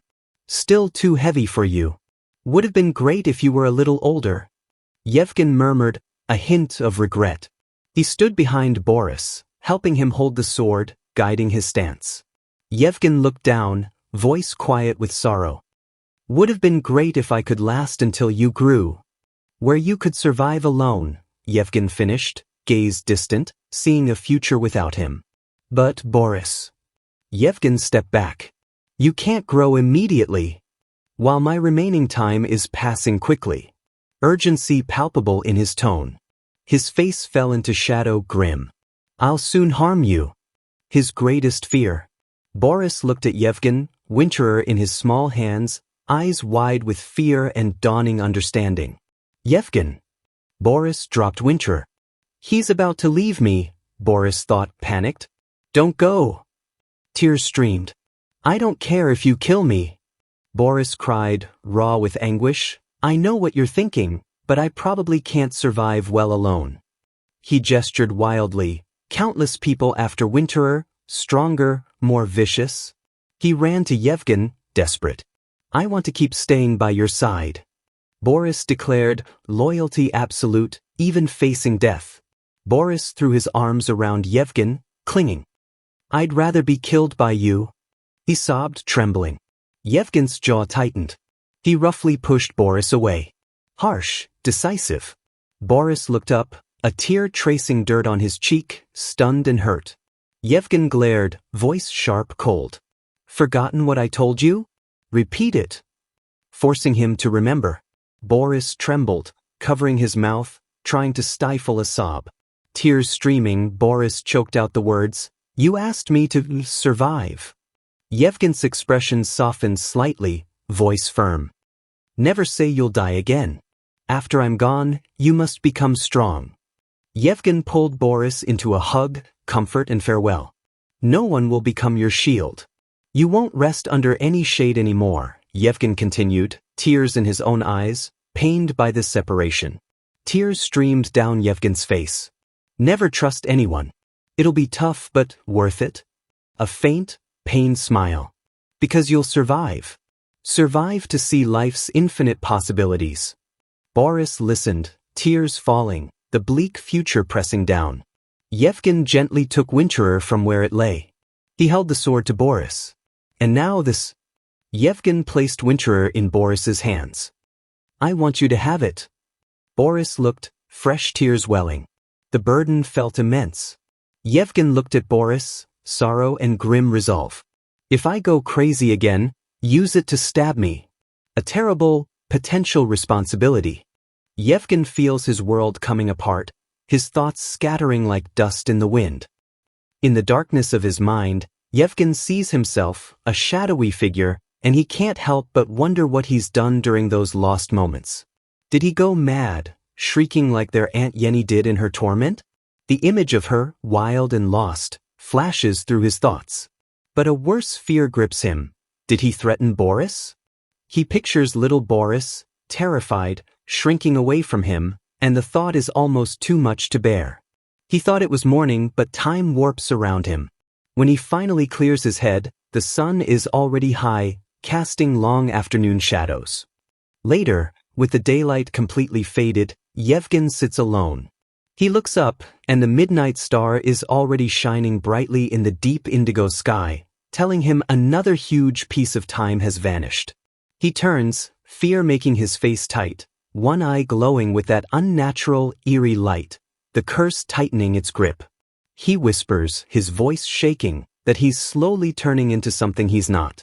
Below this thought, he sees Boris looking up at him, absolutely terrified. Yevgen's voice cracks as he confesses to Boris, "I'm so scared." His deepest fear tumbles out. He's afraid he'll hurt Boris, afraid he'll open his eyes and see his brother's blood spilled by his own hand. The scene changes to a field at sunrise, the light bright and almost dreamlike. It's beautiful, but there's a sad feeling in the air. Boris, looking so young but carrying a heavy load of firewood, seems startled by something, maybe a noise. He turns and sees Yevgen sitting up against a tree, letting out a soft sigh as if he's just waking up, looking a little lost. Boris walks closer, his face full of concern for his older brother. He gently suggests Yevgen should try to sleep, reminding him he hasn't slept for 3 whole days. Yevgen just stares back, his eyes clouded with exhaustion and confusion. A drop of sweat trickles down Yevgen's temple. His eye, though not glowing now, looks incredibly strained. He murmurs, barely audible, "It's been 3 days?" as if he can't quite grasp it. Kneeling with the firewood still in his arms, Boris nods, a quiet understanding in his voice as he confirms it, almost to himself, acknowledging Yevgen's lost time. Suddenly, Yevgen reaches out, his hand closing around a piece of armor, the snow guard, lying next to him. He holds it up, his voice quiet but firm, telling Boris he should take the snow guard. Yevgen gets to his feet, the snow guard in his hand, standing tall against the bright sun. He offers it to Boris, who's still kneeling, saying he has no need for it anymore, his words heavy with a sense of finality. Boris looks up, surprised and confused, his small hands reaching for the armor Yevgen is pushing towards him. He hesitates, telling Yevgen it belongs to him. Yevgen looks down at Boris, his face hard to read, maybe sad, maybe just tired of fighting. "What use does armor have for a dead man?" he asks, the question stark and chilling. Boris is stunned, his eyes wide as Yevgen places the snow guard into his lap. Yevgen's hand rests gently on Boris's shoulder as he starts to speak his name. Yevgen's face fills the screen, his eyes holding a deep sadness and a desperate plea. He asks Boris if he can promise him just one thing: never seek revenge. The scene then shifts, showing a flashback to the stormy waters of Lake Emera, where their father, Jurkin, fought their uncle, Vlado. Yevgen explains their family's long, painful history of conflict with the Negrimo traders and other enemies, reflecting that if only one side had chosen to let go of the hate, or to forgive, such tragedy might have been avoided. We see Yevgen facing a terrifying crimson-eyed wraith, the one who truly killed their father. He tells Boris that even though their uncle fought their father, it was this wraith who took his life. His gaze softens as he looks towards where Boris would be, expressing his hope that Boris will never get caught up in their family's bitter feuds. Yevgen's hope for Boris continues, a sense that as Boris grows, he'll see and experience many new things, a future beyond their current pain. Boris looks up, his expression serious and thoughtful, taking in his brother's heavy words. Yevgen, looking weary but resolute, tells Boris that when that new life begins, He wants him to forget everything that's happening now. Then he corrects himself, his voice softer, saying no, not forget, but forgive.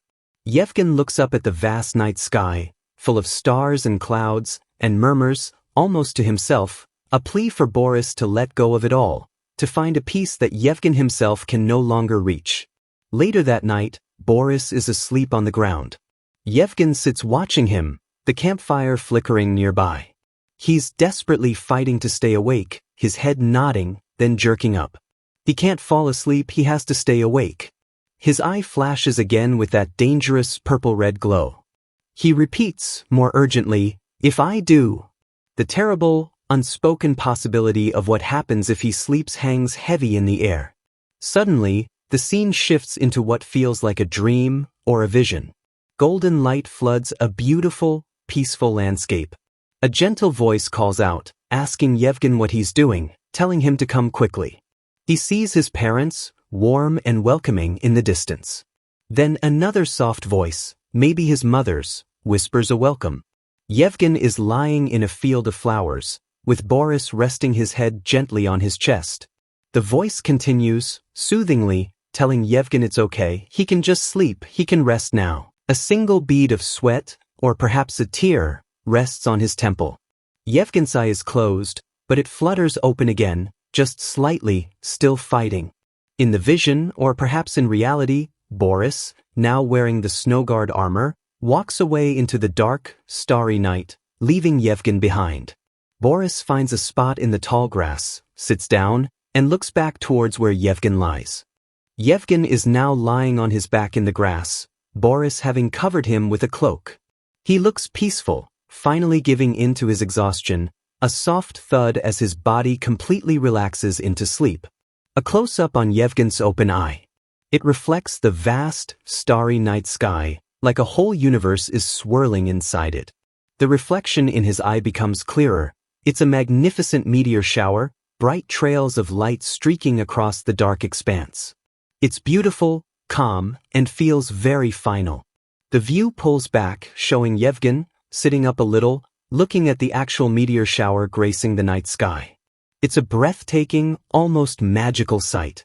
Yevgen looks peaceful, a small, faint smile on his lips as he watches the sky. He murmurs, a quiet realization, "Boris, I now know what I care for."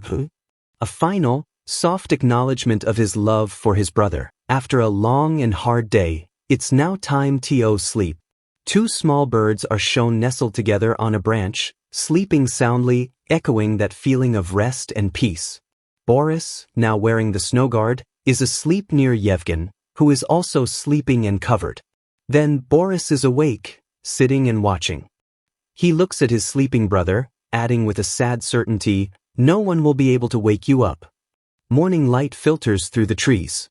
Boris, in the snow guard, stands looking at an empty hollow in the ground where Yevgen had been. Only disturbed earth remains. Boris's eyes fly open in shock, a terrible understanding dawning on him. Boris, clad in the snow guard, touches the snowflake symbol on its chest. The scene shows Yevgen lying peacefully in a shallow, freshly dug grave, a trace of blood still on his lips from his illness. Boris stands a little way off, watching. The lullaby finishes, "Have a good sleep. I'll kiss you good night." Boris turns his back to the grave, his shoulders set with a new, heavy determination. "I'll stay by your side," he vows, a firm promise to his brother who is now gone. A final look at Yevgen, serene in death, a faint smile still on his face. Boris's voice echoes the lullaby's last comforting lines. "If you dream a happy dream, the long night will pass in no time." It feels like Yevgen is finally at peace, his long, hard night finally over. Yevgen sitting alone. Above him, shooting stars streak across the night sky, a beautiful yet silent witness to the deep sadness in his eyes as he looks small and fragile against the vastness of it all. Yevgen kneels, the meteor shower continuing its distant, silent dance. A heavy peace seems to settle over him, mixed with an undeniable sorrow, as if he's bracing himself for a final, painful act. He turns his head just slightly, his gaze drifting towards the flickering campfire where Boris lies sleeping, completely unaware of the storm of emotions raging within his older brother. Now a little further from the camp, Yevgen kneels again, Winterer lying on the ground before him. His eyes are fixed on his sleeping brother, filled with a profound love, protection, and an almost unbearable pain. With a small, deliberate movement, Yevgen tosses a piece of wood into the dying campfire. It lands with a soft sound, and the flames flare up for a moment, casting flickering shadows around them. He looks up at the meteor-filled sky one last time, the firelight dancing across his face, the sound of the crackling flames the only noise in the otherwise silent night. Yevgen gently pulls the cloak further over Boris, making sure his little brother is warm and covered. His hand, stained with his own blood from the illness, lingers for a moment near Boris. We see Boris's peacefully sleeping face, then Yevgen, now standing, turns and walks away into the darkness, heading towards the horizon where the meteors continue to fall, a quiet resolve in his steps. Boris's eyes slowly flutter open as if he sensed something was wrong, and he whispers his brother's name, Yevgen. Below this, Winterer is shown plunged deep into the earth, its blade gleaming ominously under the starlight. The devastating scene unfolds. Yevgen stands before a freshly dug grave, Winterer already plunged into the earth within it. He looks down at his own final resting place, his eyes then softening, almost closing, in a moment of tragic acceptance. A sharp, sickening sound tears through the quiet night, the sound of an impact, and a startled bird takes flight from a nearby branch, its wings fluttering in alarm. A whole flock of birds erupts into the sky, disturbed by the sudden noise. Boris, now fully awake and wearing the snowguard armor, stands alone, his expression unreadable as he stares towards where the sound came from. Then, the horrifying truth is revealed. Yevgen lies in the shallow grave he dug for himself. Winterer is impaled through his chest, his clothes stained dark with his own blood, his hand resting near his heart. Boris stumbles backward, his face a mask of utter shock and disbelief, a soft sound escaping him as he loses his balance, overwhelmed. His knees give way, and he collapses heavily to the ground, the sheer weight of what he's seeing utterly crushing his spirit. Boris's mind struggles to comprehend the scene. He realizes with dawning horror that Yevgen must have dug this grave with his own bloodied hands, then impaled himself on Winterer, using his last strength to pull the blade free. A tear traces a path down Boris's cheek, his eyes wide with anguish as he thinks, "Why? Why would you do this? And not leave even a single thing for me to do for you?" Boris reaches out a trembling hand, as if trying to touch his brother, but Yevgen is gone, beyond his reach, beyond any help. Later, Boris, now in his simpler clothes without the snow guard, gently lays Yevgen's body fully into the grave. Winterer lies beside him, clean now, as the first light of morning begins to filter through the trees. Yevgen never even got the chance to live his own life. He begins to cover Yevgen with earth, his brother's face looking serene, finally at peace. The soft, rhythmic sound of dirt falling fills the air. His clothes now soiled from the burial, Boris stands up, wiping sweat and tears from his brow with his forearm. He looks completely exhausted, hollowed out by grief. The task is done. He looks at the fresh mound of earth, his voice a low whisper against the quiet dawn, "Good night, Yevgen." Boris stands alone in the field, the newly risen sun casting his long shadow before him. Winterer lies on the ground near the grave, a solitary figure against a vast, indifferent landscape. He methodically puts on his simple leather armor, a practical, necessary action in this harsh new reality he now faces alone. Boris picks up Winterer, its formidable blade gleaming in the morning light. He turns his back on his brother's grave and walks away, his small figure carrying an immense and invisible burden. The scene shifts, and Boris has arrived in a small, almost quaint-looking town with timber-framed houses and cobbled streets, a stark contrast to the wild, desolate landscape he just left behind. Inside one of these houses, a young blonde girl, looking rather pampered, exclaims in clear frustration about her clothes, her voice shrill and demanding.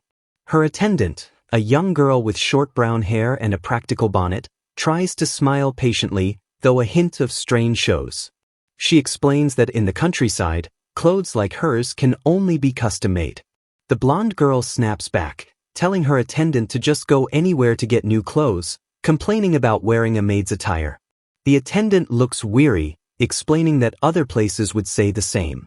Soon after, the attendant is shown walking down the street alone, carrying a heavy suitcase, letting out a soft sigh of resignation. The attendant thinks to herself with frustration that it wasn't her fault their chest of clothes fell off the carriage into the mud, remembering the mishap. She dabs at her eyes, lamenting how the young miss always takes her anger out on her. She looks around the unfamiliar town, with mountains looming in the distance, realizing they're in Travashes, not a Namarad, and wonders where she could possibly find a suitable dress. She continues to scan the street, thinking that there doesn't seem to be a dressmaker anywhere nearby. Perhaps she should look for a seamstress. Then, her attention is caught by someone walking down the street. She spots Boris walking along, Winterer at his side, its faint glow catching her eye. He looks utterly out of place in the small town. Townsfolk whisper as Boris passes, one of them wondering aloud why such a young kid looks so rugged and why he's traveling all by himself. Another villager adds, their voice hushed with curiosity and perhaps a little suspicion, questioning the impressive sword he carries that seems so out of place for a boy his age. Boris continues walking, seemingly unaware of their stares. One of the men eyes Winterer with appreciation, commenting on how it looks like a really good sword, noticing its shine. The young attendant, still watching Boris, thinks that he looks to be around her own age and finds it hard to believe he's walking around carrying such an eye-catching sword. She clutches her suitcase, a thoughtful expression on her face. Boris looks up, his face etched with deep weariness. The attendant observes him, noting how tired he looks and wonders where he might be going. Boris stops in front of a building with a simple wooden door. The attendant recognizes the place with a slight pause from Boris. The attendant looks surprised, thinking it seems to be a tavern in disguise. Concerned for him, she calls out, telling him to wait a second. She approaches Boris, who has turned to look at her. She warns him that he shouldn't just go into a place like that so recklessly, as he has no idea what kind of dangerous people could be inside such a rough-looking establishment. Boris just stares at her, his expression flat, his eyes holding a deep, unreadable weariness from his ordeal. After a moment of silence, he simply tells her that he's fine. The attendant is taken aback by his cold response and the profound darkness she sees in his eyes, wondering why he has such a shadowed expression. She watches as Boris turns and pushes open the door to the inn, thinking with a troubled feeling that it's as if there's a layer of shadows cast upon his young face. Boris steps inside, the sound of his boots echoing on the wooden floor as he walks further into the inn.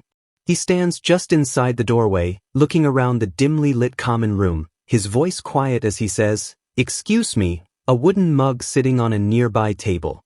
A woman behind the counter, the innkeeper, with braided brown hair and a warm, welcoming smile, looks up and greets him cheerfully.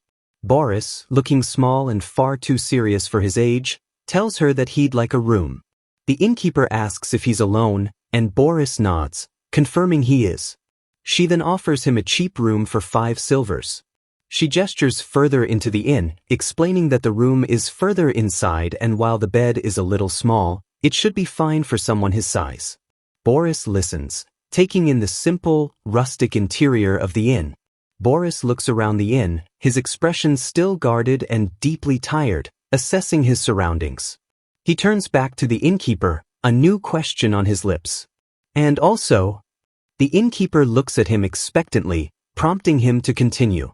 Boris then asks, his voice quiet but firm with a desperate sort of hope, if there's any place that would be willing to hire a child like him. He clarifies, looking directly at her, his young face etched with a seriousness beyond his years, that he doesn't need money, just food and a roof over his head. The memory is vivid. Yevgen sitting with Boris, his hand resting gently on his younger brother's head, a sad but determined look on his face. Back in the inn, Boris stands before the innkeeper's daughter, his quiet request still echoing. He repeats that he doesn't need money, just a place to stay and food to eat. The young woman, whose name we'll soon learn is Tanya, looks at Boris with a thoughtful, slightly concerned gaze. She thinks to herself that even though he's traveling alone, he seems to have had a somewhat sheltered life, and she wonders what could have happened to bring him here, so weary and young. Tanya turns, glancing towards the other patrons in the inn. She tells Boris she can't promise anything right away, but perhaps the local merchants might need someone to run errands, or maybe some of the wealthier folk in town might be looking to hire servants.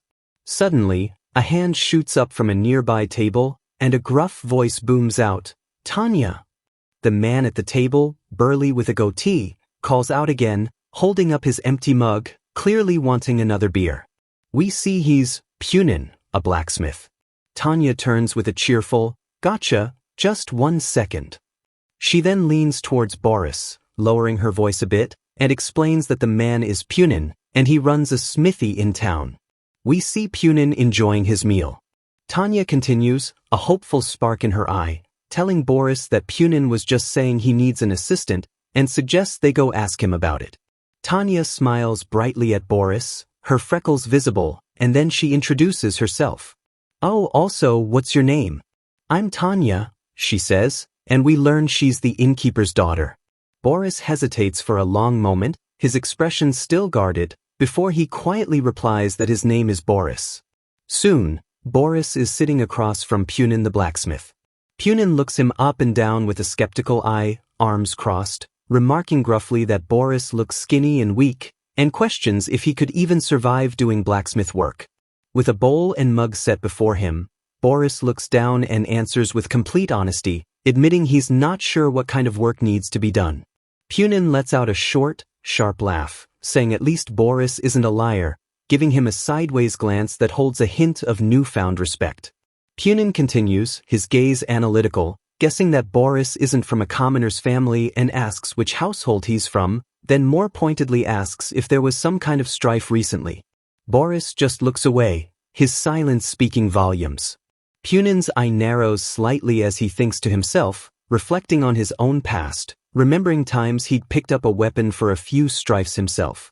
Images of brutal, chaotic battles flash through Punin's mind, soldiers clashing, the chaos of war. He muses that these strifes usually happen among the rich, fighting over possessions, and if Boris has experienced something like that, it would explain his grim expression. Punin looks back at Boris, who remains quiet and withdrawn. He asks, not unkindly, if Boris doesn't want to share what happened. Boris and Punin sit in silence for a moment, Punin taking a deep swig from his mug. Punin then slams his mug down on the table with a solid thud, declaring, "All right, then," and dismisses the topic, saying it's not important. He leans forward, a gruff but not unfriendly grin on his face, and tells Boris to come to his smithy early tomorrow morning. He lays out the terms simply, he'll give Boris some work, and if he can't keep up, he'll just be chased away. Tanya approaches their table, beaming, glad to see they're already done discussing things. She nudges Boris gently, telling him to quickly say thank you to Punin. Boris looks up, a little startled by her words, his eyes blinking slowly as if he's unsure how to react to this kindness or what's expected of him. Later, as the sun sets, casting a warm glow over the town, Tanya places a steaming bowl of stew on a tray. She kindly asks Boris if he's had dinner, explaining this is the special soup served at their inn. Tanya stands beside Boris, who is now seated at a small table, and urges him to eat it before it gets cold. Boris just stares at the bowl, lost deep in his own thoughts. He looks down at the food, his expression still distant and pensive, the weight of his journey heavy on him. Tanya observes him for a moment, then says with a gentle smile that he needs to start kicking the habit of not saying thank you when he's thankful for something. Boris looks up, surprised by her directness. He glances back at the soup, and after a brief pause, he murmurs a quiet, "Thank you." Tanya smiles warmly from behind the counter, pleased by his response, and tells him he's welcome. Her voice echoes softly as she wishes him a good rest. Sometime later, Boris has finished his meal. The empty bowl sits on the tray, and the inn has grown quiet around him. Later still, Boris lies on the small bed in his room, still wearing his simple armor, Winterer resting faithfully beside him. He stares up at the wooden ceiling, his mind clearly troubled and unable to find peace. He thinks about Punin's offer, knowing that blacksmiths make either farming tools or weapons, and the work would definitely be tiring. He remembers Punin telling him, "See you tomorrow." Boris's eyes narrow with suspicion. He thinks that the hard work isn't what truly worries him. The real problem, he considers, as his mind conjures unsettling images of Tanya and Punin, is whether he can actually trust these two people. Memories of past betrayals flood his mind. Janaka Goth and her adventurers, who had initially seemed friendly but then turned on him and Yevgen when faced with a crisis. He recalls how even someone who had saved him before ended up taking their sword and selling them out to mercenaries. Boris sits up abruptly on the bed, his eyes wide with a sudden, sharp suspicion. He wonders if these people, Tanya and Punin, could be scheming something as well, his paranoia fueled by the bitter taste of past trauma. His expression hardens with a cynical thought. After all, the friendlier someone appears, the more nasty their schemes could be. He clearly remembers the sting of being betrayed by those he once thought he could rely on. He makes a decision, thinking he'd better go check if the smithy Punin mentioned really exists. And, more importantly, if the blacksmith himself is a trustworthy person. With that resolve, he gets up and quietly opens the inn door, slipping out into the night. Suddenly, the alarming sound of approaching hooves clatters loudly on the cobblestones, and a rider shouts for people to clear the way. Two men on horseback come galloping recklessly down the street. People scatter in panic, shouting warnings. One of the riders, a well-dressed man, sneers with disdain, telling the common folk to step aside like vermin. The arrogant rider shouts again, demanding if people didn't hear him and to get away unless they want to die. Boris stands frozen in the middle of the street, the horse bearing down on him, its eyes wide and wild. Boris looks up in terror, his eyes wide, as he takes a sharp intake of breath, realizing he's directly in the path of the charging horse. A sickening thud echoes as the rider deliberately strikes Boris hard on the side of the head as he passes. Boris cries out in pain, his small body flung sideways by the force of the blow. Boris crashes hard to the ground, Winterer clattering beside him. Onlookers gasp in shock as Boris groans in pain from the unexpected assault. The arrogant rider pulls his horse to a halt, looking back at Boris with utter disdain, sneering and asking if he has a death wish. His companion joins him, equally contemptuous, saying that if Boris got in their way, he should be on his knees begging for forgiveness.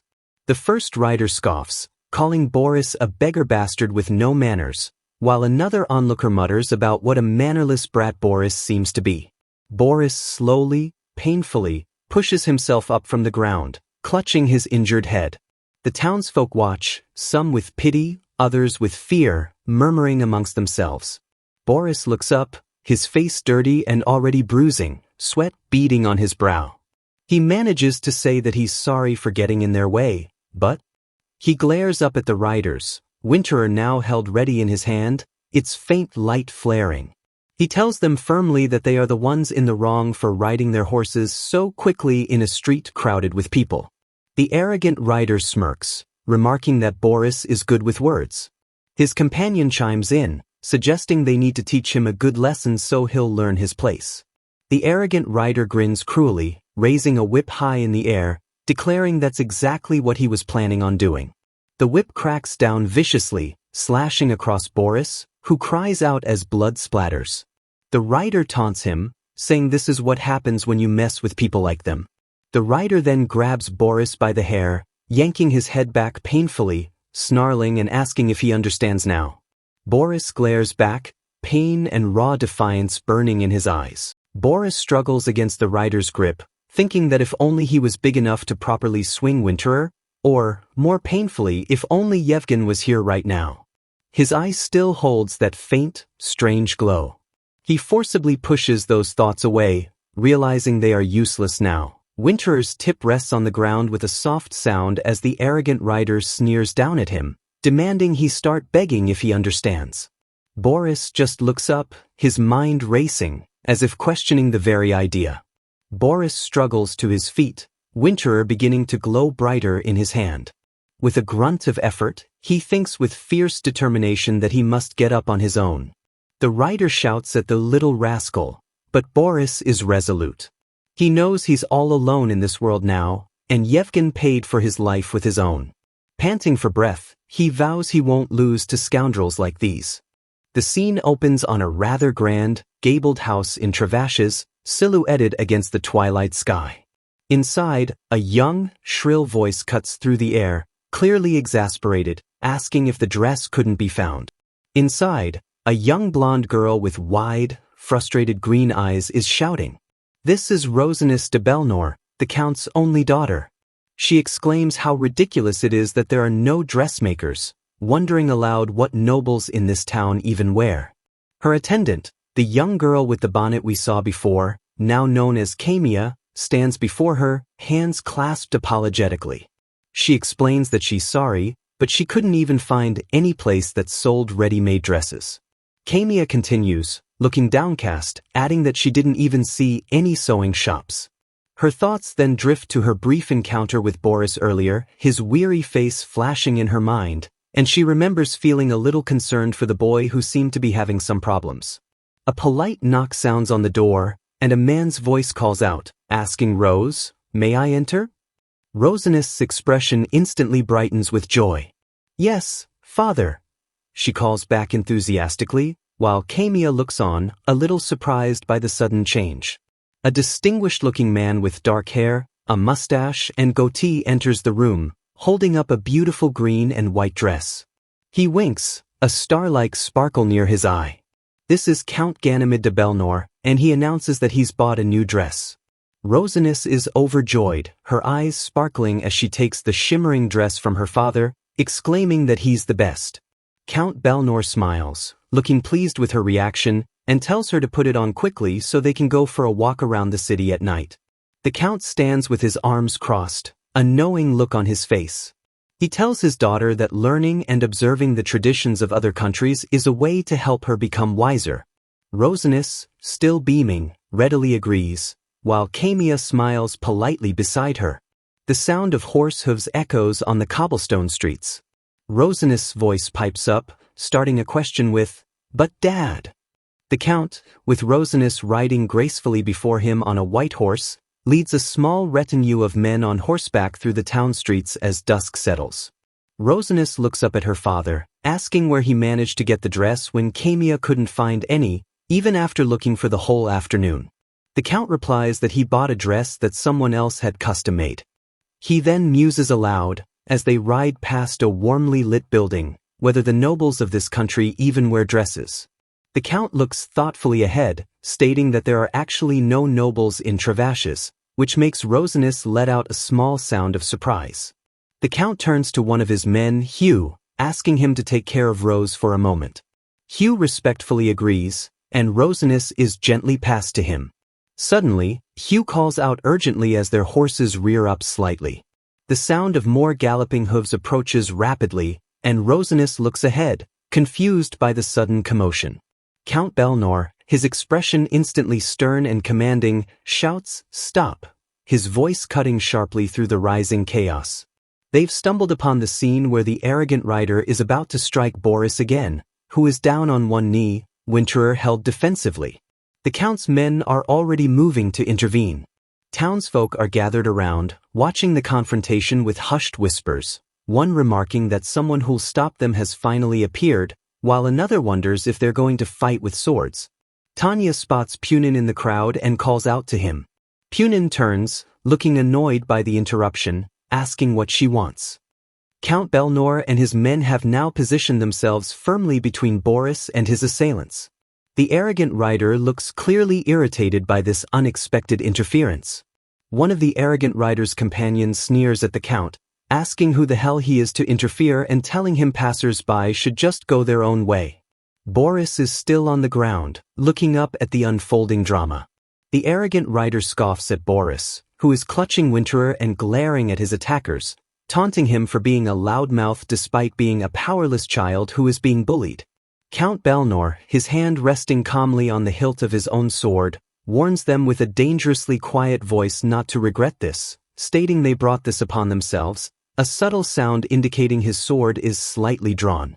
The arrogant rider, completely undeterred, draws his own sword with a defiant flourish, mocking the Count as some kind of knight of justice. He charges forward with a fierce battle cry, clearly intent on attacking. Count Belnor watches the rider approach, his expression unreadable. Then, with incredible speed, he meets the attack and disarms the rider in a swift flurry of motion, their swords clashing.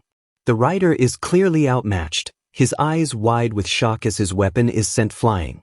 The rider's sword clatters uselessly to the ground, embedding itself in the dirt with a sharp thud. Count Belnor now holds a dagger, its sharp point aimed steadily at the stunned and defeated rider. He asks with ice in his voice if he still wants to continue, and the rider can only stammer out a curse. The arrogant rider and his companion beat a hasty retreat, galloping away as fast as they can, one shouting for them to go, the other calling back a final taunt that Boris should count himself lucky today. Count Belnor calmly sheathes his dagger and turns to one of his guards, instructing him to ask around and find out where they can find a doctor. Boris is now being supported by one of the Count's men, looking weak and injured. Tanya, with Punin beside her, points down a nearby alley, telling them there's a pharmacist in the third house over in that direction. Rosinus, still with you, calls out in alarm as she sees the aftermath of the commotion up close, crying, "Dad," as they approach. Count Belnor reassures his daughter that though she was surprised, it's all good now. He then gently reminds her of the lesson he always taught her, that anyone who passes by while seeing injustice done doesn't deserve to be called a noble. He gently takes Boris, who is now semi-conscious and leaning heavily against him, Winterer still clutched tightly in his hand. The Count tells Boris softly that he should bear that lesson in mind too, though Boris is barely aware, his face flushed with fever or pain. Rosinus looks at the scene, her expression a mixture of surprise and perhaps a little bit of disdain for the injured boy. She thinks to herself, looking at the dirted and injured Boris, that she doesn't like someone that filthy. Sunlight streams through a leaded glass window, illuminating a well-appointed and comfortable room. Boris slowly awakens from unconsciousness, his face showing faint scratches from the earlier assault, a soft stirring sound as he comes to. He looks around the unfamiliar room, completely disoriented, and wonders aloud, "Where am I?" He notices the room's decor, the flowery wallpaper triggering a distant, painful flicker of memory, making him think of his mother's room. He touches his side, feeling for his injuries, and then his thoughts begin to sharpen, focusing on something vital. He bolts upright in bed, his eyes wide with sudden panic, shouting, "My sword!" the sound abrupt and frantic. An older woman's calm voice asks, "The sword?" The woman, Miss Willa, sits patiently by his bedside. She calmly tells him that his sword is below the bed. Boris, still in a simple white shirt, looks small and frail. Miss Willa gently dabs at a scratch on Boris's face. Boris stammers, asking again where he is. She tells him to stay still so she can look at his wounds, then asks where his house is. Boris looks away, his voice quiet as he admits, "I don't have one." Miss Willa looks at him, observing that he doesn't look like a wanderer. Boris explains, his voice low and filled with a quiet sorrow, that even if he does have a house, he can't return to it, so it's no different from not having one at all. Miss Willa smiles knowingly, a hint of gentle amusement in her eyes, and asks if he's some runaway young protagonist from a tragedy, chuckling softly that's what all runaways who don't realize how comfortable their homes are would say. She tells him that the Count saved him out of kindness, but he shouldn't inconvenience him any further and should just go back home. Boris looks confused by her words, asking, "Count?" Miss Willa clarifies that since there isn't a Count in this country, it was Count Belnor from Anamarad who saved him. Just then, Kamia enters the room, carrying a bundle of neatly folded clothes. She asks Miss Willa if Boris is awake. Kamia approaches Boris's bedside, a slight frown on her face as she looks down at him. Boris looks back at her, a little flustered by her direct gaze. Kamia sighs, a hint of exasperation mixed with concern in her voice, telling Boris that he got bullied because he entered that kind of inn, and he ought to consider himself really fortunate that her master was passing by at that exact moment. Boris looks at her, wondering who this girl is. Boris shifts uncomfortably in the bed, taking the clean clothes that Kamia offers him. Kamia then asks him how he's feeling and if he's able to move. Later, Boris, now dressed in simple, clean clothes, stands before a long dining table. Count Belnor sits at one end, with Rosinus at his side. Count Belnor smiles warmly at Boris, welcoming him to the table. Boris stands before him, holding Winterer, a bandage visible on his cheek. The Count expresses his gladness that Boris has woken up. Boris looks at the Count, a dawning realization spreading across his face as he thinks, that person is Count Belnor, the one who saved me. The scene opens on a truly lavish dinner table, piled high with an incredible amount of food, roasted meats, fresh bread, colorful salads, and ripe fruits, all illuminated by the warm sunlight streaming in.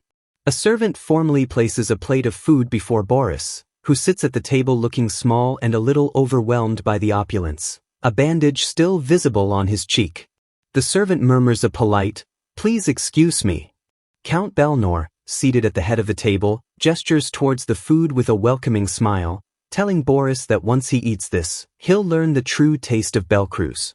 Rosinus, sitting opposite Boris, chimes in with a touch of pride, explaining that the dish is a truffle omelette, and that truffles grown in their territory are really famous. Boris looks at the unfamiliar, rich-looking food.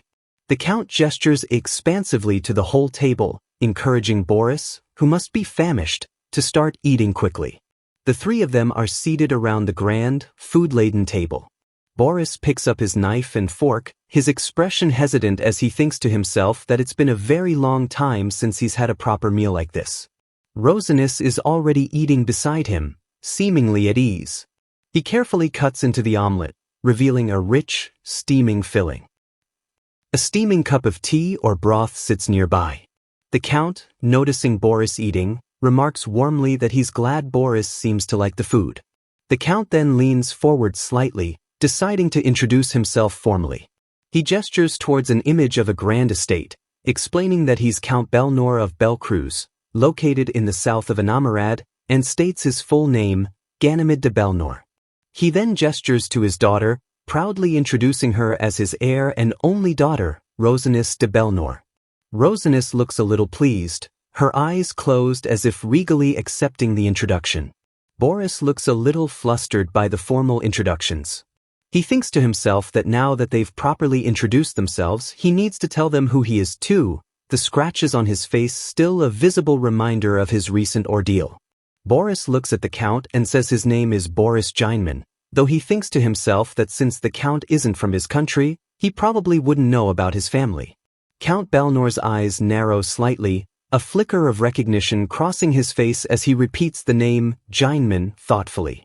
The Count leans forward, his gaze sharp and interested, asking if Boris is talking about the Gineman household of Longord. Boris looks up, clearly surprised that the Count knows of his family.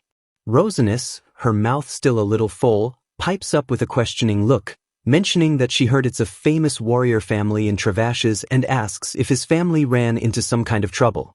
Boris looks down, his expression turning somber. He explains quietly that his father has passed on, and his uncle is managing the family affairs right now. Count Belnor takes a thoughtful sip from his goblet, musing that he guesses his brother's political views were different. He then looks at Boris pointedly, asking where he intends to go now, as he doubts Boris can simply go back home.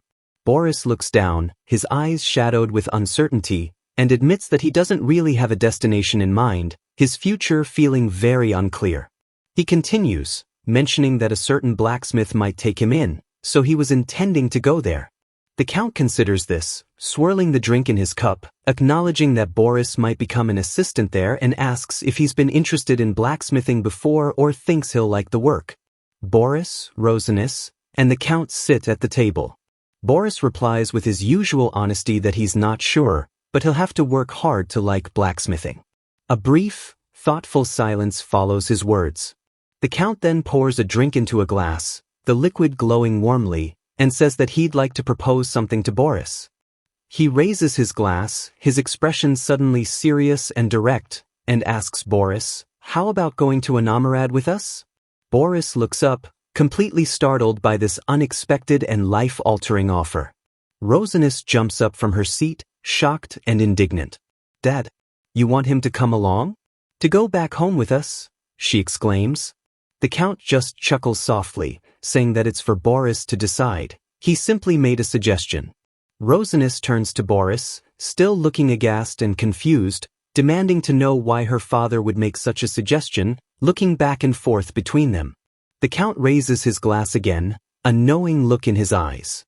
He tells Boris that he'll explain the reason if he wants to know, but he'd actually recommend not hearing it, then sets his glass down with a soft, deliberate sound. Boris meets the Count's gaze, his own unwavering. He says firmly that he'd like to hear the reason, please, thinking that if the Count has a reason for this offer, he wants to know all the details. The Count looks at Boris, acknowledging his request. All right then. He begins, while Boris waits, his expression serious and expectant.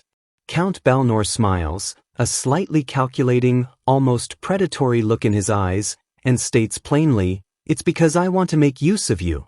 Boris's eyes widen slightly at the bluntness, then narrow with a flicker of understanding. I knew it. He thinks, a familiar, weary cynicism creeping in. There's a reason why he was being so friendly towards me. The Count continues, his hands clasped calmly before him, stating that he doesn't lack anything in his life. He glances at Rosinus, who is sipping from her cup, and says he has a lovely daughter, so he doesn't need any more children. He then looks back at Boris, explaining that, against his will, he now needs a child of Boris's age. The Count begins to explain the strange situation. A long time ago, way before Rose was even born, he made a bet with a certain friend. The bet was that when they both had children and those children turned 10 years old, they would fight each other with swords. The loser would then have to grant any one wish of the winner, and the winner could wish for absolutely anything. He continues that as time passed, Rose was born, and he completely forgot about that old bet. Then, just last year, he suddenly heard news of his friend after not having heard from him for a very long time.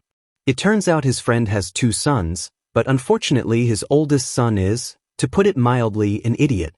The Count explains that after his friend found out that he, Count Balnor, had given birth to a daughter, the friend put his younger son under harsh training to turn him into an exceptional swordsman, also that he could get Rosinus to marry his oldest, idiotic son, thereby winning the bet by default.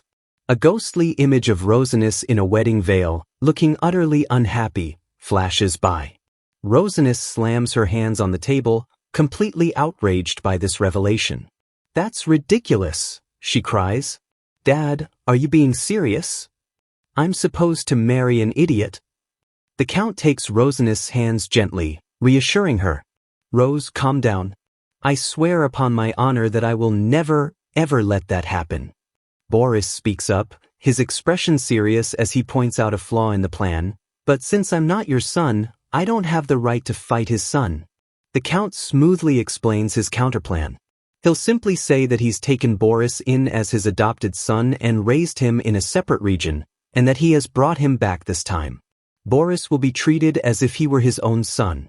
He adds that if Boris does win, he promises him a handsome reward and will provide him with funds so he can live his life freely. He then adds a crucial detail. Even if Boris fails to win, he won't be punished.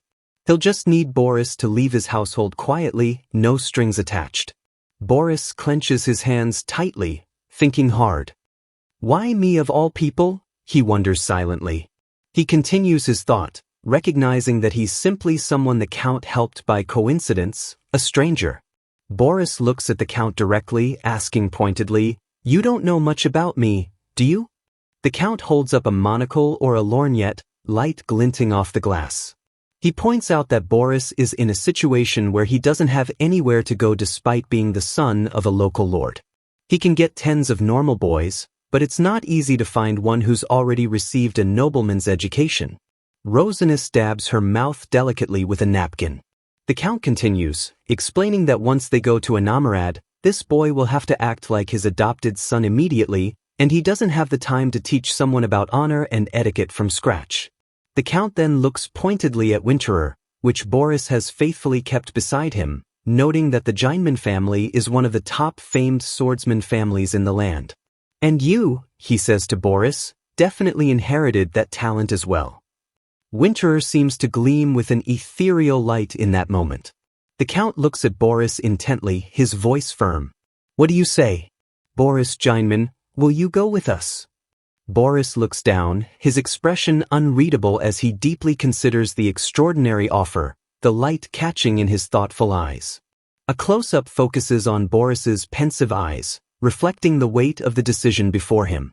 He weighs his options carefully. If he goes to the blacksmith, he'll be able to live a peaceful and quiet life, and it wouldn't be bad to live while hiding his true identity. An image flashes of him working at Punin's smithy. Compared to that, Anamarad is a very faraway, unknown land. Looking out at a lush, mountainous landscape in his mind, he knows that if he goes there, he'll undoubtedly have to face new, unforeseen challenges and trials. But a single, powerful word hangs in his thoughts. An image appears of carriages preparing to leave Travashes. Boris realizes, with a surge of feeling, I'll be able to leave the Travashes. His thoughts darken with painful memories. The land that killed my father and my brother. Boris sees himself standing alone, clutching Winterer, which is wrapped in cloth. I have lost so much, suffered so much, just because I was born here, in the Travashes. The Count waits by a carriage in the distance. Boris looks towards him, then at Rosinus standing in a doorway. A fierce, desperate resolve builds within him. I want to leave. Boris begins to walk towards the waiting carriage, determination firming his steps. He thinks of this country that's been stained with blood. And Yevgen's final, desperate words echo clearly in his mind. Boris, survive. Boris looks back one last time at the land he is leaving, his expression resolute, steeled for whatever comes next. His decision is made, clear and undeniable. Let's go to Anamarad. A convoy of horse-drawn carriages kicks up dust as it travels along a winding road, leaving the familiar hills of Travashes behind. The steady rhythm of hoofs fills the air as they journey towards the distant land of Anamarad. Inside one of the carriages, Boris sits quietly, Winterer, still wrapped in cloth, held firmly in his lap. He gazes out the window, his expression thoughtful, lost in the passing scenery. Opposite him sits Kamia, Rosinus' attendant, looking composed as always, while beside Boris, Rosinus shifts restlessly, the carriage jolting with the uneven road. Rosinus glances sideways at Boris, a slight pout forming on her lips. She thinks to herself with a touch of annoyance that he doesn't talk much and is really quite boring. Boris remains stoic, his attention seemingly fixed on the world outside. Seeking some interaction, Rosinus turns to her attendant, Kamia, asking which one of them is older. Kamia, looking a little surprised by the sudden question, just offers a polite, non-committal laugh, unsure how to answer. Not getting the engagement she wants from Kamia, Rosinus turns her attention decisively back to Boris, commanding him to look at her with a hint of impatience in her tone. Boris slowly turns to face her, his expression neutral, perhaps a little weary from the journey and everything else. Rosinus presses on, now with a specific agenda, stating that he said he's 12 years old, and she's also 12. She leans in slightly, posing her critical question. Who between the two of them is the younger one? Rosinus looks intently at Boris, her green eyes wide, as if this is a matter of utmost importance. She says, a little breathless with the effort of trying to start a conversation, that if they talk about this, they should be able to keep talking for quite a bit before they reach home, a slight flush appearing on her cheeks from her earnestness. Boris, his face still showing the faint marks of his recent injuries, considers her for a moment.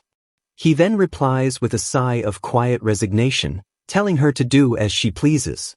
He elaborates, his tone flat and completely indifferent, clearly not invested in her debate, saying that if she wants to be the older sister, he'll let her be it. Rosinus stares at him, mouth agape, utterly taken aback by his easy concession, exclaiming, "What?" Rosinus is visibly flustered, her cheeks flushed a deeper red. It's decided this easily," she stammers, a small bead of sweat appearing on her temple as his quick dismissal clearly wasn't the reaction she expected. "Wait, that's not it." She protests, then quickly demands to know his birthday, stating hers is April 8th. Boris looks at her, his expression completely unchanged by her outburst, and states simply that his birthday is July 12th. Rosinus leans back against the carriage seat with an exasperated sigh, clearly disappointed by his utter lack of engagement, muttering under her breath that he's so boring. Boris, meanwhile, turns his gaze back to the window, seemingly unfazed by her mild frustration, letting the silence hang. After a moment, Boris, still looking out the window with his hand resting on his chin, says quietly, as if it's just an afterthought, "All right." He then adds, with a subtle, almost imperceptible hint of perhaps playing along, or maybe just wanting to end the tedious conversation, "I'll be the older one then." Rosinus shoots upright, her eyes wide with disbelief and fresh indignation. "What?" she shouts, thoroughly confused and exasperated by his sudden reversal.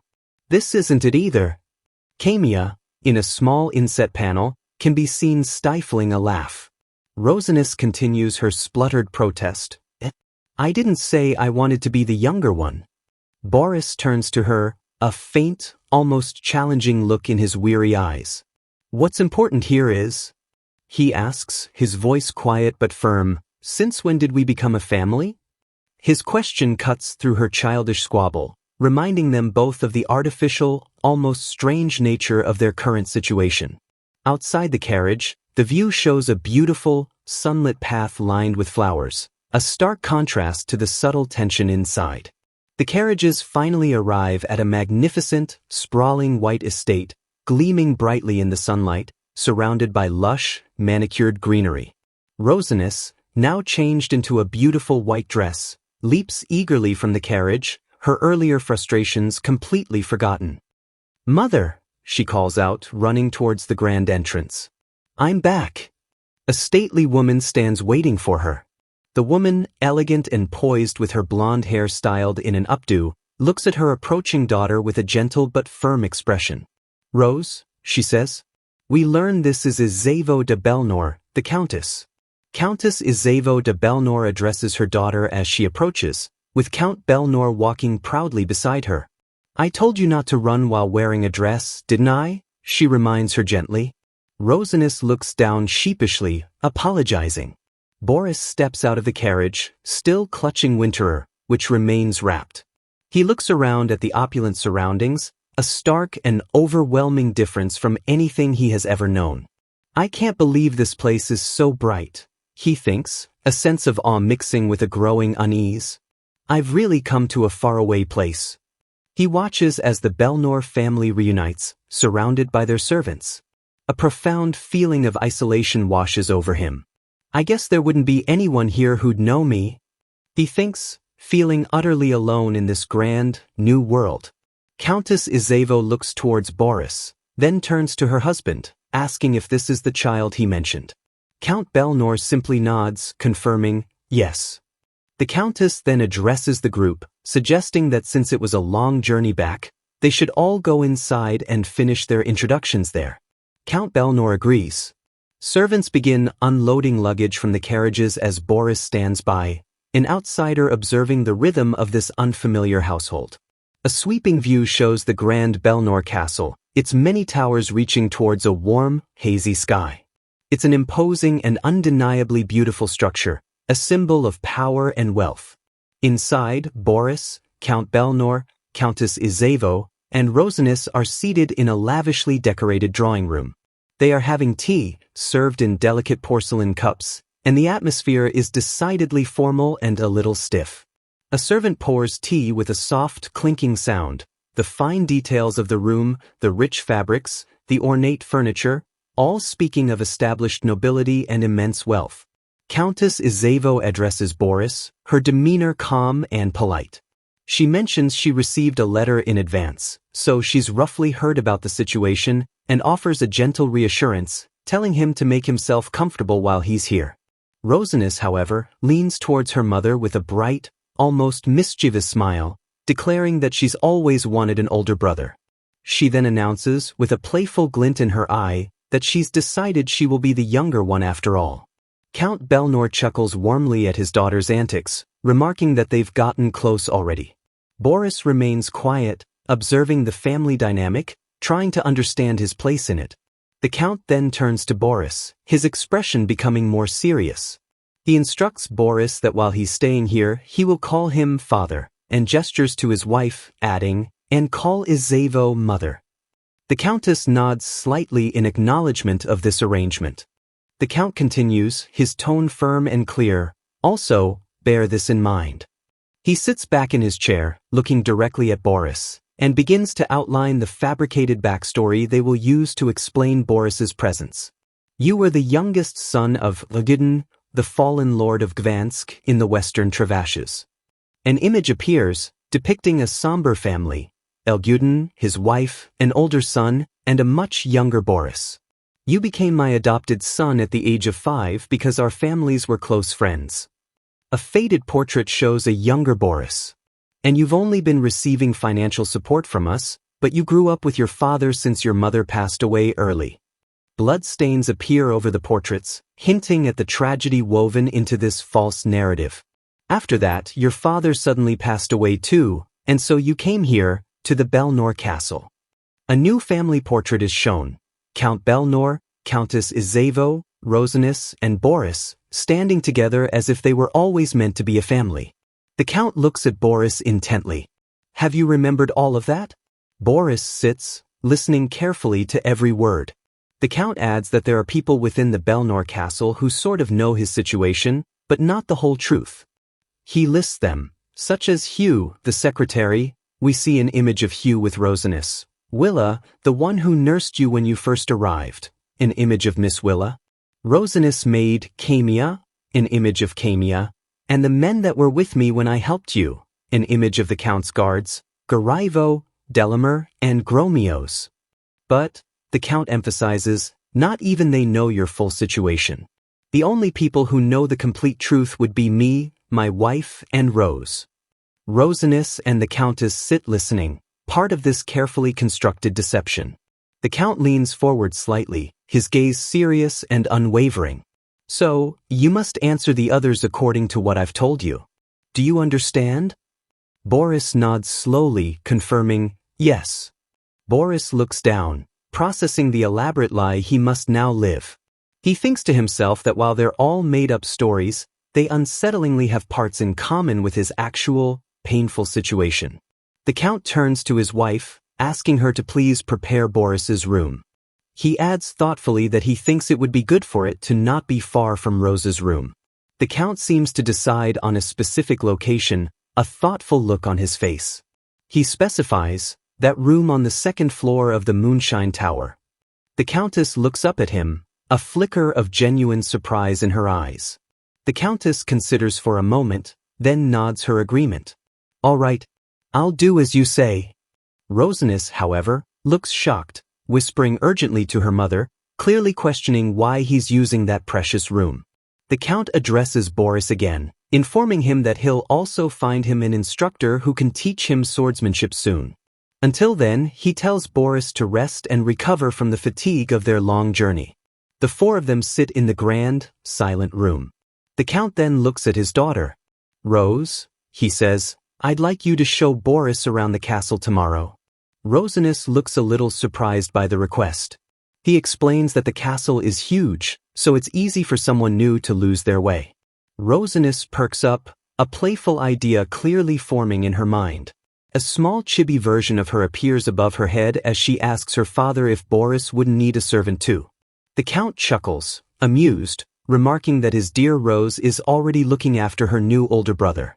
He clarifies, however, that he intends to introduce Boris to all the servants tomorrow morning, and they'll let Boris choose his own servant then. The Count smiles warmly at Boris, a genuine, almost fatherly expression that seems to soften his usually calculating features. Boris looks at him, a flicker of surprise and perhaps deep confusion in his eyes. He thinks, with a start, he's really treating me like his real son. A poignant, painful thought crosses Boris's mind. Has my own father ever smiled at me so warmly before? The question hangs, unanswered. Later, Boris is shown to a beautifully appointed guest room, sunlight streaming softly through the arched window, illuminating the fine furnishings. He gently touches the rich fabric of the clothes that have been given to him, the soft sound emphasizing the luxury of his new surroundings. He slides down against the closed door, finally, blessedly alone, clutching Winterer tightly. A soft sound as he sits. I'm finally alone, he breathes. He recalls Rosinus' earlier words as she left him at the guest room door, waving cheerfully, telling him she'll show him the room he'll stay in tomorrow and to rest in the guest room for today. Boris looks around the luxurious room, thinking that this is a really good room, even though he's just staying here for a single day. He continues his thoughts, looking out the large window. This might be even better than my own room back in Regresses. Did they maintain this room so that a guest could use it if there ever is one? The level of care is almost unsettling. Gazing out the window, he sees a path winding through a distant forest. I can see the path that the horse carriage traveled on. We traveled across that forest, huh? He muses, tracing their journey. A bittersweet memory surfaces. Him and Yevgen, younger, playing carefree and happy under a large tree. I wonder if there's a hill like the one I played with Yevgen on here? He wonders wistfully. A hazy, dreamlike image of Yevgen smiling, reaching out, his voice a blur, seems to say, "You have me." Boris shakes his head slightly, forcibly dismissing the painful, comforting memory. No, he tells himself, there's no way that exists here. He remembers Regresses, a specific memory of lying in a field with Yevgen, the sunlight warm on his face, thinking that Regresses is a place where needlegrass grows, a hardy, familiar plant. Compared to that, Anamarad is full of flowers, and the people here are also warm and friendly. Boris stands, holding his wrapped sword, his expression somber and reflective, the weight of his past and present pressing down on him. He thinks, despite all the beauty and the unexpected kindness he's been shown, but this is still not mine. The feeling of being an outsider persists. He stands on a balcony, looking out at the vast, unfamiliar and beautiful landscape of Anamarad. This place, he concludes with a heavy heart, is a foreign land. His journey into the unknown, into this strange new life, has truly begun. Boris steps into a new world, a gilded cage of towering castles and whispered secrets, where every smile might hide a new set of rules he has to learn, and fast. Outside the grand Belnor castle, Rosinus, practically bouncing with energy, turns to him, asking if he slept well. She's clearly excited, telling him her dad asked her to show him around. First stop, his new room, and she promises it's so amazing he'll be completely surprised. Rosinus glances back, a wide, almost mischievous grin lighting up her face. If you don't get distracted and follow me closely, she warns playfully, you won't lose your way. The sheer size of the castle hallways dwarfs them both, hinting at just how easy it would be to get lost in this opulent, sprawling maze. Boris follows her, his expression neutral, quietly taking it all in. He's a stark contrast to Rosinus' bubbling enthusiasm, his dark eyes absorbing every intricate detail of this new, utterly unfamiliar world. As they walk, Rosinus explains the castle's layout with the air of a seasoned guide. There are 4 towers in the 4 corners of the Belnor castle, she says, skipping slightly ahead. The Moonshine Tower is in the south, and that's where your room is. She sounds so proud of her home. She stops before a pair of ornate, heavy wooden doors, declaring with a dramatic flourish, "This is it." A soft, golden light emanates from behind the doors. Boris's eyes widen just slightly. The room is unbelievably lavish, filled with luxurious furniture, towering windows that flood the space with light, and sparkling chandeliers. He can't help but think, with a sense of disbelief, this is the room I'll be using? It's a world away from the harsh realities he's known so recently. Rosinus stands proudly, hands on her hips, a satisfied, smug little smile on her face as she watches Boris's reaction, clearly pleased with herself for impressing him. Suddenly, the sound of hurried footsteps echoes down the hall, and a voice calls out urgently, "Miss Rosinus." It's Kamia, Rosinus' attendant, looking flustered and out of breath as she rushes in. "Please forgive me," she exclaims, bowing her head apologetically. "I was so busy that I didn't realize you were gone." Rosinus turns, her expression shifting immediately to one of mild annoyance at the interruption. Rosinus puffs out her cheeks, clearly put out. "Kamia?" she says, her voice sharp with displeasure. Kamia looks genuinely apologetic, hands clasped, as Rosinus glares and Kamia visibly trembles a little under her mistress's gaze.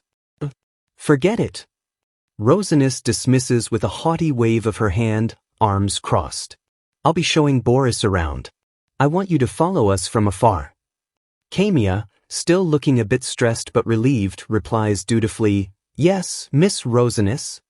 As Rosinus turns away with a flick of her head, Boris watches the exchange between them, a thoughtful, observant expression on his face, while Kamiya lets out a quiet sigh of relief. As Rosinus leads the way again with Kamiya trailing dutifully behind, Boris reflects on the interaction. I also had servants back in Travashes, he thinks, but they all felt more like family to me. They weren't that afraid of us. The difference in the atmosphere here, the clear hierarchy, is palpable to him. Rosinus throws open another set of grand doors with a flourish. And this is the bedroom, she announces. The sound of the heavy doors swinging wide echoes, revealing another incredibly opulent space. The bedroom is unbelievably spacious and richly decorated, with a large, canopied bed, elegant seating areas, and soft, warm lighting. Rosinus stands beside a large wardrobe, its doors slightly ajar. We've already hung clothes in the wardrobe for you, she tells Boris, who stands nearby looking a bit overwhelmed by it all. We'll teach you about the occasions that you ought to wear the various clothes later. Rosinus beams, gesturing around the magnificent room. Excluding my parents' room, this room is the best one within the entire castle. They actually said they'd give me this room when I turned 15. So, make sure to keep this room clean while you use it. With a cheerful twirl, Rosinus spins around, her dress flaring out beautifully, ready to continue her grand tour, hands clasped neatly behind her back. Boris stands silently, his expression unreadable as he watches her.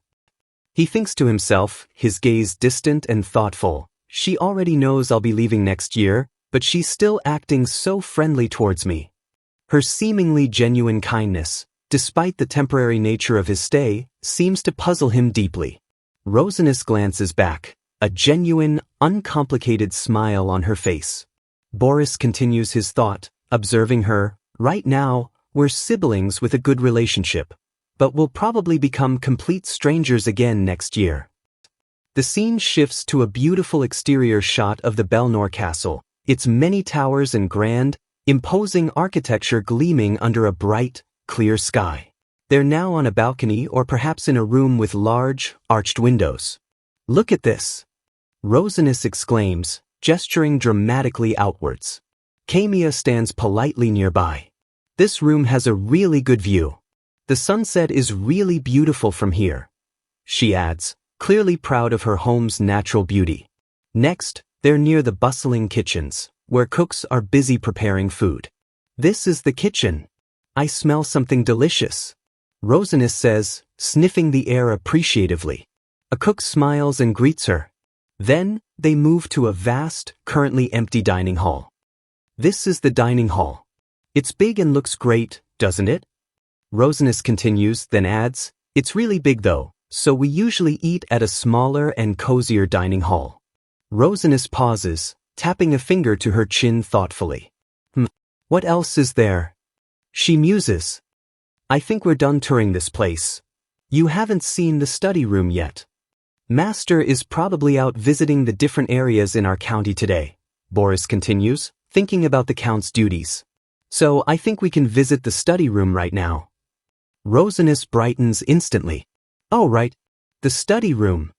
In the background, almost unnoticed, a figure with distinct silver-blue hair and a formal vest is seen from the back, standing before massive bookshelves. The study room, or more accurately, the library, is immense, with towering shelves filled to overflowing with books, supported by grand pillars and elegant arches. A close-up shows a large, ornate desk with a quill, an inkwell, neat stacks of paper, and an open book. There are a ton of books in here, she says, clearly impressed by the collection herself. She stands in the grand library, arms outstretched as if to embrace the sheer volume of it all, looking very pleased with herself, while Boris stands a little behind her, silently taking in the vast ocean of knowledge surrounding them. Boris looks on, his expression thoughtful and perhaps a little wistful. I also know what kind of a place the study room is, he thinks, his mind drifting. A memory surfaces. His own father, Lord Jerkinjeinman, sitting at his desk, a stern and focused figure, always absorbed in his work. Boris recalls, I usually couldn't enter since father was always inside though. His thoughts drift, a touch of sadness coloring them. It feels strange to miss my father who was often cold and strict towards me. It's probably because I can no longer see him anymore. Suddenly, his eyes widen as a different memory flashes. A younger Boris seems to be pulling at Rosinus' dress as she shouts a name, Lanzi. The sound indicates a sudden, vivid recollection. The flashback continues. A younger, more petulant Rosinus stands angrily, pointing an accusing finger at someone. You're reading father's book without permission again, she yells, clearly upset and indignant. A large book lies open, held by unseen hands. The book, a large, leather-bound tome, is quickly snapped shut with a decisive sound. The person holding the book is a young boy with striking silver-white hair and intense, intelligent red eyes. He stands defiantly, holding the book protectively. An inscription identifies him, Lanzi Kazenkrantz, Count Belnor's servant. Rosinus, in the background, exclaims, clearly outraged, I can't believe you sneaked in here to read his books. Younger Rosinus is fuming, her cheeks puffed out, an angry aura practically simmering around her as she seethes in silence. How dare you, she finally screams, throwing the book she herself was holding to the ground with a loud thud. Lanzi stands calmly, watching her childish outburst without a flicker of emotion. You ought to know your place. What are you even doing in here? Rosinus shouts, hands planted firmly on her hips.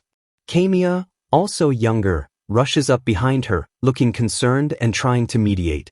Oh my, Miss Rosinus. Rosinus is practically shaking with anger, her breathing heavy and furious. Rosinus jabs an accusing finger right towards Lanzi's face, who remains completely impassive, his gaze steady. I'll tell father about this and get him to chase you out of here, she threatens, still pointing directly at Lanzi, who looks down at her with a cool, neutral expression. The flashback ends, and we're back with present-day Boris, looking thoughtful as he pieces together the memory. He recalls Rosinus' indignant question from that past incident. Did this servant sneak into the study room in the absence of his master? In the memory, Lanzi had simply replied, his voice calm, My apologies, Miss Rosinus.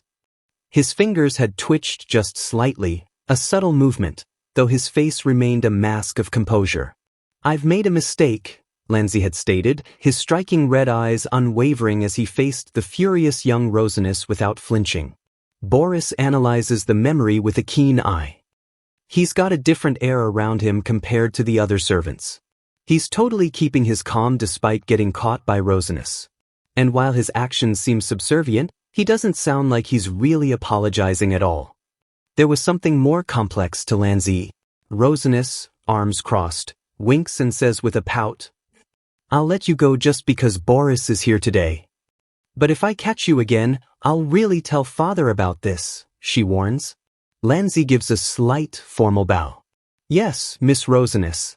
Goodbye then, he says as he prepares to leave the study. The sound of measured footsteps echoes as someone walks away. This guy, he thinks, a sense of curiosity about the unusual servant. Boris comes to a sudden realization, his expression serious. I don't think he's from Anamarad. Just like me. He senses a shared, unspoken outsider status with the enigmatic, silver-haired servant boy. The scene changes abruptly. Count Belnor and Boris stand before a large assembly of the entire household staff, all lined up respectfully in a grand, formal hall. Count Belnor places a hand on Boris's shoulder, addressing the assembled staff. This is Boris de Belnor, he announces, his voice carrying authority. I adopted him as my son 7 years ago. Boris stands beside him, looking small and solemn in the face of so many strangers. The Count continues his address to the staff. He'll be living in the castle from now on, so I want you to serve him to the best of your ability, just as you do for Rosinus. A head butler or senior servant bows deeply, his posture one of complete deference. Yes, master, he responds, his voice full of respect and obedience. The Count then turns to Boris, his expression kind and encouraging. "Boris," he says gently, "you'll need a personal servant too." Boris looks up at him, perhaps a little surprised by this additional formality. "All right, take your pick," the Count says, gesturing towards a small group of young male servants standing at attention a short distance away, ready to be chosen. And among them, standing slightly apart, with an air of quiet composure, is Lanzi. Boris considers his options. Lanzi's striking red eyes seem to meet his thoughts. I have no way of knowing what will happen here, Boris thinks, the uncertainty of his future pressing in, or what kind of mistakes I'm bound to make. He then considers, having someone around my age would probably be good, since they'd understand the situation a little better. He briefly entertains the thought that someone slightly stupid might be easier to manage than someone smart, but then his gaze drifts back to the Count, then to his own younger self in memory, before settling on Lanzi again. "I'm curious about the servant that I met in the study room just now," he admits to himself. "He's got a different air around him compared to the other people around here. That undeniable intrigue, that sense of something hidden, pulls at him." Boris turns to Count Belnor.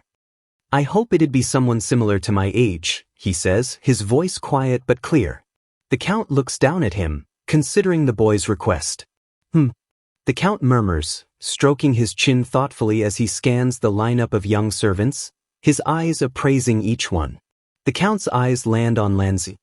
The name of the child at the end is Ranzia, he states, perhaps a formal household name for him. "Do you want to take him as your servant?" Boris, his decision swayed by that lingering curiosity and a sense of shared otherness, replies simply, "Yes." Ranzier stands perfectly straight, his expression unreadable. "Ranzier, come here," Count Belnor calls out, his voice carrying the weight of unquestioned authority. The sound of firm, measured footsteps is heard as Ranzier steps forward, his boots making a distinct, confident sound on the polished marble floor. Ranzier approaches Boris and bows respectfully, a perfect picture of deference. "Young master," he says, his voice even and clear, "I'm Lanzi Rosenkrantz." Count Belnor places a reassuring hand on Boris's shoulder, addressing Ranzier directly. "Call him young Master Boris. I want you to give it your all when serving him." He continues, "Your mission from now on will be to wait on him. You can stop doing the tasks that you've been given so far. A new assignment, a new master." Ranzier bows his head again, hands clasped neatly before him. "Yes, master," he replies, his silver hair falling slightly over his eyes, obscuring his expression. Boris observes him closely, his mind already working. At a simple glance, he looks like he's subservient, Boris thinks, but I don't sense any genuine sense of respect in his voice. There's a subtle disconnect. A flash of the memory, Rosinus yelling indignantly at Ranzier in the study, appears in Boris's mind. "I think I understand why Rosinus reacted that way now," he muses, connecting Ranzier's subtly detached, almost too perfect demeanor to Rosinus' past frustration and outrage. Ranzier straightens up and addresses Boris directly. "Young Master Boris, let's go to your room." He gestures slightly, ready to lead the way, already stepping into his new role. The Count and Boris stand there for a moment, the other servants still in silent formation.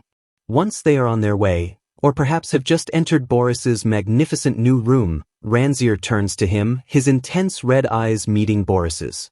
"I have a few things that I need to inform you about," he states, his tone all business, professional and direct. They are now in Boris's opulent room, sunlight streaming softly through the tall, arched windows, illuminating the rich furnishings. "We've arrived," Ranzier says, gesturing towards the plush seating area. "Please take a seat first." Boris walks towards the sofa, the luxury still feeling somewhat unreal. Boris settles onto the sofa. "I'm a little thirsty," he remarks, perhaps a simple statement of fact, or maybe a subtle way to test his new attendant's responsiveness. Ranzier moves smoothly and efficiently to a nearby table where a drink has already been set out. "Here you go," he says, picking up a heavy crystal goblet. Boris takes the goblet and takes a slow sip, Ranzier standing patiently nearby, a silent, watchful presence. The room is grand, A constant reminder of the immense wealth Boris is now surrounded by, a world so different from his own. Boris places the goblet down on the ornate table with a soft, deliberate sound. "What is it that you need to inform me about?" he asks, getting straight to the point, ready for Ranzier's briefing.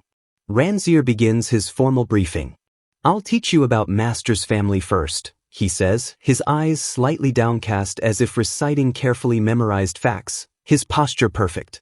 "Master would patrol our county once every 10 days, Ranzier explains, an image of Count Belnor on horseback, diligently overseeing his vast lands, flashing through the scene.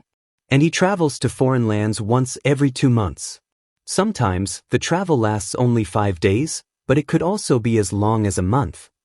He visits Celtica the most," Ranzier continues, "and he also visits nearby territories to trade local specialties." Boris listens intently, absorbing every detail.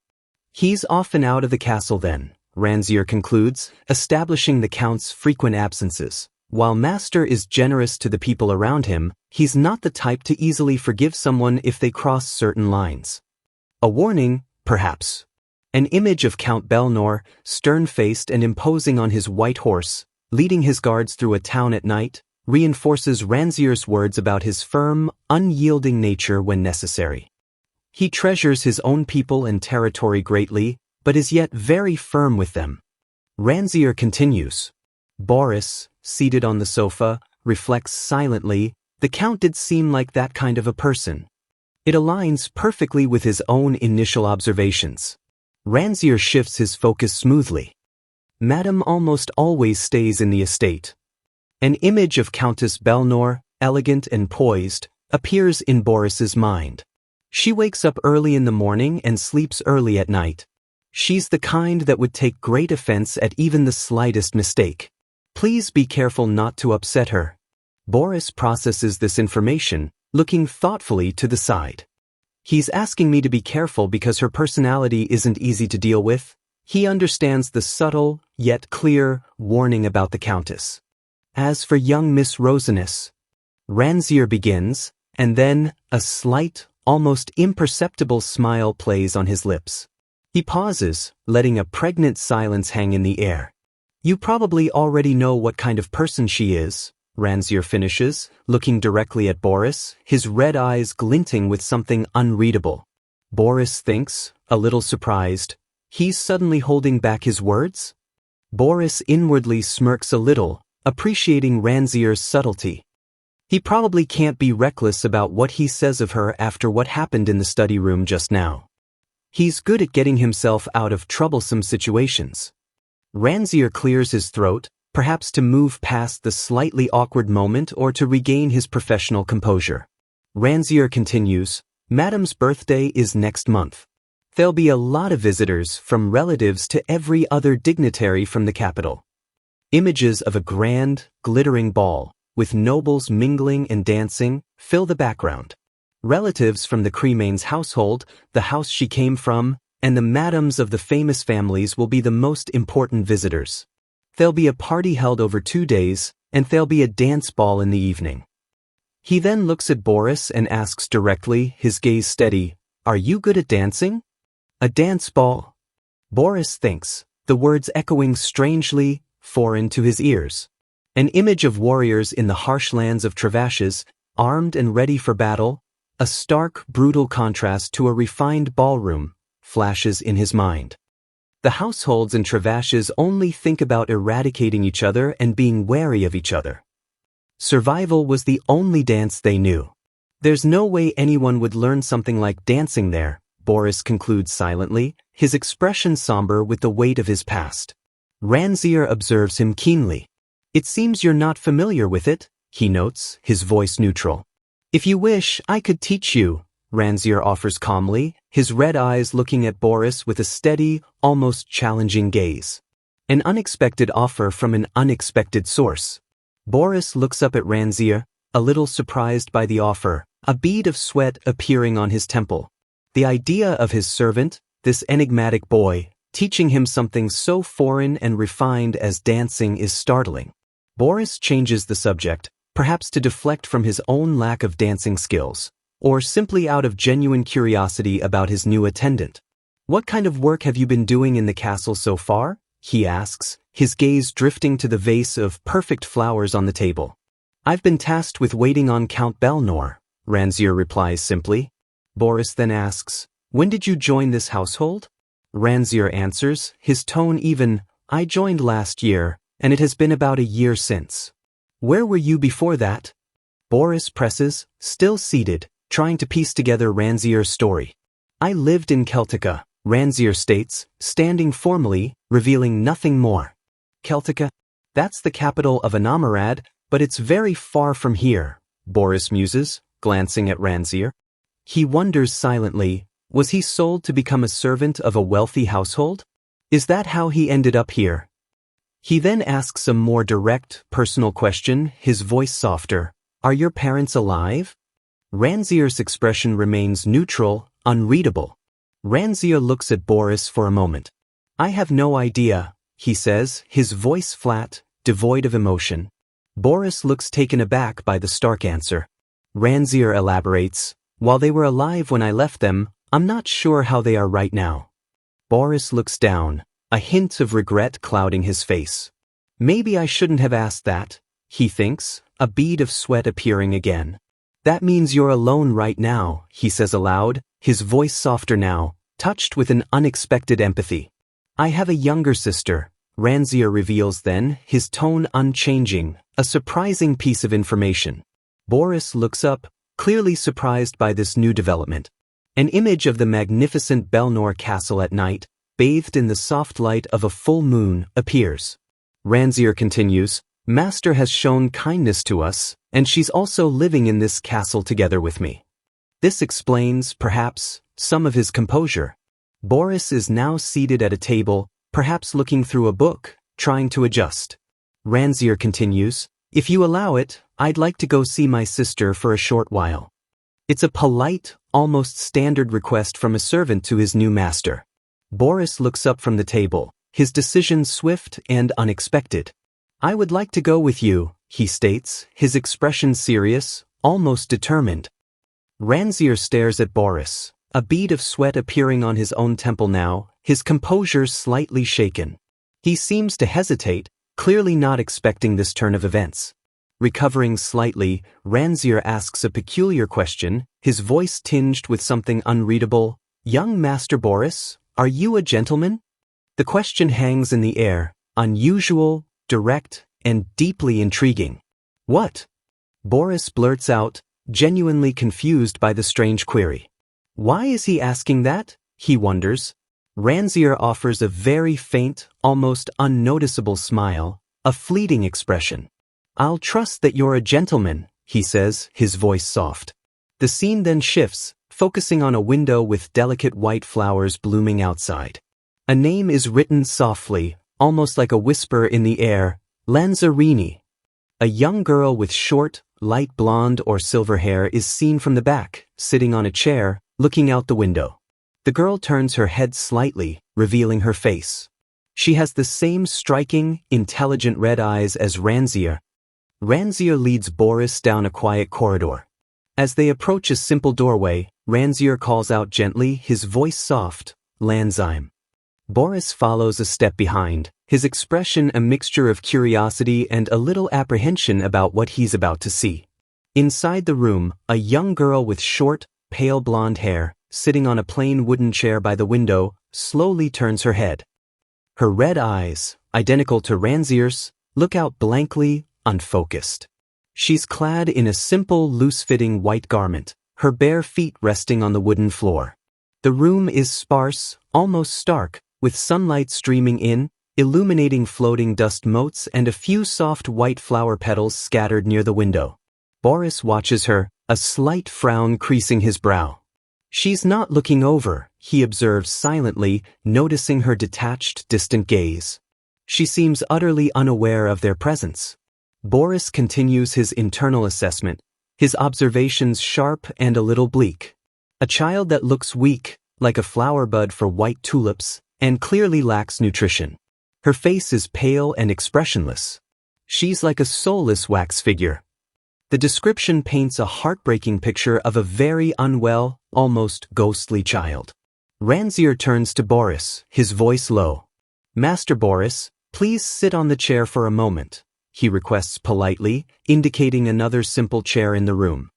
Ranzier kneels beside his sister, taking her small, frail hand gently in his. "Doesn't the view outside look better because of the good weather?" he asks softly, his voice full of warmth, trying to draw her out, to connect with her. He continues speaking to her gently, his voice filled with a tenderness Boris has never witnessed in him before. "Did a blue bird fly over too? It was so pretty. Its blue wings were sparkling in the sunlight. I wanted to show them to you really badly. And just now, in the morning." He trails off, his expression soft and caring as he tries to share these small, beautiful moments of the day with her. Boris sits quietly on the chair Ranzier indicated, observing the poignant interaction between the siblings. Boris is genuinely taken aback by this unexpected side of Ranzier. "I never thought he had such a side to him," he thinks, surprised. To think he'd be sharing everything good that happened today with his sister. Sharing about how much good things the world has and all the good things that happened. Ranzier's face is illuminated by the window light, a gentle, almost loving smile gracing his lips as he speaks to Lanzarini, a stark contrast to his usual stoic, composed demeanor. Boris reflects further, a new understanding dawning. Even though he looked so cold and indifferent on the outside, there are also things that he regards as beautiful, things he cherishes. "We're all in the same space," he thinks, "but I feel like they're both far away from me, in a world that consists of only the two of them, a world I can't enter." Lanzarini finally turns her head slightly more towards Ranzier, her expression still flat, her voice as empty as her eyes. "Lanzime," she says, using his familiar name, "you seem to be in a good mood." Ranzier remains silent for a moment, just looking at her, perhaps searching for a flicker of something more. Ranzier gently strokes her arm, his touch light. "It's not good to be under the sun for too long. How about taking an afternoon nap now?" he suggests softly. "You can dream about gathering Milo Azucena as you fall asleep. You found 2 of those in your dreams previously, remember?" His words are soft, almost like a lullaby, referencing a shared, secret world. Boris looks up, puzzled by the unfamiliar words. What is he talking about? He wonders, completely lost by the reference to Milo Azucena and her mysterious dreams. Ranzier asks again, his voice gentle, "So, do you want to take your afternoon nap now?" Boris, watching them, concludes with a sense of quiet understanding, it's probably a secret that only the 2 of them know, a language only they speak. Ranzier carefully, tenderly, lifts Lanzarini into his arms. She's as light as a feather, her small, frail body resting limply against his. He lays her gently in the simple bed, carefully tucking the covers around her thin frame. "Sleep well, Lanzime. Sweet dreams," he whispers, his deep affection clear in his voice and every careful touch. Ranzier looks down at his sleeping sister for a long moment, a faint, tender smile on his lips before his expression settles back into its usual mask of calm composure. He turns to Boris then, his duty as an attendant seamlessly resuming. "Master Boris, let's go," he says, his voice once again neutral. The scene shifts to an exterior view of the castle tower, sunlight glinting off the windows. Later, Boris is having tea when Rosinus, arms crossed and pouting dramatically, joins him. "Lanzime? I hate her," she declares loudly, her voice sharp with disdain. Boris, holding his teacup, looks genuinely surprised by her outburst. "Why do you hate her?" he asks, curious. Rosinus leans forward, exclaiming with childish certainty, "She's like an idiot. I really hate people like her. She knows how to talk, but why doesn't she do it? And when I see her unfocused eyes, I just want to flick her forehead really hard." Boris looks thoughtful, processing Rosinus' harsh words. "So she's able to talk," he murmurs, then adds, with a note of concern, "She looks quite unwell though. I guess." Rosinus retorts, completely dismissing his concern with a flippant wave of her hand. "But maybe she's just being utterly lazy too, you know." Rosinus continues her rant, her voice rising. The only thing that she's supposedly imposed with is her limp leg. But she doesn't even get out of her room. Rosinus exclaims, gesturing dismissively as she shakes her head in disapproval. Kamiya watches her with a patient, perhaps long-suffering, expression. She doesn't read, or embroider, or do anything useful. She doesn't learn anything. Kamiya interjects smoothly, trying to divert her mistress. Miss Rosinus, it's snack time soon. You asked me to remind you. Rosinus is instantly distracted by the vision of strawberry cream cake. Oh my, I need to get going now then. Today's snack is cream cake, how wonderful. As Rosinus gets excited about her cake, Boris quietly sips his tea. Rosinus, not quite finished, points an accusing finger vaguely in the direction of Lanzarini's room. Those two siblings need to learn to be more grateful. Despite his sister not doing anything useful here, Ranzier treats her like she's some kind of goose that lays golden eggs. It's ridiculous. Oh right. Rosinus exclaims then, suddenly remembering something else entirely, her blonde pigtails bouncing with her renewed energy. She turns back to Boris, who is still seated calmly. Dad finally found your sword instructor. I heard the instructor will be here around tomorrow morning. This news clearly piques Boris's interest, a flicker of anticipation in his eyes. Is that so? Boris replies, his voice neutral but attentive. Rosinus twirls, Kamiya following her gracefully. The instructor is supposed to be really skilled but has a rather eccentric personality, or something like that, she adds, skipping away, already losing interest. Rosinus pauses, a mischievous glint appearing in her eyes. Maybe I should also pester Dad to let me learn swordsmanship? Perhaps I'm talented at it? I'm his daughter after all. Boris watches her, thinking with a touch of dry amusement. I seriously wonder if she'll be able to learn anything with that personality of hers. The scene changes. Boris is walking alone on a sun-dappled path through a quiet forest on the vast Belnor estate. Light filters gently through the leaves, creating a peaceful, almost magical atmosphere. After staying cooped up in the house for a few days, I feel like my body's all stiff, Boris thinks, stretching slightly as he walks. I'll definitely have a hard time if I have to receive swordsmanship training in this condition now. He's clearly worried about his fitness. His eyes, sharp and observant from years of needing to be, catch sight of something high in the trees. Leaves flutter down softly around him. He stands before a large, leafy tree, its branches laden with fruit. A walnut tree, he identifies it, looking up into its dense canopy. The walnut fruit looks ripe, he observes, his gaze fixed on the clusters of green nuts nestled among the leaves. Should I try to climb the tree? He wonders, a flicker of his old, more carefree self appearing. He hesitates, looking around cautiously, suddenly remembering his new surroundings. I hope climbing the tree doesn't break any of this place's strict etiquette rules. A bittersweet memory surfaces. In the past, Yevgen would let me ride on his shoulders. I could easily pluck the fruits back then. The loss of his brother, and those simple joys, still stings. Suddenly, without warning, walnuts start falling from the tree, raining down around him with a series of thuds. Boris is startled, his eyes wide with surprise and alarm.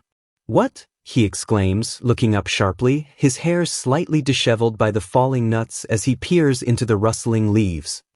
Is there something up there? It moved really quickly. A mountain beast? Or perhaps... A terrifying image of the monstrous creature from Lake Emera flashes vividly in his mind. His eyes widen in fear, a cold dread gripping him.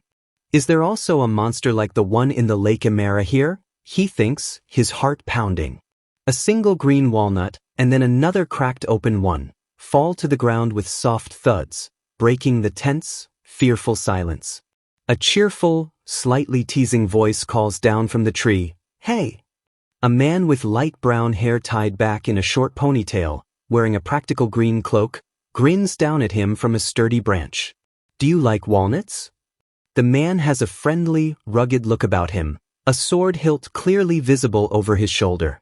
He looks like an experienced outdoorsman, completely at home in the trees. Boris stands amidst the scattered walnuts, looking up at the man, momentarily stunned into silence. A human, huh? He thinks, a wave of relief washing over him. A bead of sweat appears on Boris's neck as his initial, terrifying fear subsides, replaced by a slight embarrassment. Boris lets out a nervous, self-conscious laugh, covering his mouth. Ah, of course it was a human. What on earth was I thinking? He chuckles, feeling foolish for his momentary panic.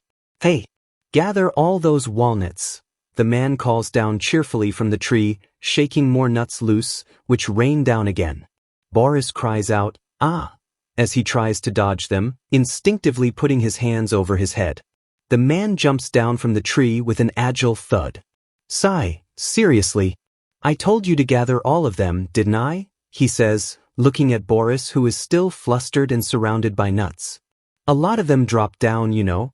Boris looks at the man, a flicker of annoyance crossing his face. Who's this shameless person? He thinks, a little indignant. He's just asking me to do work for him out of nowhere, without even an introduction. Boris stares up at the man in the green cloak, who's now on the ground beside him. It'll take me a whole day to gather all of them alone. You, help me out, the man repeats, hands on his hips, as if it's the most obvious thing in the world. He then notices Boris's fixed, perhaps slightly bewildered gaze. What are you looking at? Is there something on my face? Come on, let's gather the walnuts that are on the ground. Boris remains silent, still trying to make sense of this strange, sudden encounter. The man reaches down towards a walnut still in its green, fleshy husk. Hey, he calls out sharply, likely as Boris instinctively does the same, reaching for one.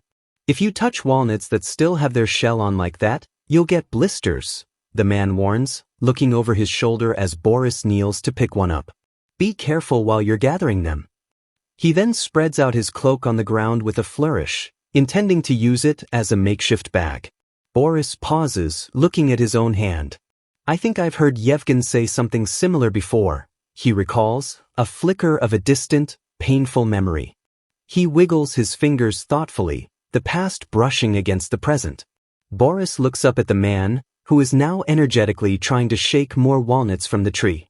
I can't believe I've suddenly been asked to gather walnuts by a complete stranger. What a strange man, he thinks, a slight frown creasing his forehead.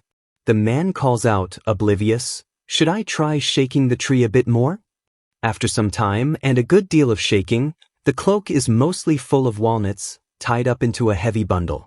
There, I think we've gathered most of them, the man says, looking satisfied with their haul. The bag looks impressively heavy. The man hefts the bag of walnuts onto his shoulder with a grunt, the weight settling. All right, let's get going, he declares, turning to leave as if this was a planned excursion.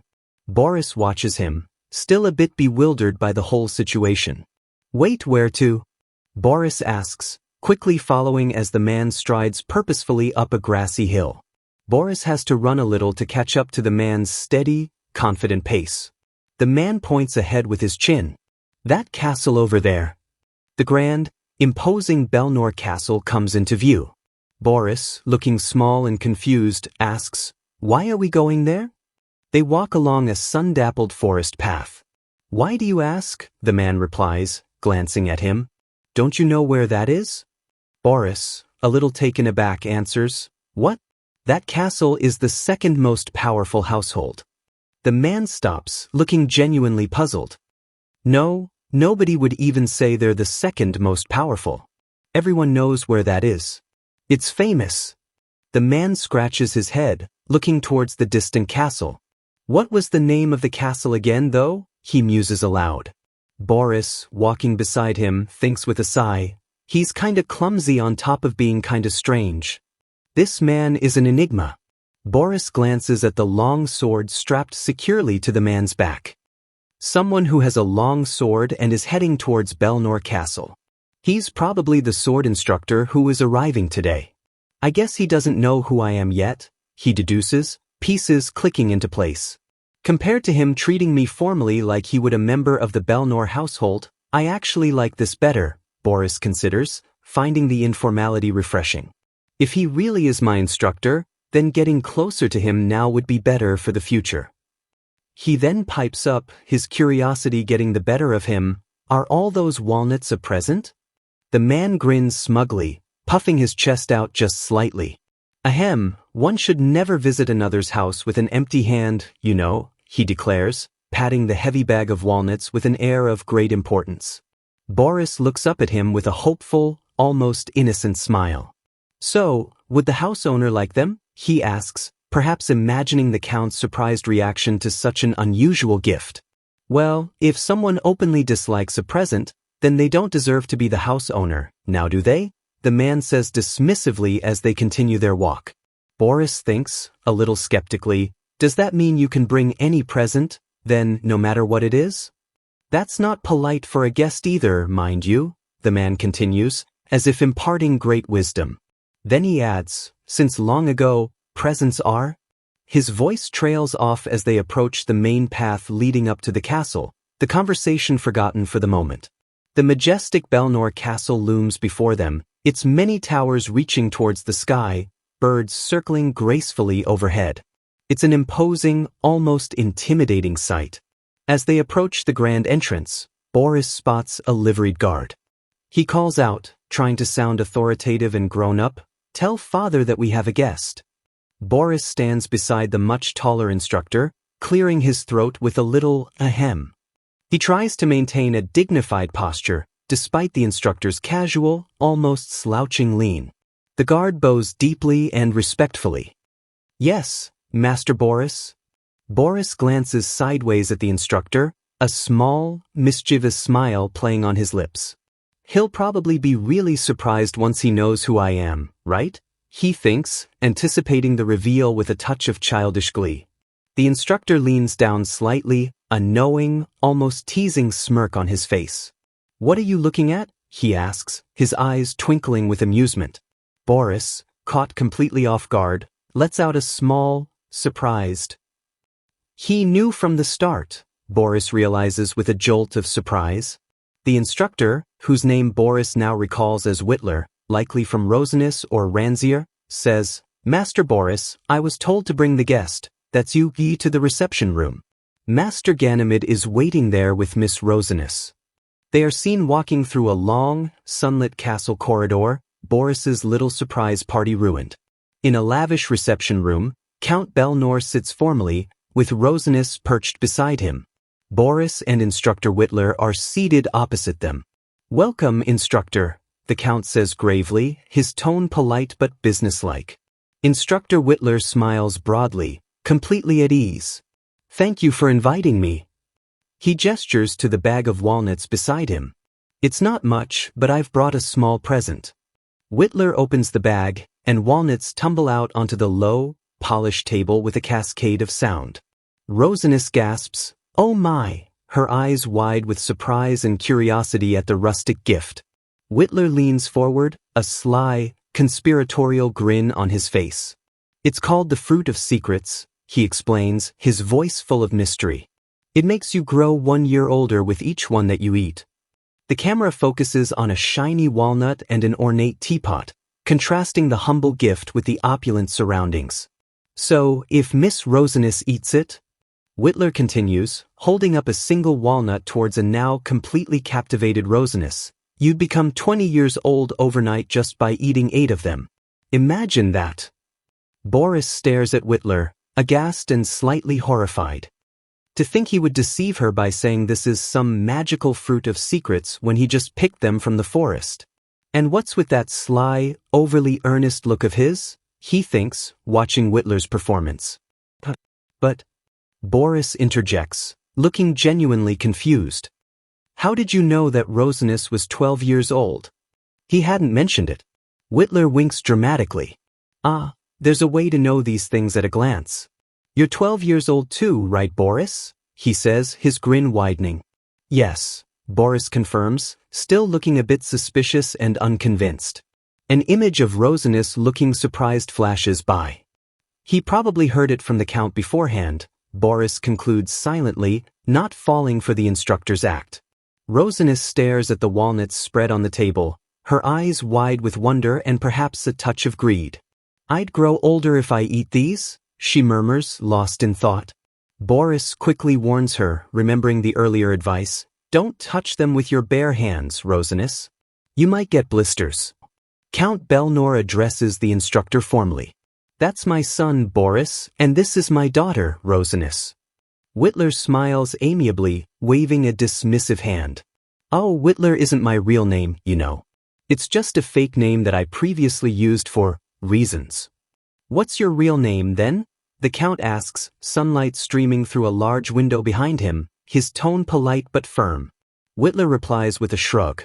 "My apologies, but I don't reveal my real name to anyone. If I change where I live, I suppose I'll also need to change my fake name eventually." He seems to find this amusing. Whitler grins, a playful spark in his eyes. "All right, how about calling me Instructor Walnut?" he suggests, gesturing with an open palm as if presenting the most brilliant idea ever. Count Belnor nods slightly, accepting the eccentric suggestion. "We'll do that, then, Instructor Walnut." He then adds, his tone serious once more, "In any case, thank you for accepting my invitation. I'll be counting on you to guide my children well." "Your children?" Instructor Walnut looks surprised, glancing at Rosinus, who is now holding a walnut curiously. "Wait, is your daughter learning swordsmanship too?" Rosinus looks a bit miffed at his surprise. The Count replies smoothly, "Yes, that's how it is for now. You can just think of it as them practicing together." "Shall we start the lessons today, then?" Count Belnor asks, looking expectantly at Instructor Walnut. Instructor Walnut leans back in his chair, looking completely relaxed. "It's fine, no need to rush. We're not that tight on time. Let's start properly tomorrow. We'll just get familiar with each other today." "Oh, right," Instructor Walnut adds, as if just remembering, "I won't be addressing the children formally during my lessons. No young master, or miss, from me." The Count replies, "You may do as you please." "Thank you for your understanding," Walnut says with a nod. "I'll get up first then, if that's all right." Instructor Walnut stands and turns to Boris, who has been quietly observing. "You, Boris, let's talk. Bring me to my room, will you?" He gives a slight, beckoning head tilt. Boris looks up, a little surprised by the direct address but ready to comply, curious about what this strange instructor wants to talk about. As they are presumably in Boris's room, or perhaps the instructor's newly assigned room, Ranzier enters, holding a plate piled high with freshly peeled walnuts. "This is a present from the kitchen, sir," he announces, his eyes closed in a polite, deferential smile. Instructor Walnut looks absolutely delighted. "Ah, it's so much easier to eat when they're all peeled like this." He then looks Ranzier up and down with an appraising eye. "I heard you're a servant, but you look like one of the young masters yourself. Say, do you want to learn swordsmanship too?"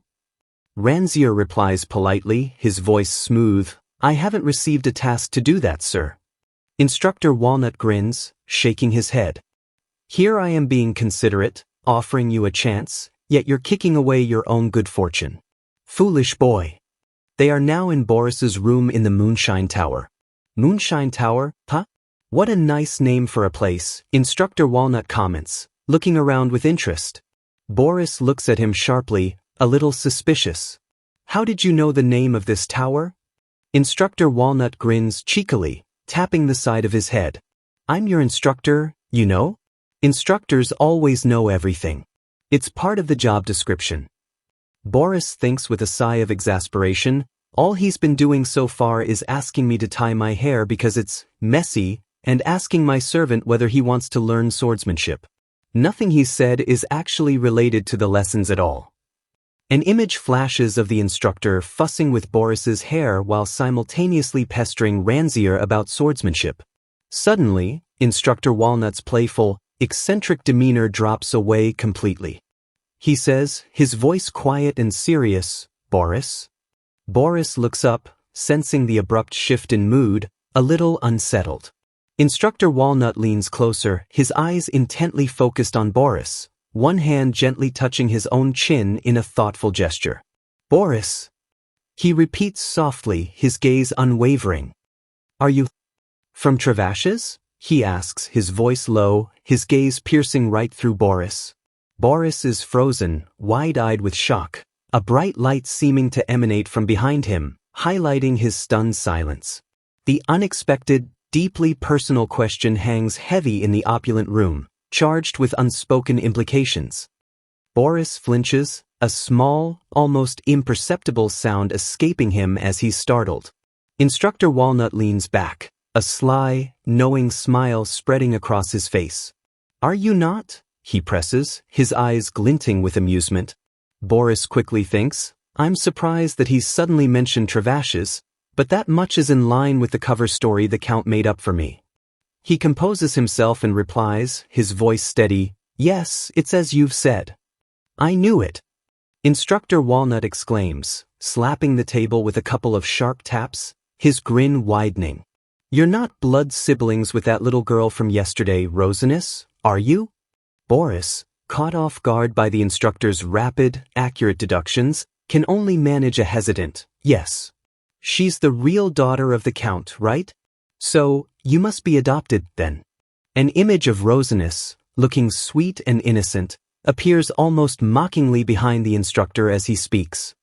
He leans forward conspiratorially, his eyes twinkling. "Wanna guess how I knew?" Boris stares at him, a mixture of suspicion and utter confusion clouding his face. Is he just fooling around with me right now? He wonders, remaining silent, unsure how to react to this strange man. Ranzir, who has been standing quietly and patiently by, speaks up, his voice calm and logical. "Isn't it simply because he's the same age as Miss Rosinus?" He offers a perfectly reasonable explanation. Instructor Walnut waves a dismissive hand at Ranzir, though with a hint of acknowledgement. "You're truly as smart as you seem, young man." He then poses another question, a playful challenge in his voice. "But how did I find out they're of the same age, then? That's the real trick." He puffs out his chest proudly, a smug little ahem, escaping him, clearly enjoying himself. "Because I have a superpower that allows me to guess the age of someone else," he declares, as if revealing a profound and mystical secret, with green sparkles emphasizing his grand, outrageous claim. Boris, now sitting beside Ranzir on a plush sofa, looks thoroughly unimpressed by this display. "Superpower, my foot?" The Count probably told him all of that, he thinks scornfully. He then decides to challenge the instructor. "Do you know how old Ranzir is then, if you're so good?" Let's see now," Instructor Walnut says, leaning forward and scrutinizing Ranzir with an exaggerated, deeply thoughtful expression, tapping his fingers together as if performing a complex calculation. He snaps his fingers with a flourish. 12 years old. And he's older than you, Boris, in terms of months." Ranzir and Boris both look genuinely surprised by his startling accuracy. Boris presses further, determined to catch him out, turning to Ranzir. "Ranzir, which month were you born in?" He thinks, a little smugly, "I was born in July, so he needs to be born before that for the instructor to be right." Ranzir replies, his expression calm and unreadable, "I was born in February." Boris is visibly shocked, his eyes wide. He got it right. How on earth did he know that? He wonders, his mind reeling. He decides to try one more time, to truly test the instructor's supposed superpower. "In that case, did you also know that Rose is younger than me?" Instructor Walnut smirks, a small, knowing chuckle escaping him. He heard Rosinus addressing me as her older brother, so he'll definitely get it wrong this time, Boris thinks confidently, sure he set a trap. "Beezy, nice try," Walnut exclaims with a triumphant, almost mocking laugh. "But she was born 3 months earlier than you, my boy." Boris is stunned, completely speechless, his jaw practically dropping. Rosinus was born in April, so she was indeed born 3 months earlier. How did he know that? He thinks, utterly bewildered and a little unnerved by the instructor's uncanny, almost unsettling accuracy. Instructor Walnut leans back, a playful, thoughtful look on his face. You know Boris." He begins, his tone shifting slightly. Boris watches him warily, wondering, what is he going to say now? You do have some amazing talent within you," Walnut says, his expression turning slightly more serious, less overtly playful. He leans forward with a slight shrug. You could become an amazing swordsman if you apply yourself well. Boris looks taken aback by the sudden praise. Can you tell that at a glance too, then? Did you think all a renowned swordsman knows is how to swing their sword properly? Walnut exclaims, his voice suddenly passionate. No, some of them also know how to use an axe or a spear or even their wits. In any case, being good with weapons isn't everything, not by a long shot. He leans forward earnestly, his eyes intense. No matter how naturally talented you are, you'll fail if you don't have quick instincts and the ability to think on your feet, to adapt. He taps his temple with a sharp sound. Even those who are used to walking on straight, easy paths need to know how to fight in places where paths don't even exist. Even if the battlefield is on flat, open land, you also need to know how to ambush on a steep slope or from the dark waters. Those who are truly smart, he continues, his eye narrowing thoughtfully, would also know how to adapt well to any situation. And what do you think those who know how to think one step ahead of everyone else are best at doing? Boris snaps, pointing an accusing finger directly at the instructor. Lying. Just like how you did it with those walnuts. Exactly. For example, take the little girl from earlier, Rosinus, Walnut says, referring to his playful deception with the walnuts. An image of Boris and Rosinus with the so-called fruit of secrets appears. She wants to become a grown-up so badly that my little lie about the walnuts worked instantly on her. See? So, Walnut continues, a thoughtful look on his face. Rosinus wants to become a grown-up that badly? Boris asks, processing this new insight into her character. Ranzier stands silently, observing their strange conversation. Instructor Walnut then covers his mouth and lets out a huge, exaggerated well-being. He stretches extravagantly, arms reaching high above his head with a groan of satisfaction. Phew, I'm getting tired after talking so much. That's my bedroom, right? He says, gesturing nonchalantly towards what is presumably Boris's actual bed. I'm going to take a nap. He casually walks towards Boris's bedroom, scratching his ear as if he owns the place. Boris and Ranzier are left staring after him, utterly speechless, their mouths agape. What just happened? Ranzier finally manages to say, looking as bewildered and confused as Boris feels. The two boys exchange a look of pure, shared disbelief at the instructor's audacity. The atmosphere darkens significantly, becoming heavy and oppressive. This is followed by shots of thick, dusty cobwebs and a dark, gloomy room with heavily draped windows. It's a stark, chilling contrast to the bright opulence of Belnor Castle. Summer's over. The season has changed, and with it, perhaps, fortunes. Vlado Jaimin stands in a dimly lit room, his silhouette framed against a long, grimy window. His long dark hair and severe, cruel expression paint a grim and menacing picture. A close-up on Vlado's face reveals his cold, calculating eyes and the harsh lines etched by years of cruelty, ambition, and perhaps madness. He uses a slender taper to light a single candle on a candelabra. The sound of heavy, deliberate footsteps approaches. A man in a long, dark coat enters the room, his presence adding to the gloom. The newcomer, Tulk, stands before Vlado, who is now seated at a large, imposing desk. So, have there been any results from your inquiries? Vlado asks, his voice cold, without turning to face him. Tulk replies, his tone subservient, yes, master. Vlado turns slightly, a disdainful, contemptuous look on his face. Despite his internal critique and inherent distrust, Vlado considers, his thoughts dark and pragmatic, he could be the best partner for me in this. Useful at least. Tulk stands respectfully, motionless, awaiting further orders. Vlado's thoughts turn even darker, venomous.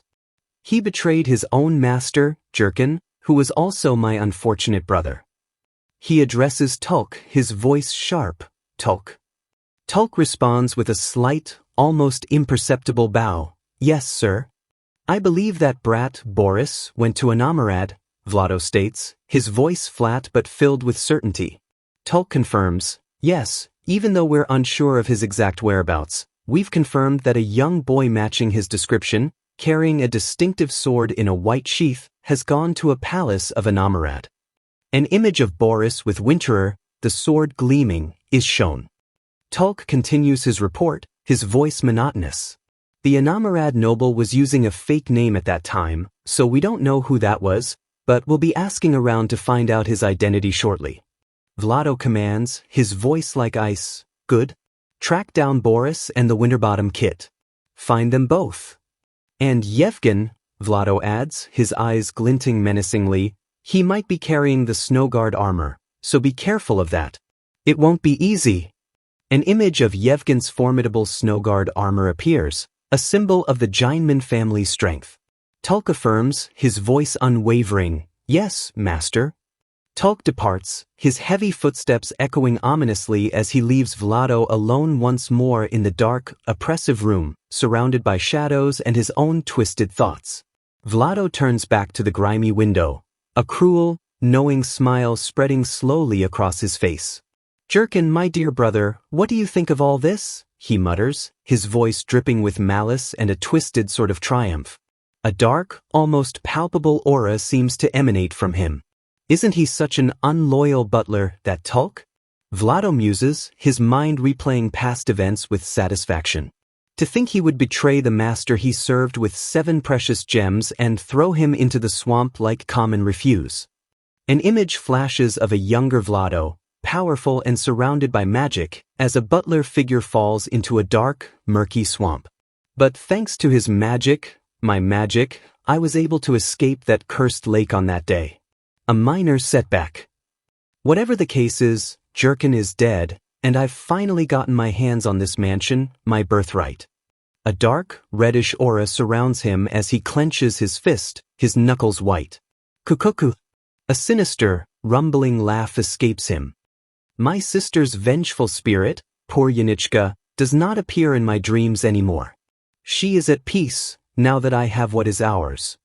But he brings a hand to his chest, a flicker of unease, of something cold and unwelcome in his yellow reptilian eyes. Why do I still feel a chill in my heart sometimes? A disquiet. A grandfather clock somewhere in the decaying mansion begins to chime, a foreboding, almost mournful sound. That darn sickening bell sound, Vlado growls, looking towards the source of the noise with irritation. The candle flames on the candelabra flicker violently, casting long, eerie shadows that dance like specters on the walls. The chimes persist, relentless. He stares intently at 2 burning candles on his desk. Jurkin, he whispers. One of the candle flames flickers violently, then seems to dim. Night has fallen over the grand Belnor castle. Its many towers are dark silhouettes against a deep blue sky, with only a few windows glowing with warm, inviting light. Boris lies awake in his luxurious, unfamiliar bed, clad in a simple nightgown. That instructor is so eccentric, so strange, he thinks, his mind replaying the bizarre events of the day. If Ranzi hadn't woken him up, he'd probably have continued sleeping on my bed all night. His gaze is distant, thoughtful, fixed on the ornate ceiling. We'll probably start the lessons tomorrow, right? I need him to teach me well, so I can fight and win that duel for Rosinus. An image of Rosinus, standing proudly and confidently before crossed banners, appears in his mind. Fight. Even though this is just a deal between me and this household, a deal where I don't even strictly need to win. But I'll do my very best no matter what. That'll provide me with an advantage, a better chance to survive. If I want to survive like Yevgen told me to, like he begged me to. He swings his legs over the side of the bed, his bare feet touching the plush carpeted floor, feeling around in the darkness beside his bed for something familiar, something vital. He looks down, his eyes widening slightly in the dim light, a confused, forming on his face as his hand encounters nothing but empty floor. He drops to his knees, a sudden urgency gripping him, frantically patting the floor and then reaching blindly under the heavy bed, searching for something that should be there. His hand sweeps under the bed, finding nothing but cold, empty space. A look of dawning, sickening alarm spreads across his pale face. It's not here. The words are a choked whisper. He pulls back, staring at the empty spot where his sword, Winterer, and its distinctive white sheath should be. A chilling, horrifying realization hits him with the force of a physical blow. The winter is gone. Panic, sharp and cold, propels him. He scrambles to his feet, throws on a short jacket haphazardly over his nightgown, and runs blindly out of the room, his bare footsteps echoing with frantic urgency in the vast, empty hallway. He runs, panting, his breath coming in ragged gasps, his dark hair flying wildly around his face. How could this be? I lost the winterer. The shock and disbelief are etched on his young face, a mask of terror. It's such an important item, the one thing that Yevgen gave to me. The memory of his beloved older brother is a fresh, agonizing wound. The ground beneath his feet seems to cry out his despair. An image of Yevgen's makeshift, lonely grave flashes through his mind, stark and desolate. It hasn't even been a month since I buried Yevgen with my own hands. The scene of Yevgen giving him the Snowguard armor and entrusting him with Winterer by that very graveside, the sun setting mournfully behind them, floods his memory. I can still vividly remember his last words to me, his dying wish. Yet I let my guard down. How could I be so careless? He stops abruptly in the middle of a grand, dimly lit hall, a lone, small figure utterly overwhelmed by the opulent surroundings and the crushing weight of his own mistake. Is this all I'll ever amount to? A useless person, unable to protect anything. His slowing footsteps seem to echo his self-reproach. A surge of desperate reasoning, of frantic hope, fills him.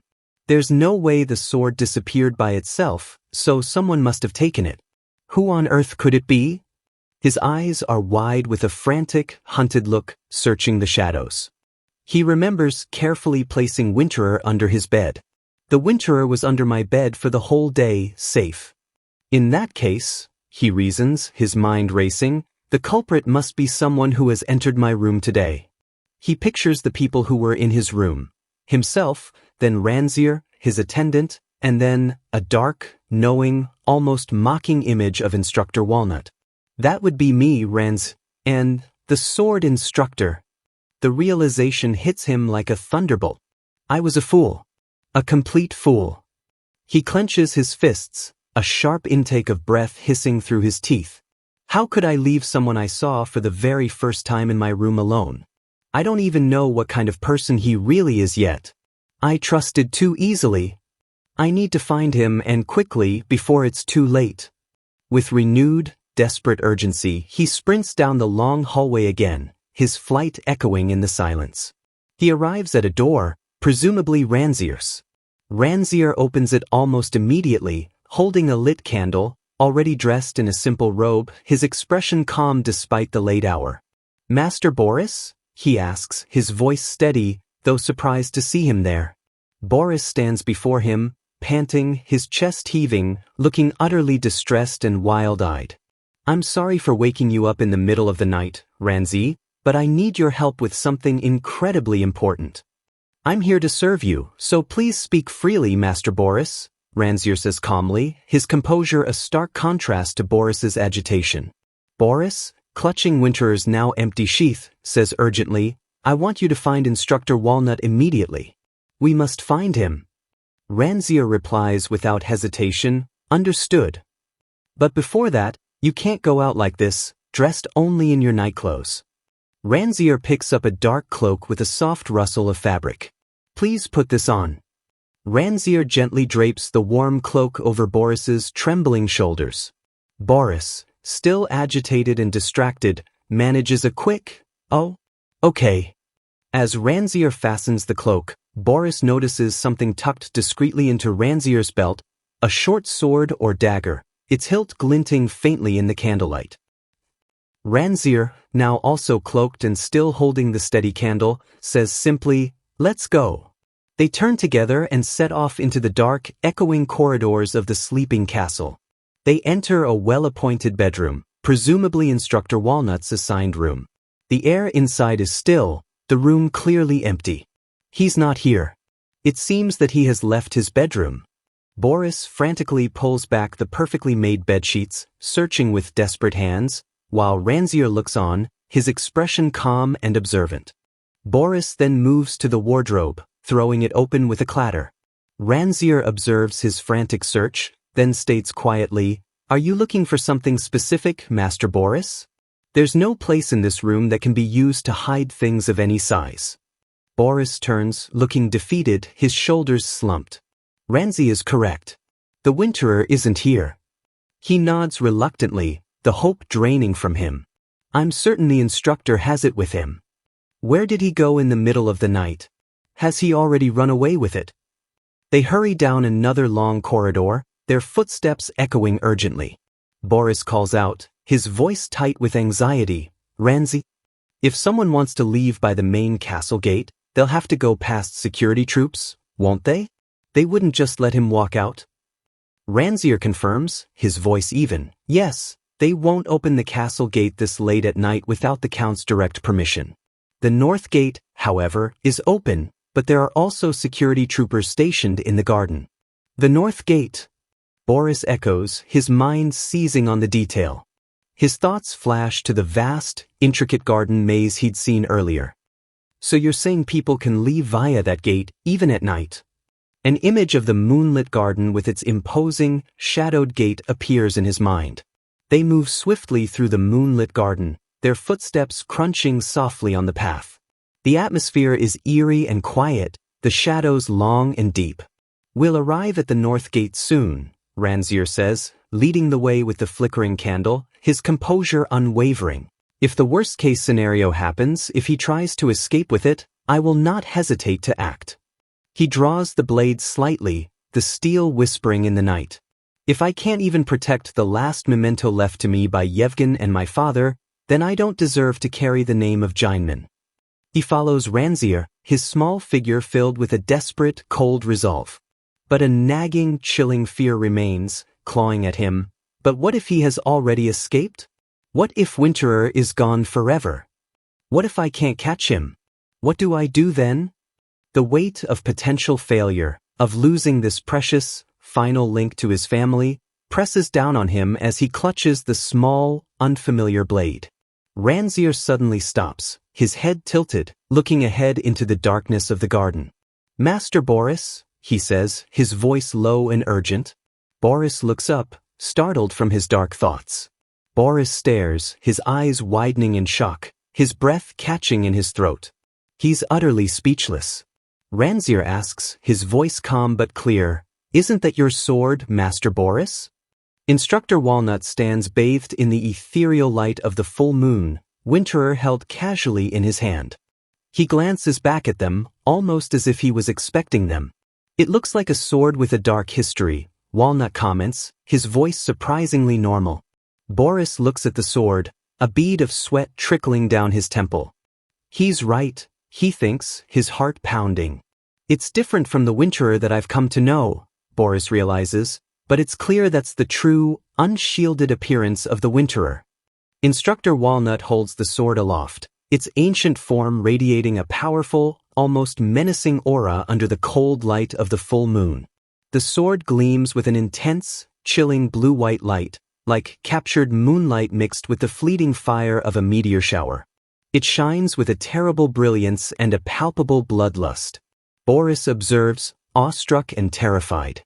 Boris covers his mouth, a look of horrified understanding dawning on his face. "I now understand after seeing it like that. The sword of Winterer, it was not made with good intentions. It was made for killing." The very ground around Instructor Walnut seems to crackle with an icy, unseen energy. However, a ghostly, encouraging image of Yevgen appears in Boris's mind. "Even so, Boris's resolve remains, unshaken. A single word, sharp and commanding, cuts through the night. Or, "Hey." It's the instructor.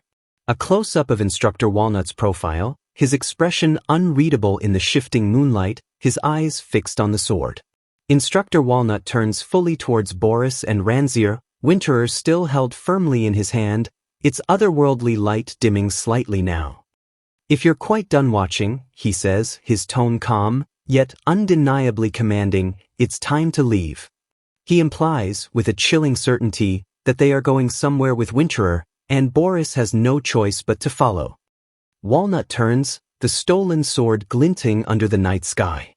He raises an eyebrow at the two boys, almost daring them. "What are you two doing out in the garden so late?" he asks. Boris and Ranzier share a quick look. Boris is clearly shocked, his eyes wide with a mix of fear and disbelief. Ranzier, though, remains perfectly calm, the candle in his hand held steady as he watches the instructor. Boris steps forward, his voice trembling just a bit, but firm. "That sword," he says, gesturing towards Winterer, "it's mine. I understand if you wanted to take a closer look, but please, give it back." Walnut just scoffs. "You lost it," he shoots back. "What, are you gonna say, finders keepers now?" They face each other in the quiet garden, a tense silence hanging between them. Walnut holds Winterer with easy confidence, while Boris stands his ground, even though he's clearly outmatched.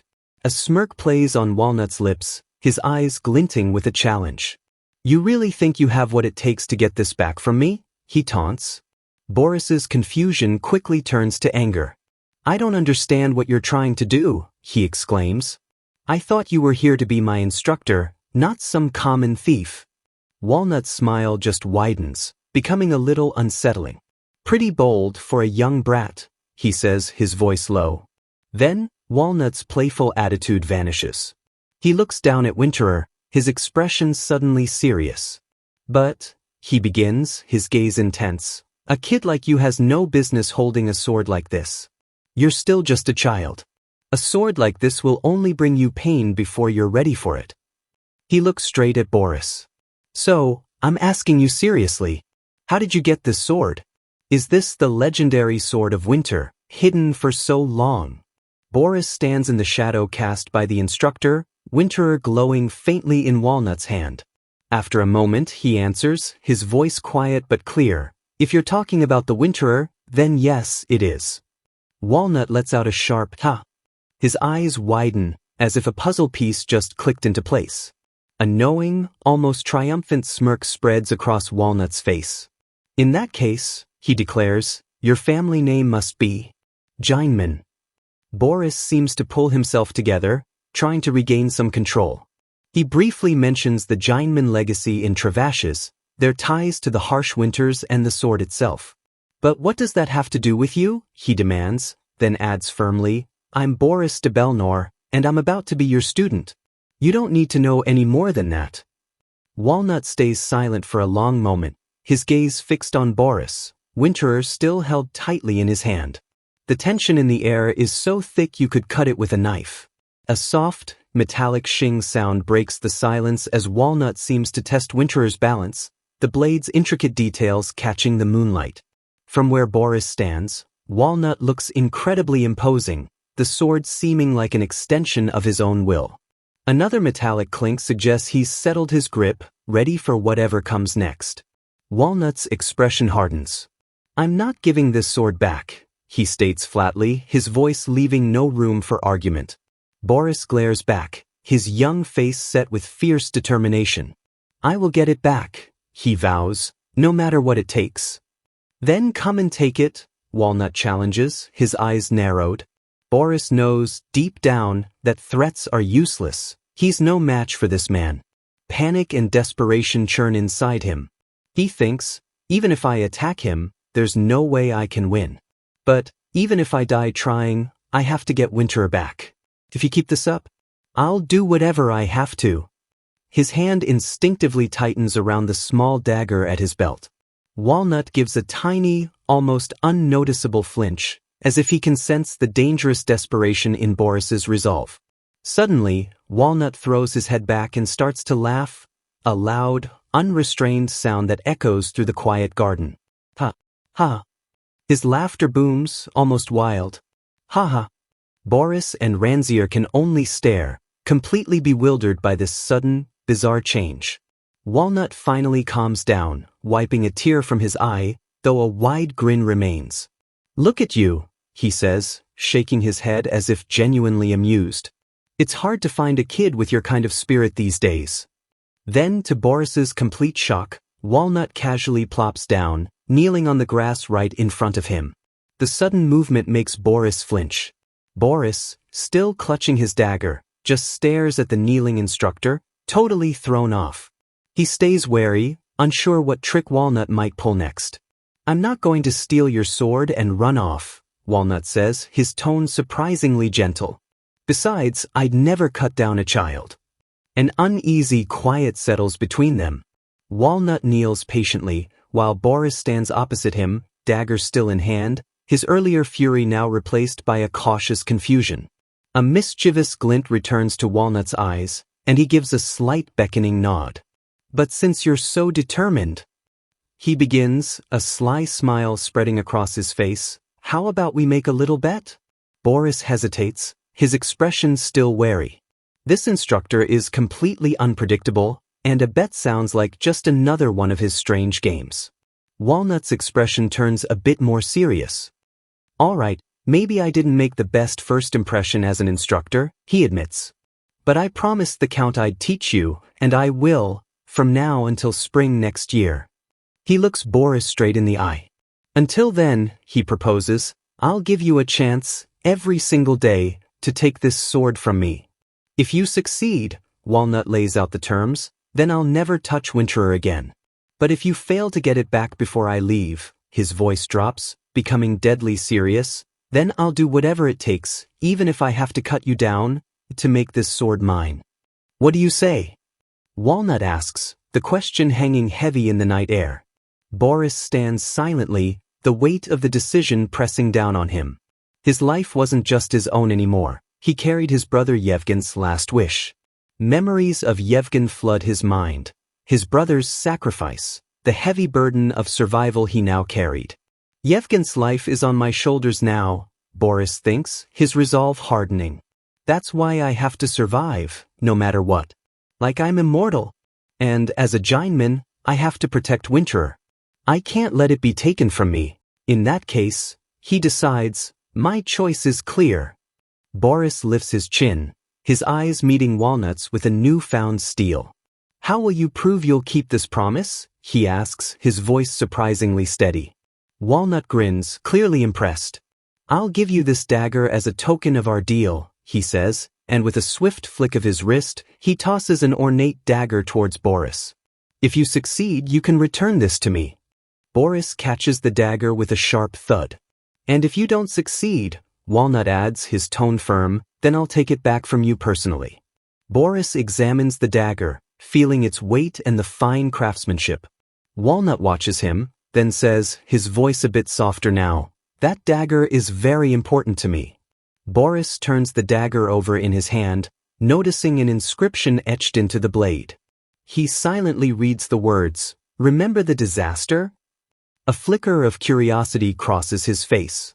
Walnut looks thoughtful, almost speaking to himself. First, a contract with the Count, and now, a second one. He pauses, a hint of something vulnerable in his expression. "Is it really okay for me to accept this?"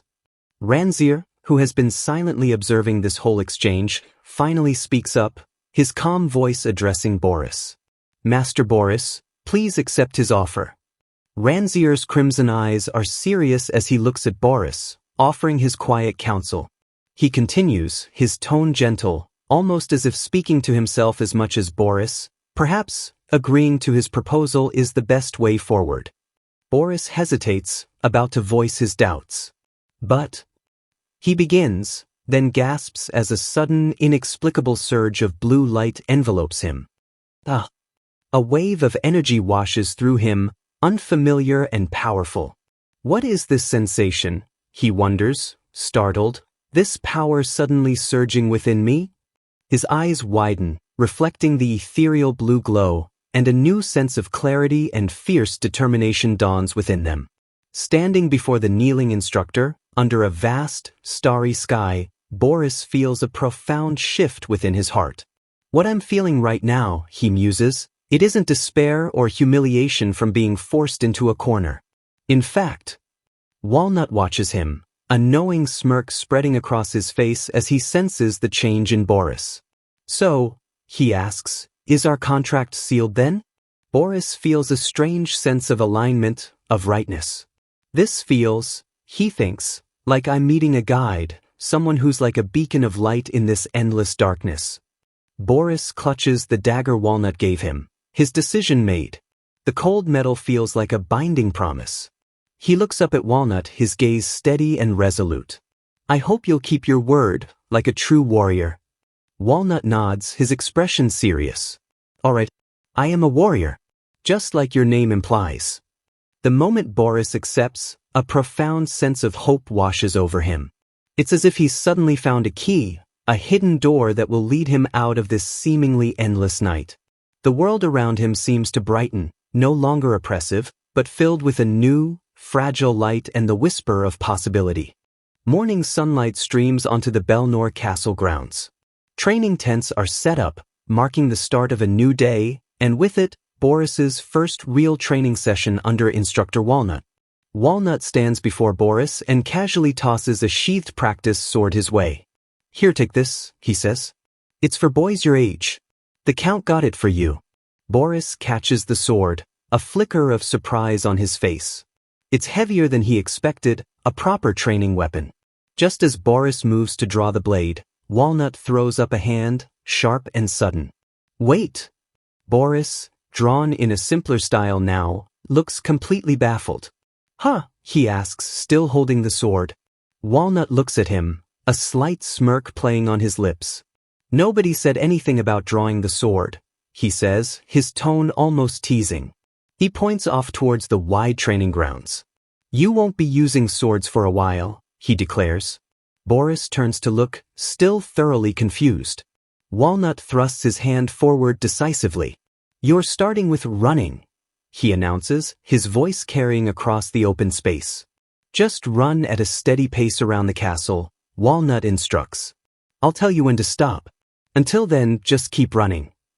And so, Boris begins to run, a small, determined figure making his way around the vast castle grounds while Walnut and Ranzier watch from the side. Walnut turns to Ranzier, who stands beside him, silent and watchful as ever. What's wrong? Walnut asks, arms crossed. Something you want to say to me? Ranzier's striking red eyes are fixed on the instructor. After a moment, he speaks, his voice calm but firm, as an image of Winterer flashes, followed by Boris, already a distant running figure. I hope you'll return that sword to him soon. Walnut looks a little surprised, then a grin spreads across his face. Oh, you're more loyal than you look, he remarks, clearly amused by Ranzier's bluntness. Ranzier continues, his expression perfectly serious. I understand what you might be trying to do, thinking of this as part of his training. But if you mess with him too much, I'll have to question your real intentions. It's a quiet statement, but the warning is clear. Walnut's amusement fades a little, his eyes narrowing. A little brat like you, threatening me? He scoffs. There's something you don't get, though. He gestures towards the distant, still running Boris. The reason I'm doing this, Walnut explains, his voice turning serious, is because I don't trust your master's abilities yet. Ranzier's gaze doesn't waver, his silver hair catching the light. That doesn't really concern me, he states coolly. Everyone has to prove their own worth in the end. Walnut looks at Ranzier, a thoughtful expression on his face. Such deep words from such a young boy. And just a servant at that. He chuckles softly. So you're just doing your job, then? I get it. Walnut stretches, placing his hands behind his head as he watches Boris continue his endless run. I'm actually finding you pretty interesting to observe now, so you can watch me too, if you like. You can see how this all turns out for yourself. Ranzier looks back at Walnut, his expression unreadable, but he's clearly not entirely convinced. That's something I have the freedom to choose to do, Ranzier replies, his tone firm and unwavering. Don't talk as if you're the one granting permission. With a couple of light steps, Ranzier turns and walks away. I'll go prepare some water for Master Boris now. Walnut watches him go, a slightly bewildered look on his face. Walnut scratches his head, looking genuinely perplexed. Freedom to choose? He mutters to himself. He seems to be mulling over Ranzier's words.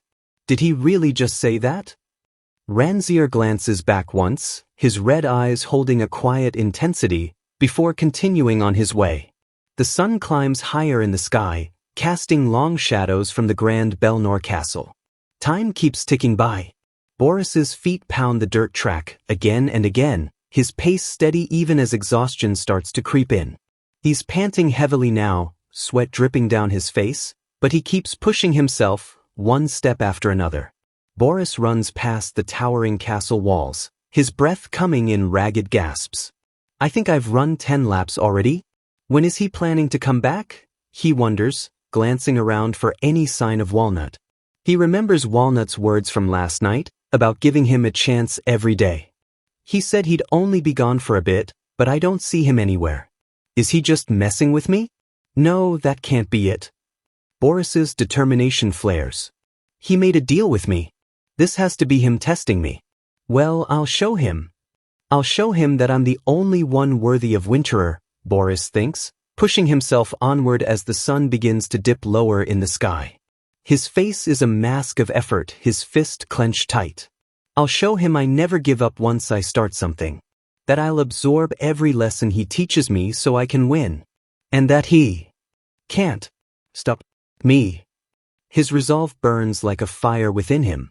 But his body is screaming, reaching its absolute limit. He stumbles, losing his balance for a moment. With a heavy thud, Boris collapses to the ground, utterly spent. Dust rises around his still form. He lies there, panting, his eyes half closed.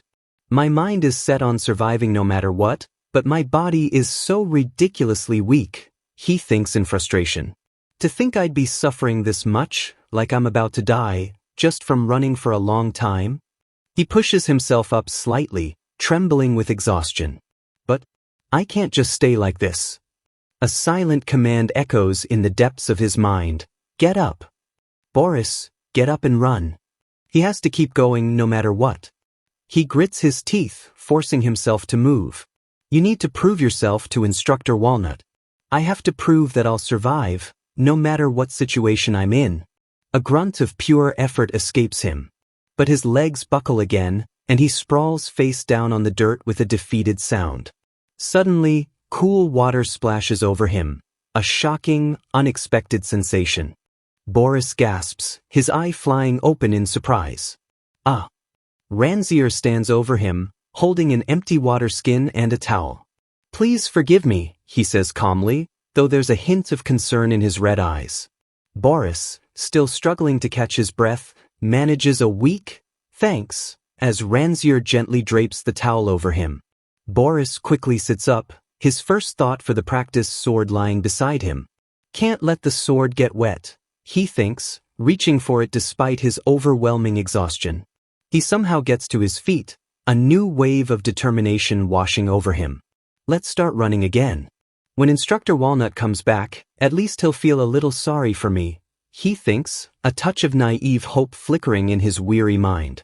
And he begins to run once more as the sun finally sets.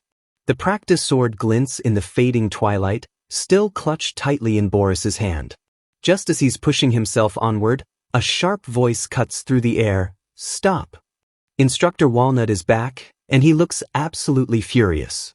He strides towards Boris, with Rosinus trailing a little way behind him.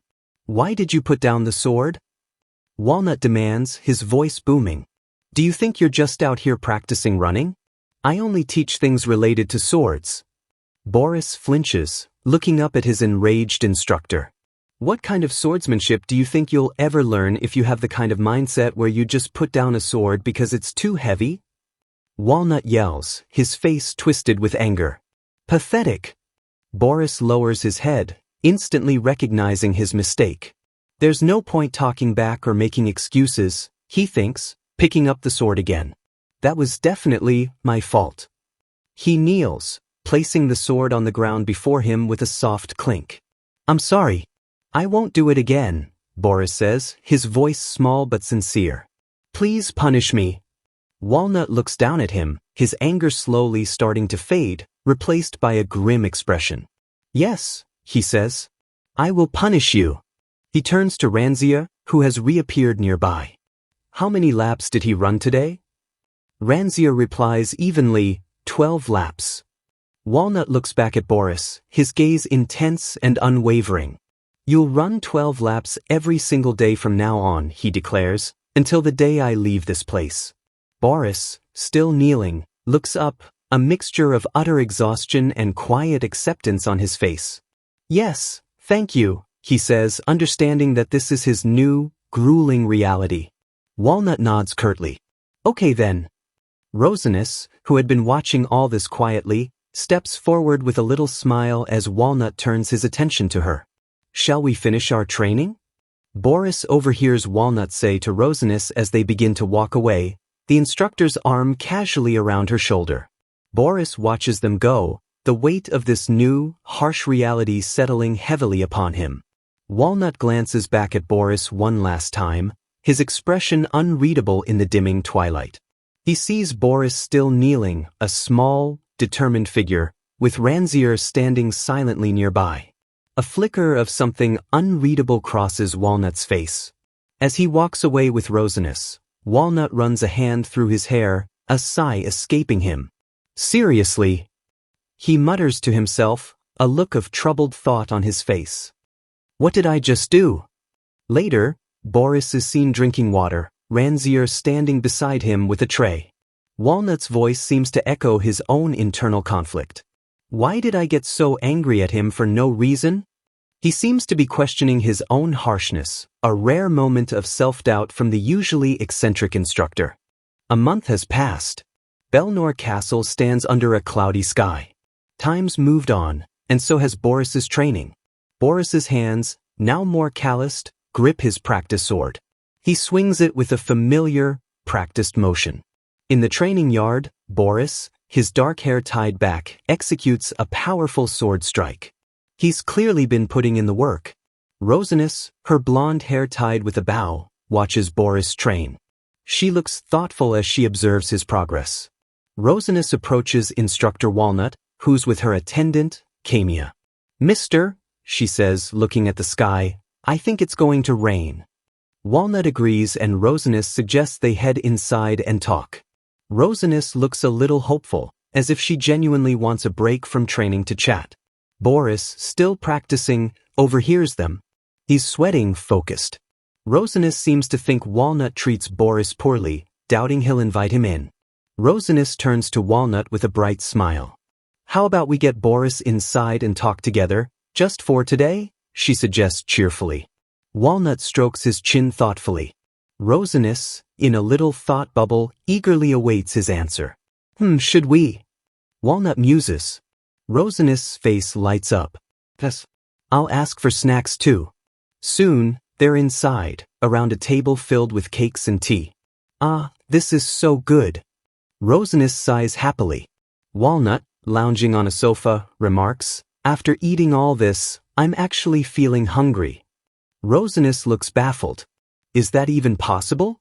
Walnut chuckles. You haven't felt this? Starve for a while, then when you finally eat, you just want to eat as much as possible, fast. Rosinus, cake near her mouth, looks completely lost. No idea what that's like, she says. Boris stays quiet. Walnut leans forward, a sly grin on his face. Strange, right? He asks, eyes glinting. He continues, more philosophically, people get so caught up in ambitions, they keep indulging even when full.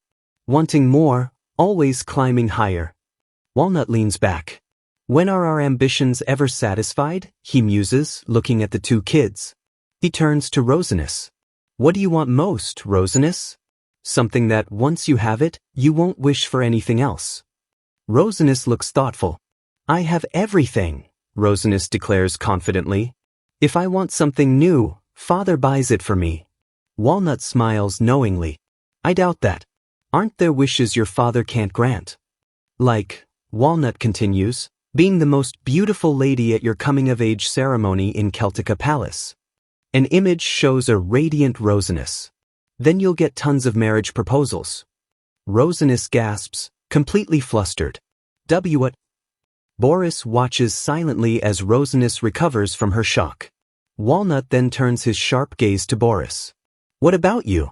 Want to tell us before I share mine? Boris looks up, his expression serious. He begins.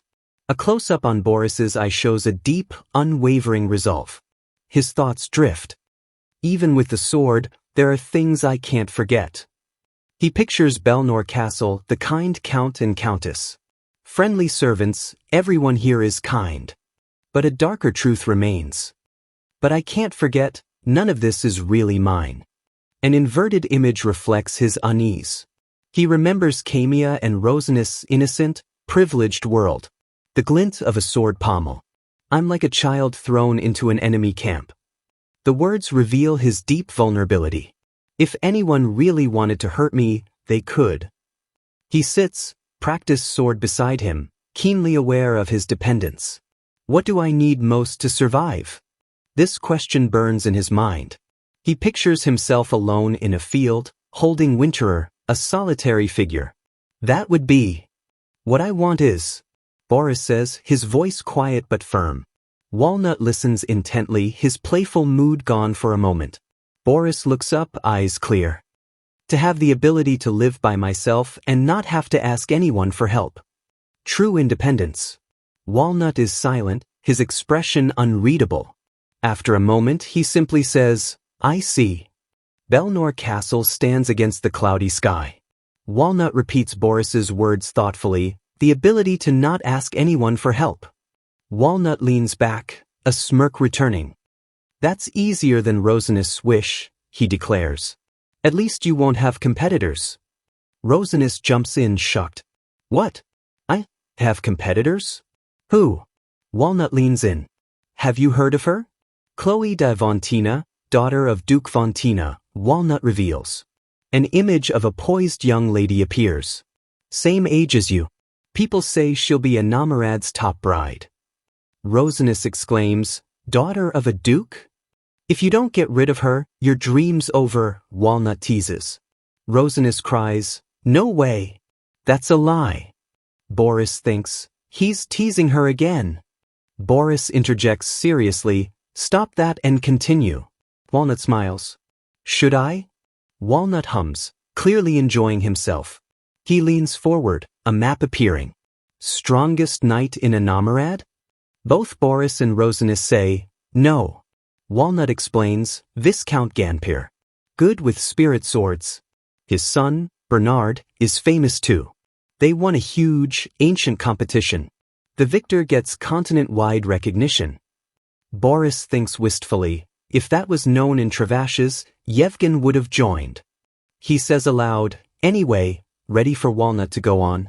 Walnut continues, Princess Xenopha of Lemmy and Signer of Kamzark are fierce. So are the Lekardable mercenaries. He rests his chin on his hand. The world's huge, lots of strong people. What do you two think? Rosinus, nibbling a cookie, says, hope our warriors are stronger? Boris has a different view. They're them a me.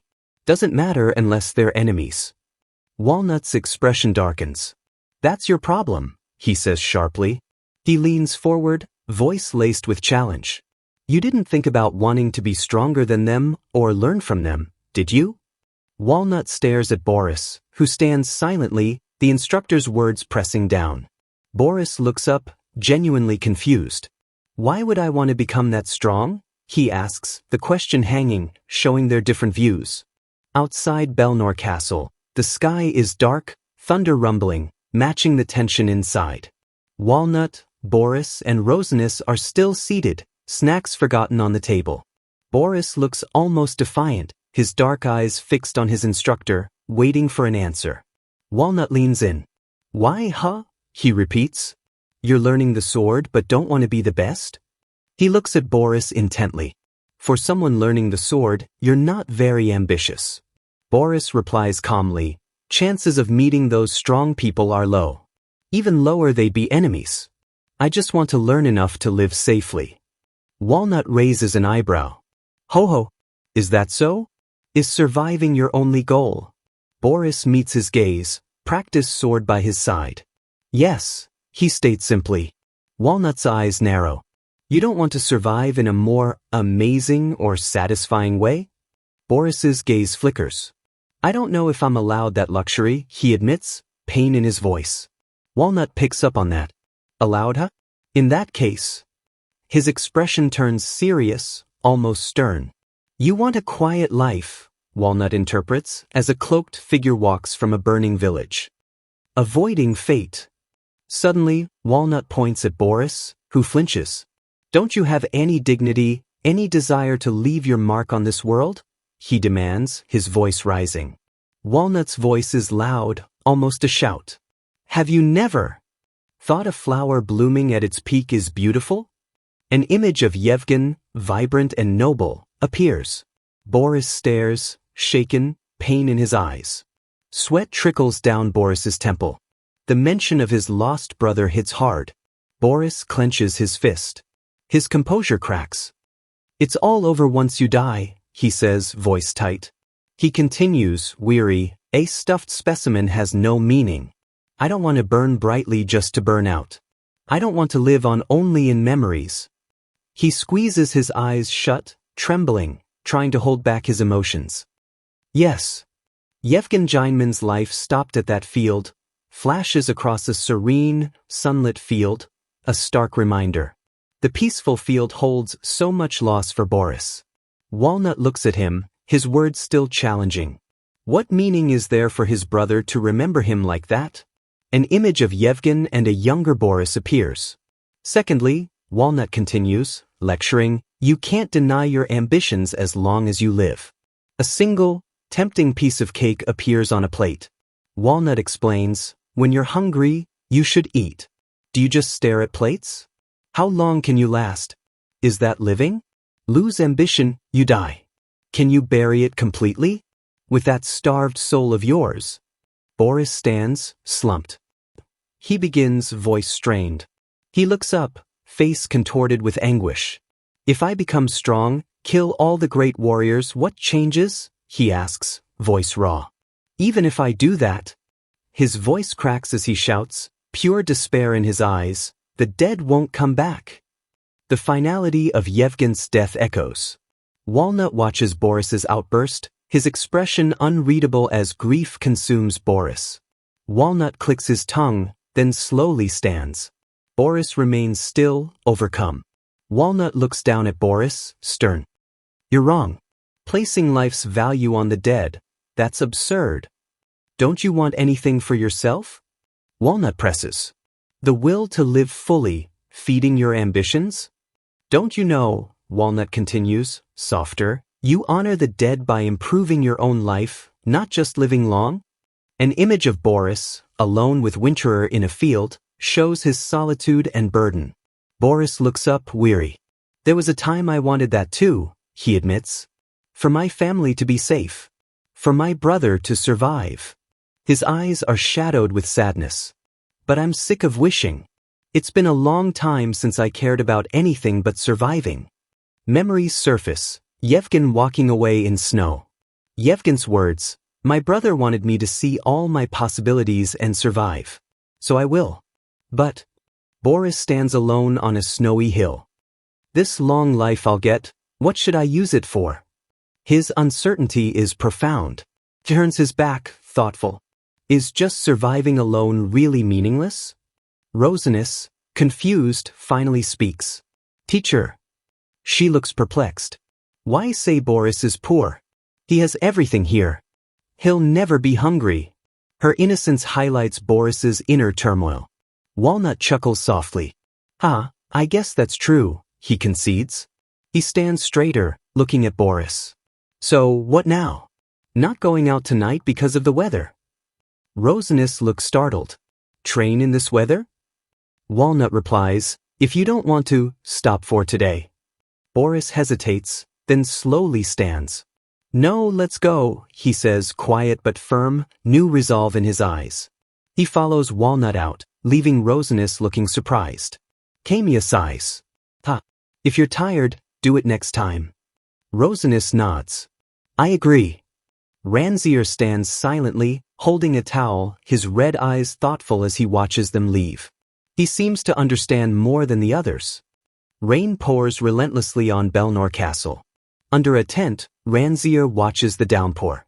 From Ranzier's view, Boris and Instructor Walnut face off in the muddy, rain-soaked yard, ready for their daily clash. Walnut rests a wooden sword on his shoulder, a faint smile on his lips. "All right," he says calmly, "great weather." Walnut holds Winterer, the real prize. "Shall we start?" 1 hour. If you can't take it, that's it for today. Boris stands ready, grim and determined. Boris's eyes narrow, rain plastering his hair. A fierce resolve burns. "I will take it back today. I must." His gaze is fixed on Winterer, gleaming in the rain. "I will get Winterer back this time." Determination flashes in Boris's eyes, a sudden, intense focus. The spar begins. Boris lunges, weapons clashing. He moves fast, rain spraying as Walnut expertly parries with his wooden sword. Boris grits his teeth, putting all his strength into a strike, but Walnut meets it easily. Walnut's expression is serious as he blocks, the tip of his wooden sword near Boris's face. They're locked in a struggle, Boris pushing against Walnut's pressure. The size and experience gap is clear. "Too weak. Try again," Walnut says dismissively. Boris stares up, rain dripping, resolve unshaken by the taunt. With a sharp crack, Walnut bats Boris's sword aside. Boris quickly recovers, swinging his sword in a wide arc, aiming for Walnut's side. Walnut blocks easily, the impact jarring Boris, who strains against the force. Boris pants, rain and sweat mixing. "Won't work at this rate. I need to be stronger." Desperation grows. He tightens his grip. More, he thinks, pushing past exhaustion. More. The silent scream echoes as he redoubles his efforts. He fights desperately, remembering Walnut's words. "Strong enough so no one else, after this guy, will steal Winterer from me again." He glances at Winterer. "Everyone wants this sword. I need to be stronger to protect it." A new thought forms. "If I keep getting stronger..." Walnut parries another blow. "Then one day people will stop paying attention to me. And stop getting in my way." Boris swings with renewed purpose. He drops low, skidding in the mud. "This way, even if strong people divide the continent, I'll find at least one cave to just rest in. A place of peace, to finally grieve." He stands, panting, sword tip in the mud. Rain washes over him. His face contorts in a silent scream, tears mixing with rain. "I won't be threatened and I'll cry all I want there. But I'm so frustrated right now." He stands alone in the downpour, Belnor Castle looming. "Because my heart is trapped where I can't show anyone my tears." With a guttural cry, Boris grips his sword tighter, a fierce, desperate energy surging. "Here I go," he shouts, launching himself at Walnut. He unleashes a flurry of blows, faster than before, each strike filled with pent-up emotion. Walnut meets each attack, a small smile on his lips. "Good," he says, acknowledging Boris's ferocity. He looks genuinely pleased. "You're finally getting a little faster." Boris grunts, pushing to his absolute limit, face masked in effort. Ranzier watches the intense exchange from the tent, expression unreadable. Despite his efforts, Walnut overpowers him. Boris is sent flying, landing hard in the mud. He quickly scrambles back to his feet, shaken but not broken. He wipes his muddy face, rain still pouring. Battered but still fighting. Ranzier watches, a clean towel in hand, a hint of concern on his calm face. His red eyes are fixed on Boris, a silent witness to his struggle. Walnut's voice booms, "One last chance?" He swings his wooden sword powerfully, ready for Boris's final attempt. Boris glares back, body trembling, spirit defiant. "Bring it on," he yells, gripping his sword tightly. He charges, but Walnut's strike is too powerful. "Keuch!" Boris cries as wood connects harshly with steel. A small cut appears on Boris's cheek. He grits his teeth, pushing back, but the force is overwhelming. "I must take it back. I will take it back," he screams internally, putting every last ounce of strength into this final push. But it's not enough. Boris is thrown off balance, his sword flying as he crashes into the mud, defeated. Winterer remains with Walnut. The relentless rain keeps falling, the moon barely visible through dark, swirling clouds. Boris's practice sword lies gleaming wetly in the mud, a cold symbol of his failed attempt. Boris is on his knees, utterly spent, gasping for air. Walnut stands over him, rain plastering their hair. A tiny, almost unnoticeable smile touches Walnut's lips. He seems to have seen something new in Boris. Walnut tightens his grip on his wooden sword, a look of grim focus on his face. Surprisingly, Walnut brings his wooden sword down hard against Boris's discarded practice sword. Boris looks up in shock. The wooden sword splinters and cracks against the steel. Walnut has deliberately broken his own weapon. Walnut looks at the broken pieces, then up at the sky. "That's good," he says, his voice surprisingly gentle. Boris stares, completely bewildered by Walnut's actions, soaked and exhausted. Walnut lowers the broken remains of his sword. Boris looks small and vulnerable. They stand in the desolate, rain-swept yard. The moment is heavy with unspoken meaning. Boris pants, trying to catch his breath, his body trembling with exertion. A faint, almost hopeful smile flickers across Boris's face. He senses a shift in Walnut. Walnut lets out a soft, a small, knowing sound. Then, Walnut strikes Boris's practice sword again, sending it flying from his weakened grasp. Boris stumbles, looking at his empty hands, then his fallen sword, shocked and dismayed. He stands unsteadily, utterly defeated. Walnut is beside him, Winterer still at his hip. Boris stares at his fallen sword, the reality of his failure crashing down. He clenches his fist. "I never let go of my sword, even after fighting for knights," he thinks, filled with self-reproach. "After Winterer was taken, I never let go, not when I fell or lost." He presses a hand to his face. "Why did I let go now?" Walnut's voice cuts in sharp. "You're pathetic." Winterer lies near Boris's feet, almost offered, yet still out of reach. Before Boris can react, Walnut grabs him by his tunic. "You're so pathetic," Walnut repeats, pulling Boris towards him. Then, unexpectedly, Walnut pulls Boris into a firm embrace. Walnut holds Boris, his voice softer. "You haven't seen everything the world offers yet, you little brat." They stand embraced in the rain, Boris limp in Walnut's hold, swords discarded in the mud. Boris looks up, shocked and confused. Walnut looks down. "Why do you try so hard to hold yourself back?" he asks quietly. "Everyone struggles in the world." Winterer gleams in the rain. "Despite that, they still desire to live," Walnut continues, "and wish for a great life. They choose to live without hiding those desires." Tears well in Boris's eyes.